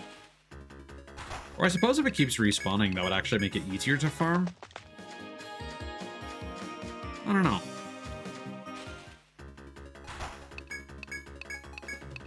What the better situation is once you've beaten that floor the first time.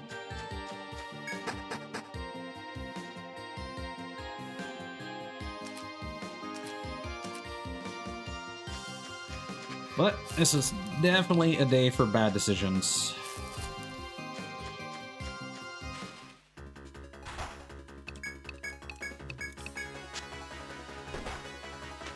And I'm gonna regret it later today.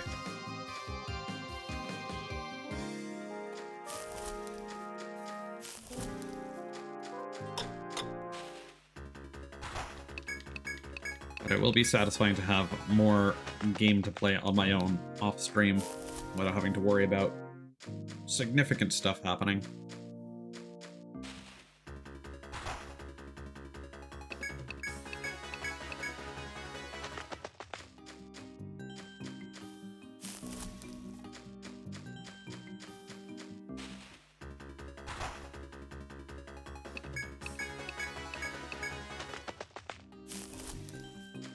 Should have checked the last room here to see if there were any other, like, exits out of there that could open up potential shortcuts. I doubt there would be, but it's wishful thinking on my part.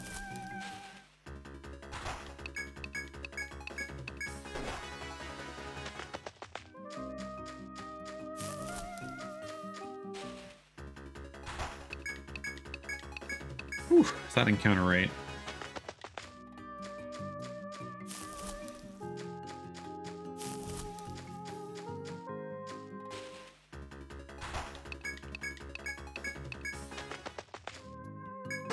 Alright, what are we dealing with? Oh god, that is the ogre that respawned.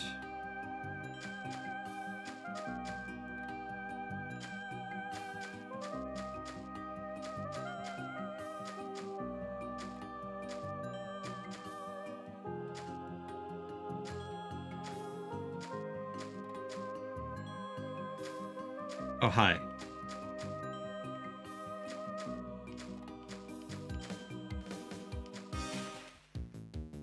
The hunter, rather.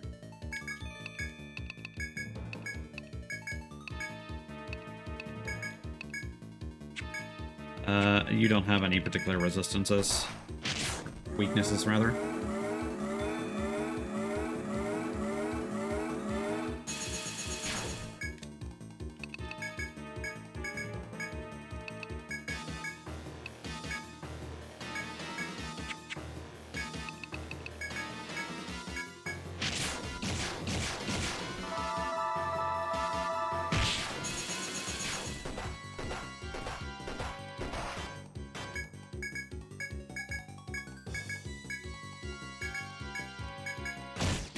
Perfect.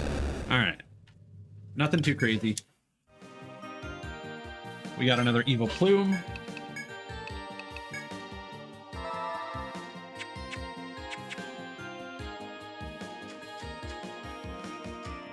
Let's go fight these Disney... Oh, no, that's an ogre! Oh, that sucks.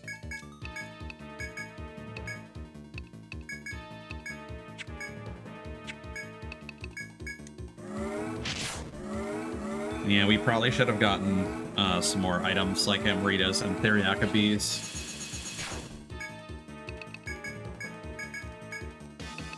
Because these guys are, in fact, a problem.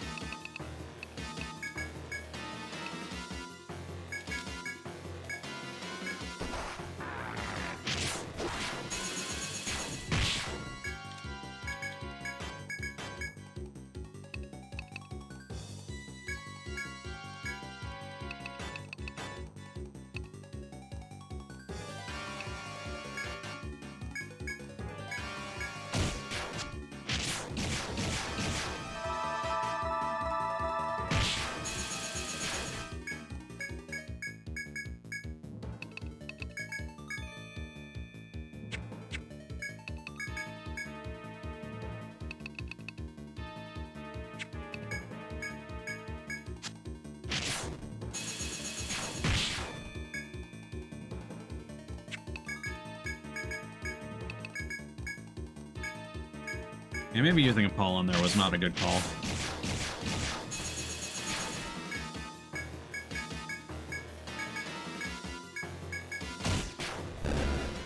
It worked.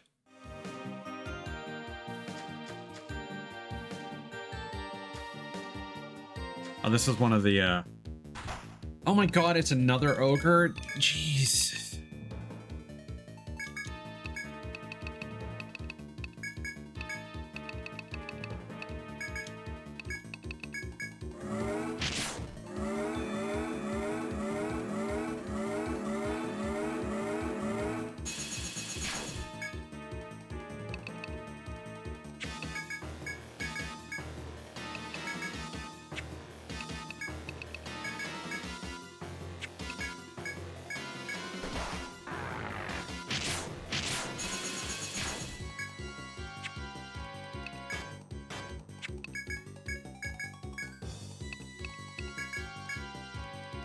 Yeah, I'll be honest, I don't really know what the solution here is.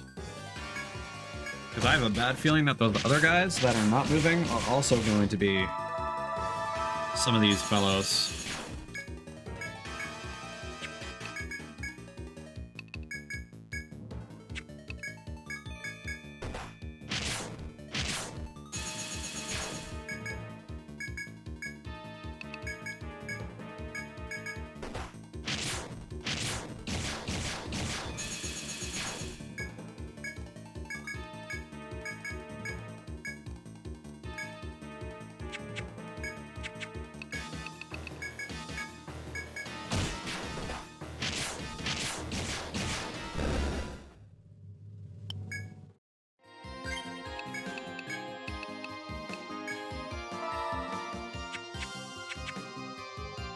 Yeah, definitely shot myself in the foot.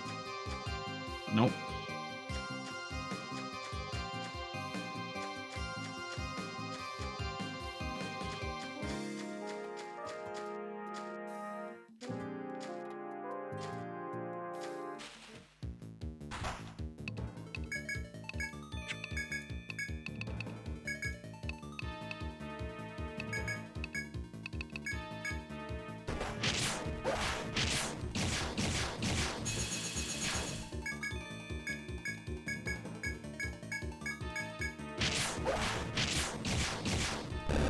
I think the bird boss always spawns to like a specific point.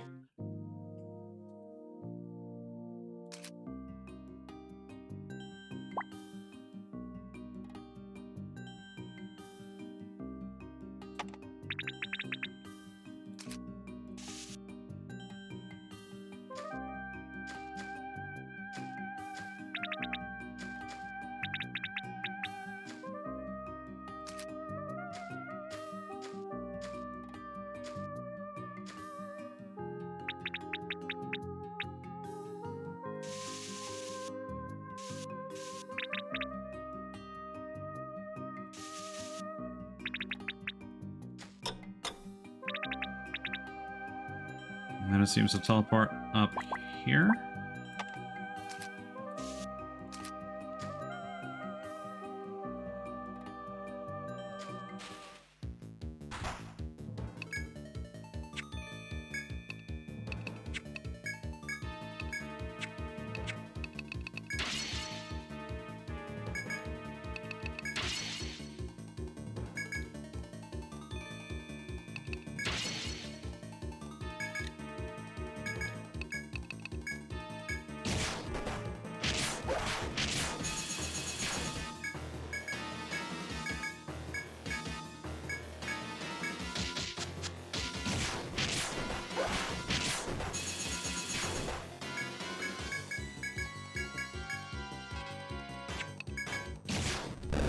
And no, we are absolutely tapped out of resources right now.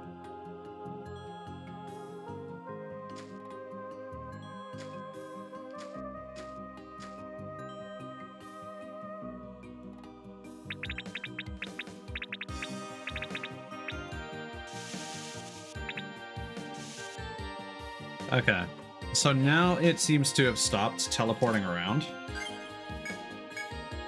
But we got nothing. We need to get out of here.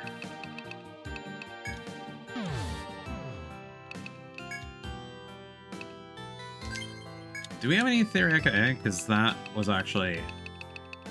Yeah, okay, we got one of each.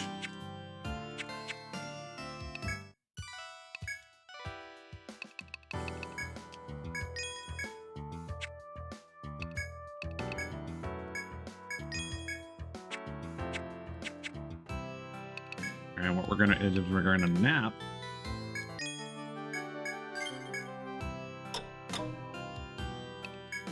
One hour, all we needed for complete heals. All right, once more onto the breach.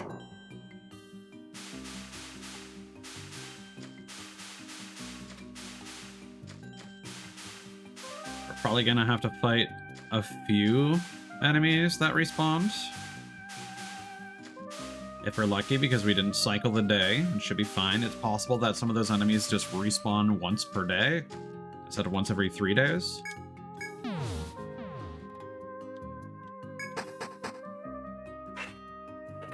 But in theory, as long as we get back to that floor before midnight in-game, they should all still be dead.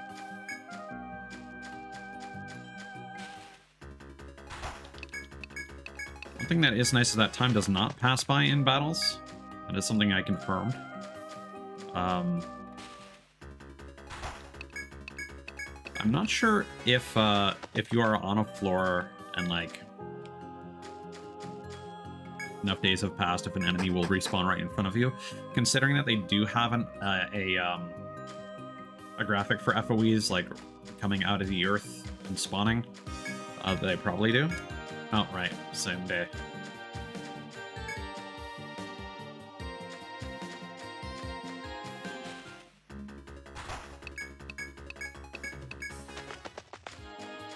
Just really hoping that all those guys are still dead. For how nice they've been with actually, like, explaining some of the mechanics of this stratum, it's weird that they don't say something about, like, oh, hey, the bosses respawn. Maybe you fight everything.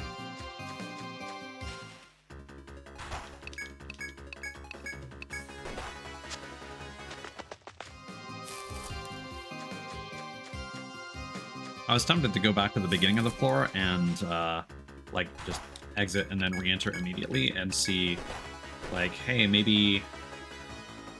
Oh, come on.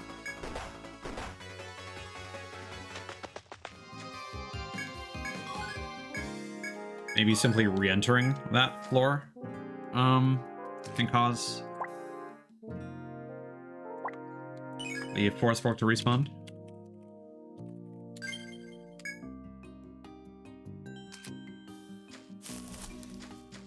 But I suppose we'll find that anyway as long as we get there before midnight. But I don't think that's going to happen, unfortunately. Seems like an in-game day is like 30 steps. But I don't think we can get there.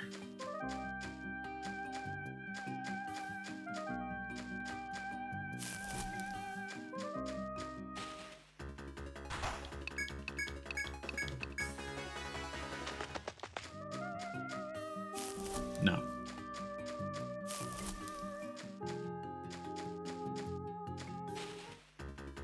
Because unfortunately, even though you have the option to sleep till 6 p.m. or 6 a.m., the reset on FOEs is 00 a.m.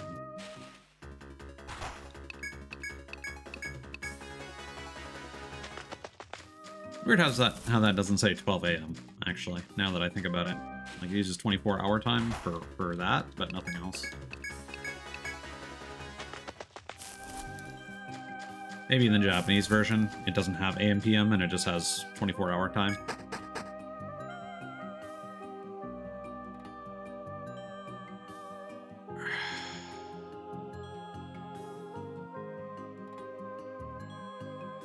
They're all back. They're all back.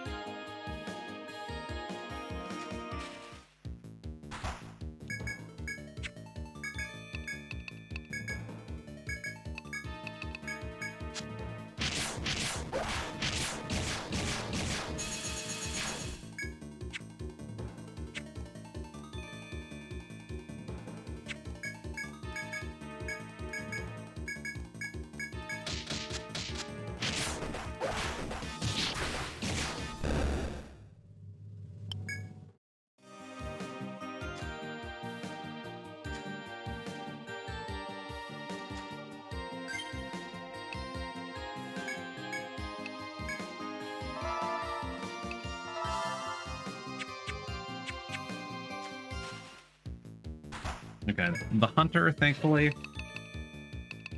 is not super crazy. I'm gonna focus everything on damage this time.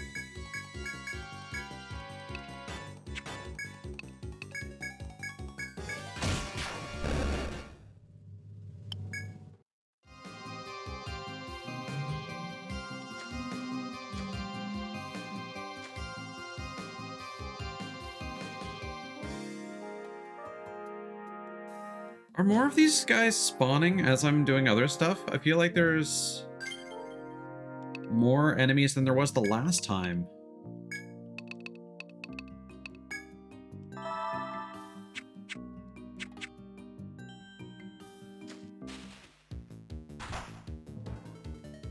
Okay, got a preemptive at least.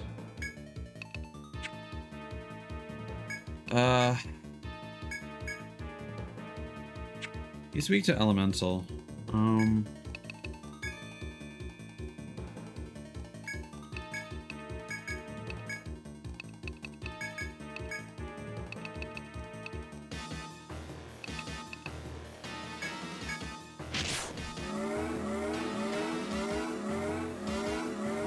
Part of me is thinking I should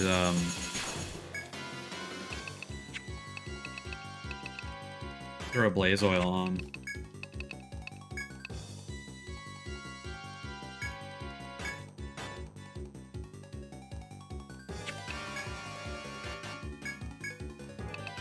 See how that does.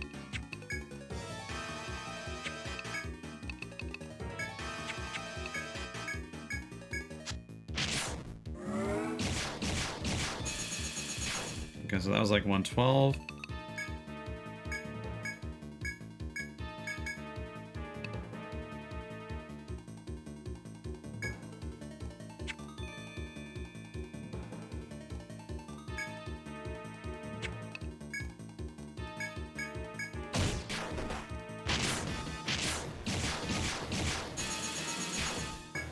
Yeah, that is doing significantly more damage.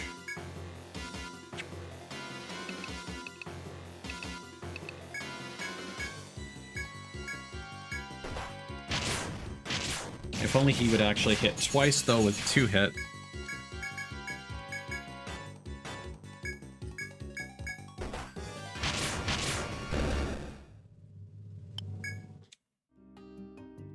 I think we're just gonna have to chance it with like limited healing.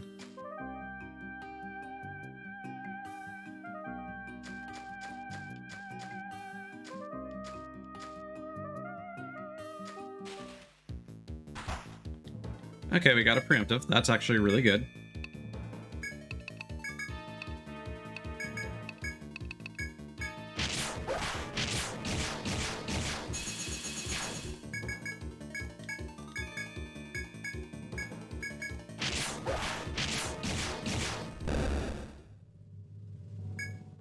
See, part of me is thinking, like, is the strategy to, like, exit the floor,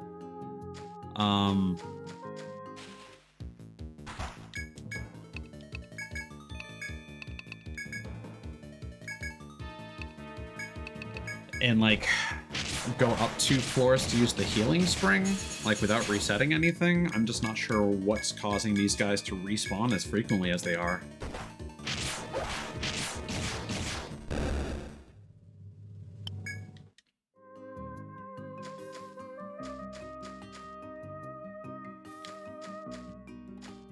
If these guys up top are just like a Cruella,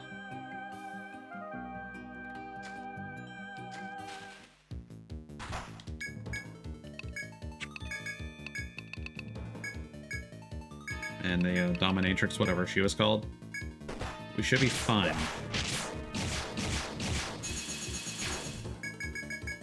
But if we have to deal with like another Hunter or something,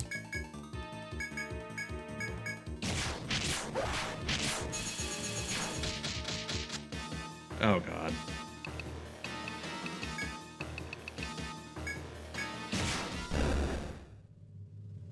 That was super optimal. That came in clutch.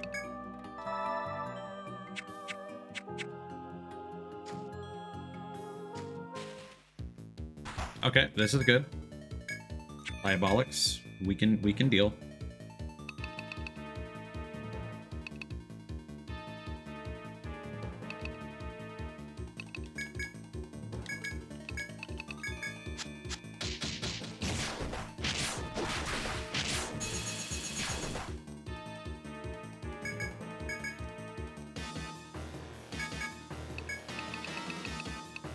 Alright, refresh everyone.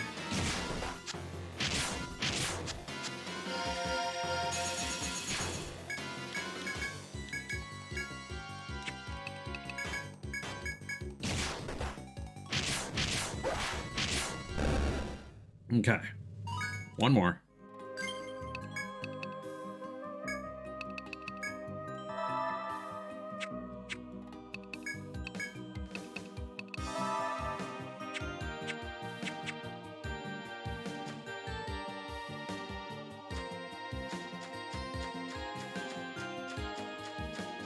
Please just be like a Cruella. Yes. We're good.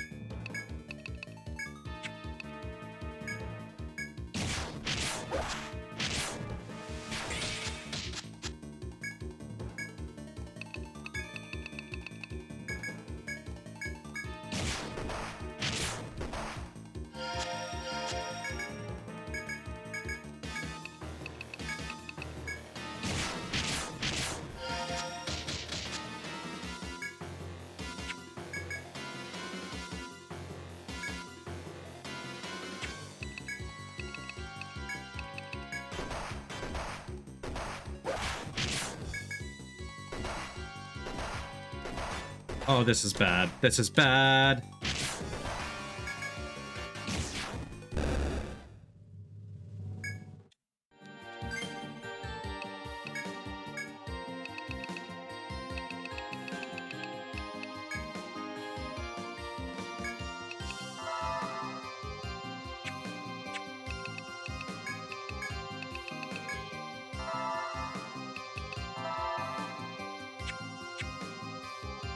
Okay.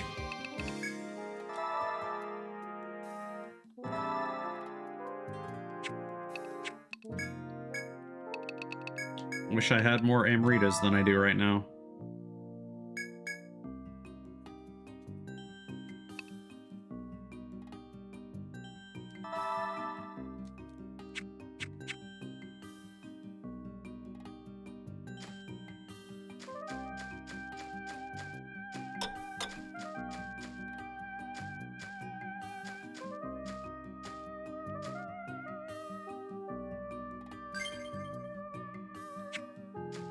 All right.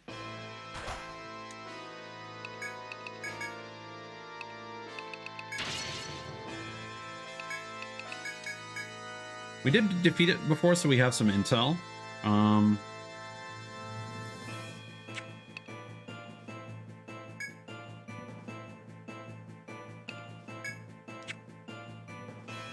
Do we want to boost Apollon or multi-hit?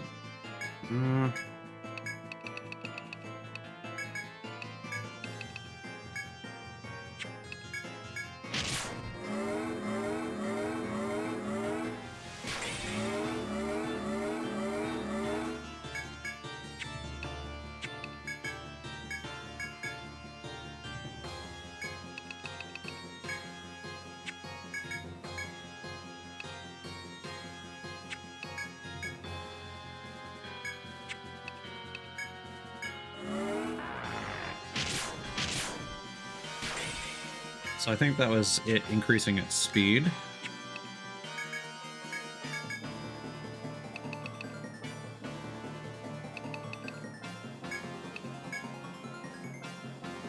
We're going to increase our speed. All things considered, that wasn't too bad.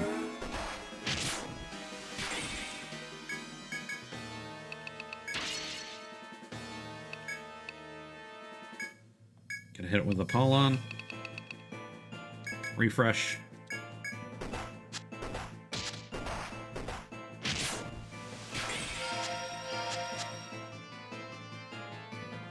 Okay, that should be good. Let's re-up Defender. Salve. Damn it.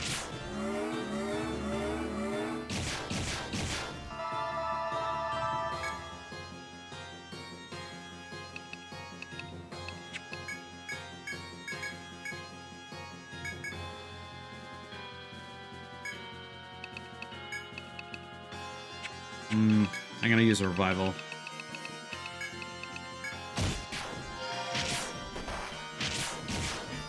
Perfect. And we got the conditional drop. Let's go. After defeating the Golden Guardian Bird, its glow fades as it collapses to the ground.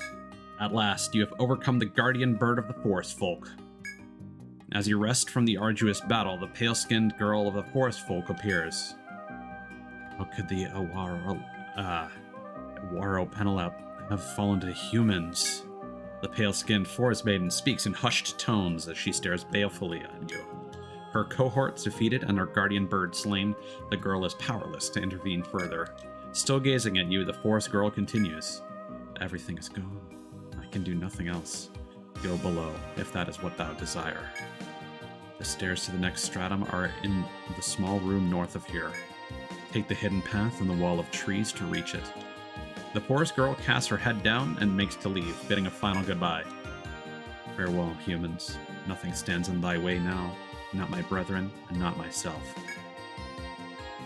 Within moments, the pale-skinned maiden has blended invisibly with the rest of the forest. You have carried out the mission given to you by the Rada. You may either search for the small room the forest girl spoke of, or return to town. Yeah, well, I mean, we're unlocking a shortcut. Thank you very much. Thankfully, there do not appear to be any encounters.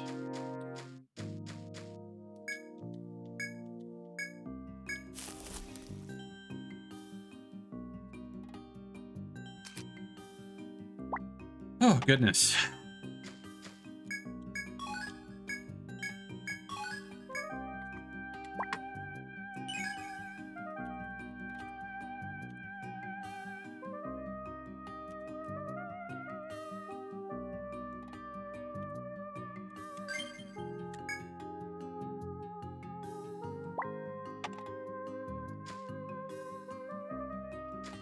That is different. You stand before a hole that leads to the next stratum. A new stratum lies past this point. The deepest part of the labyrinth awaits you. But first, you must report your vanquishment of the forest folk to Rada Hall. You check your map for the fastest way back to town. That is actually super rude. I wanted to unlock a fast travel point and see what's going on.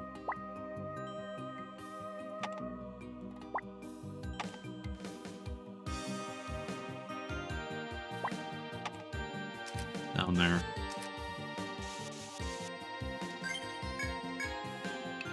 Well, looks like we have a bit of a victory lap to contend with first.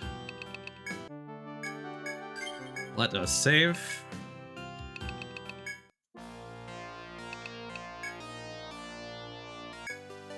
And report our results. It seems you've been thorough in exterminating the forest folk. Well done. The other guilds will find the going easier now that the disruption is no more. You will soon challenge the 5th stratum, which none before have ever reached. You are on the cusp of the labyrinth's mysteries. We of the Rada expect much of you. This isn't much, but I prepared a reward in honor of your distinguished service. Go on, you deserve it. By the by, did you happen to see the chieftain in the labyrinth? You see, the chieftain has disappeared. The secretary last heard him muttering about heading to the forest depths. Perhaps he wished to see the labyrinth's secrets for himself, but his absence is making the citizenry anxious. You are soon to begin your investigation of the lower stratum, yes? If you happen to find the chieftain, please ask him to return on our behalf. I only hope that he's safe.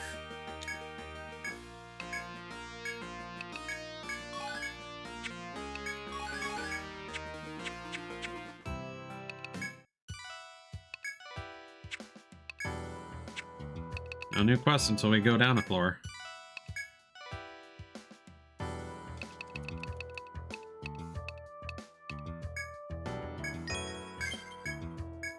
Angel robe.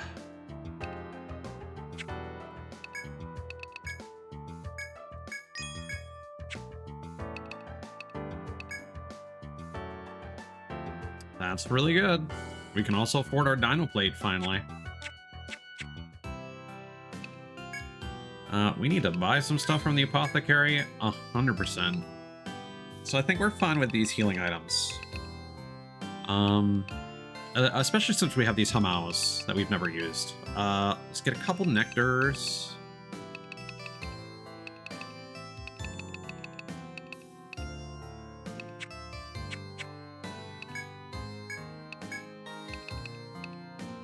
Oh, we need 2 more dry peaches to get the nectar too. We'll buy 1 regular nectar then, just in case.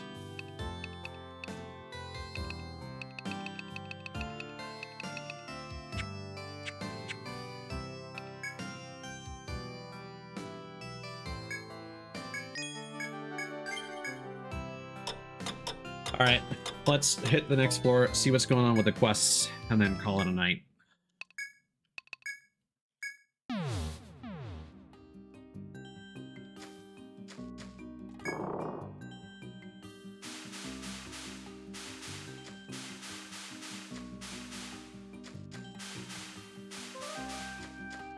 Annoyed that I have to backtrack through everything again.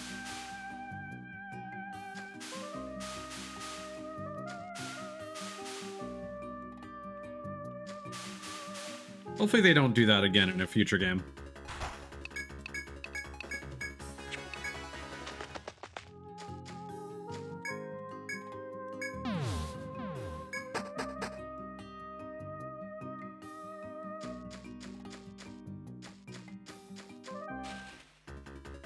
as a result, it's probably gonna be a few days before I stream this again. Because probably after my shift today, I'm gonna need a big old nap. And I want to get things up to speed again. In terms of like what I'll be able to do off stream with this. Thankfully, we don't have any more backtracking to do. Though we might have a bonus boss to fight in that room with all the damage floors.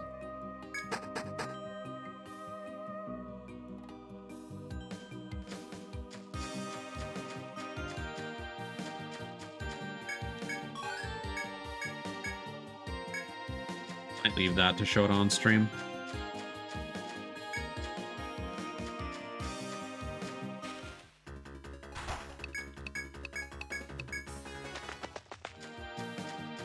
I don't know if there are any bosses that I fought off stream necessarily. Like maybe just some like wandering ones that were technically related to a quest, but for the most part are just like recolors of other FOEs or regular enemies.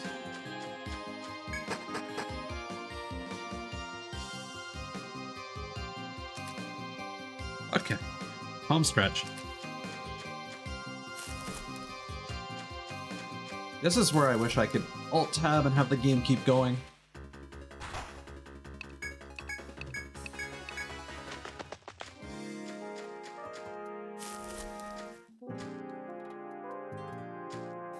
Because there are some things that I would like to check on.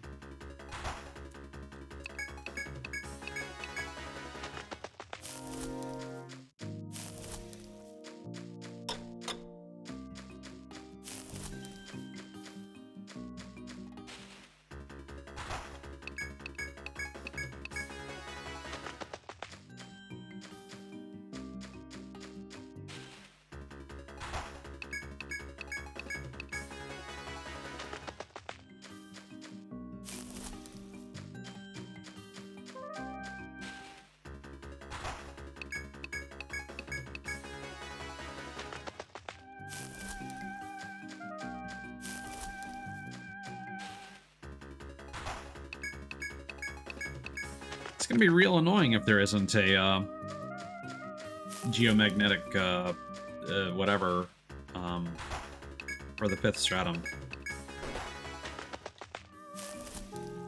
I don't think they would do that. This is too much of a slog with no shortcuts to keep doing that.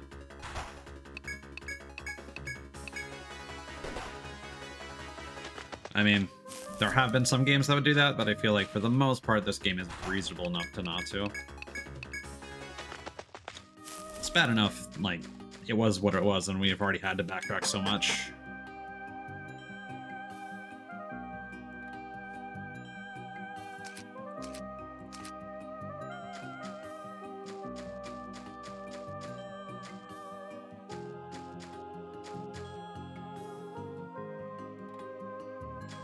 Should definitely explore this floor before all the FOEs respawn.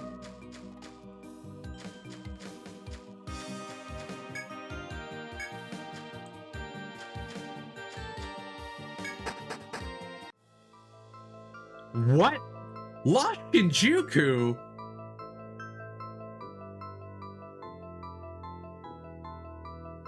Is this secretly an SMT game the whole time? As you step down into the next stratum, strange and wonderful buildings fill your sight. The vast underground is strewn with these unknown structures. You look about you in speechless awe. What could these ruins mean? Taking care with every step, you cautiously continue forward. Oh my god. I did not expect this. That is funny. I don't know how I didn't get spoiled for this. Oh my god. This is a good moment. Oh, that's so good. Oh, this is great. They're called malls. That's funny. These might be the ones that we were fighting before. Now I understand why they're all, like, space creatures. This is one of those post-apocalyptic nature has overtaken everything kind of vibes.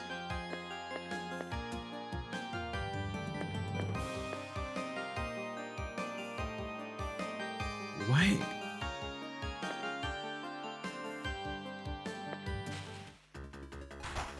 This is wild. I have a feeling we're going to run into the chieftain sooner than later, so I'm not sure how much of this I'm going to be able to explore on my own. But yeah, this is a good twist. Makes me curious if the other games are going to have anything this crazy.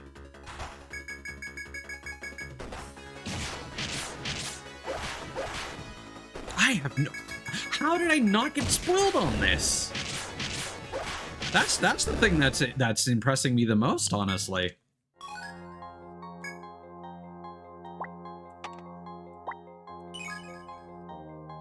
No, didn't want to do that yet.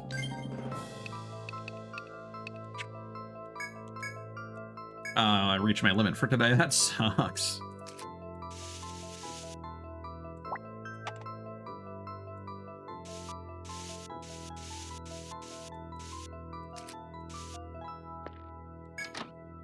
Atlas gonna Atlas, I guess. Everything is just silly post-apocalyptic stuff.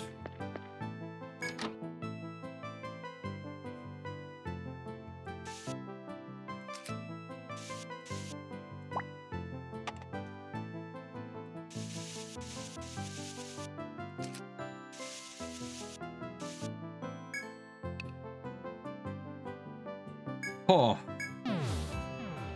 That's wild. You got anything to say? No? How about you?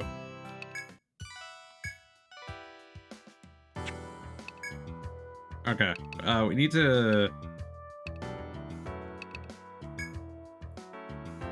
Let's give that up for now. The Crystal Maiden of Etria, which is to surround herself with the jewels from which she takes her sobriquet. Our clan is known for wearing your family's treasure, a dazzling blue crystal. But when she was in here the other day, she told me she's not satisfied with that anymore. She wants to wear other crystals besides her usual blue heirloom. That's where you come in. Get her 3 shiny vines, rumored to grow in the forest depths. Vines of beautiful crystal. I'll be interested to see what they look like when you return. Remembrance of a friend. My lifelong friend threw himself into harm's way for me. Want to wish him good luck in the afterlife. I'm glad you've accepted this one. Those two, they were both skilled adventurers and got along very well. They'd talk about how one day they'd conquer the labyrinth and retire with each other. She wants you to find an offering for his gravestone, and I think you should do it. What she wants is a kind of small flower he liked, and something to bring good luck. The flower shouldn't be hard, but something lucky. I wonder what would be good for that. Phantom of the Forest. There's a rumor a mysterious girl lives in the marshes of the second stratum. Is it true? A number of adventurers tell me they've heard a girl's voice down on the 7th floor. I don't know if I believe a girl would be inside the labyrinth all by herself. Could be. They just heard the wind, but it's probably worth checking out. In any case, be careful.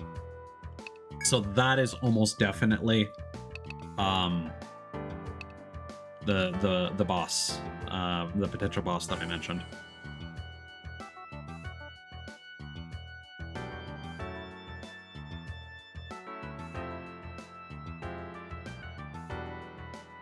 So I'm gonna turn that back.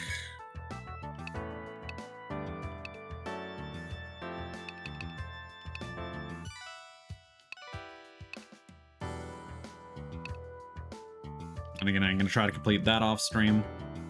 And then hopefully we'll have the Ronin complete for the next time we do this. And then I'll just remember the Kulinan.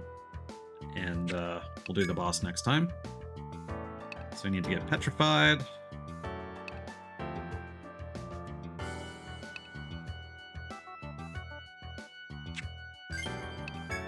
Doesn't actually tell us anything specific for that. One tiny petal and something that brings good luck.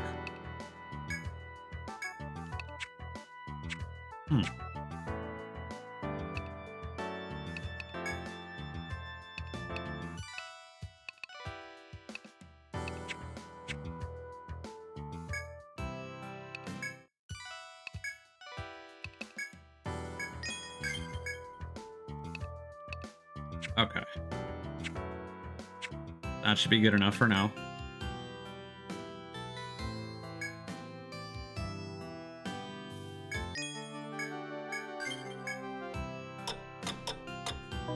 Okay. Time to finally wrap things up.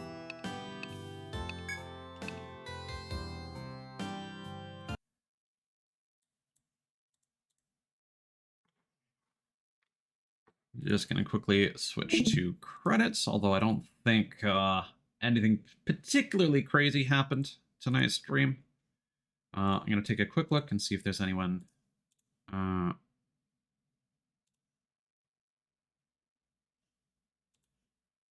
Nah, I think we're good to end stream with that. Again, we'll probably do another late night stream sometime this week after I've caught up on some stuff. Don't know when necessarily, but stay tuned and you might catch me live another evening. Hopefully not as late and as long as this stream was. Thank you everyone for hanging out, and peace out.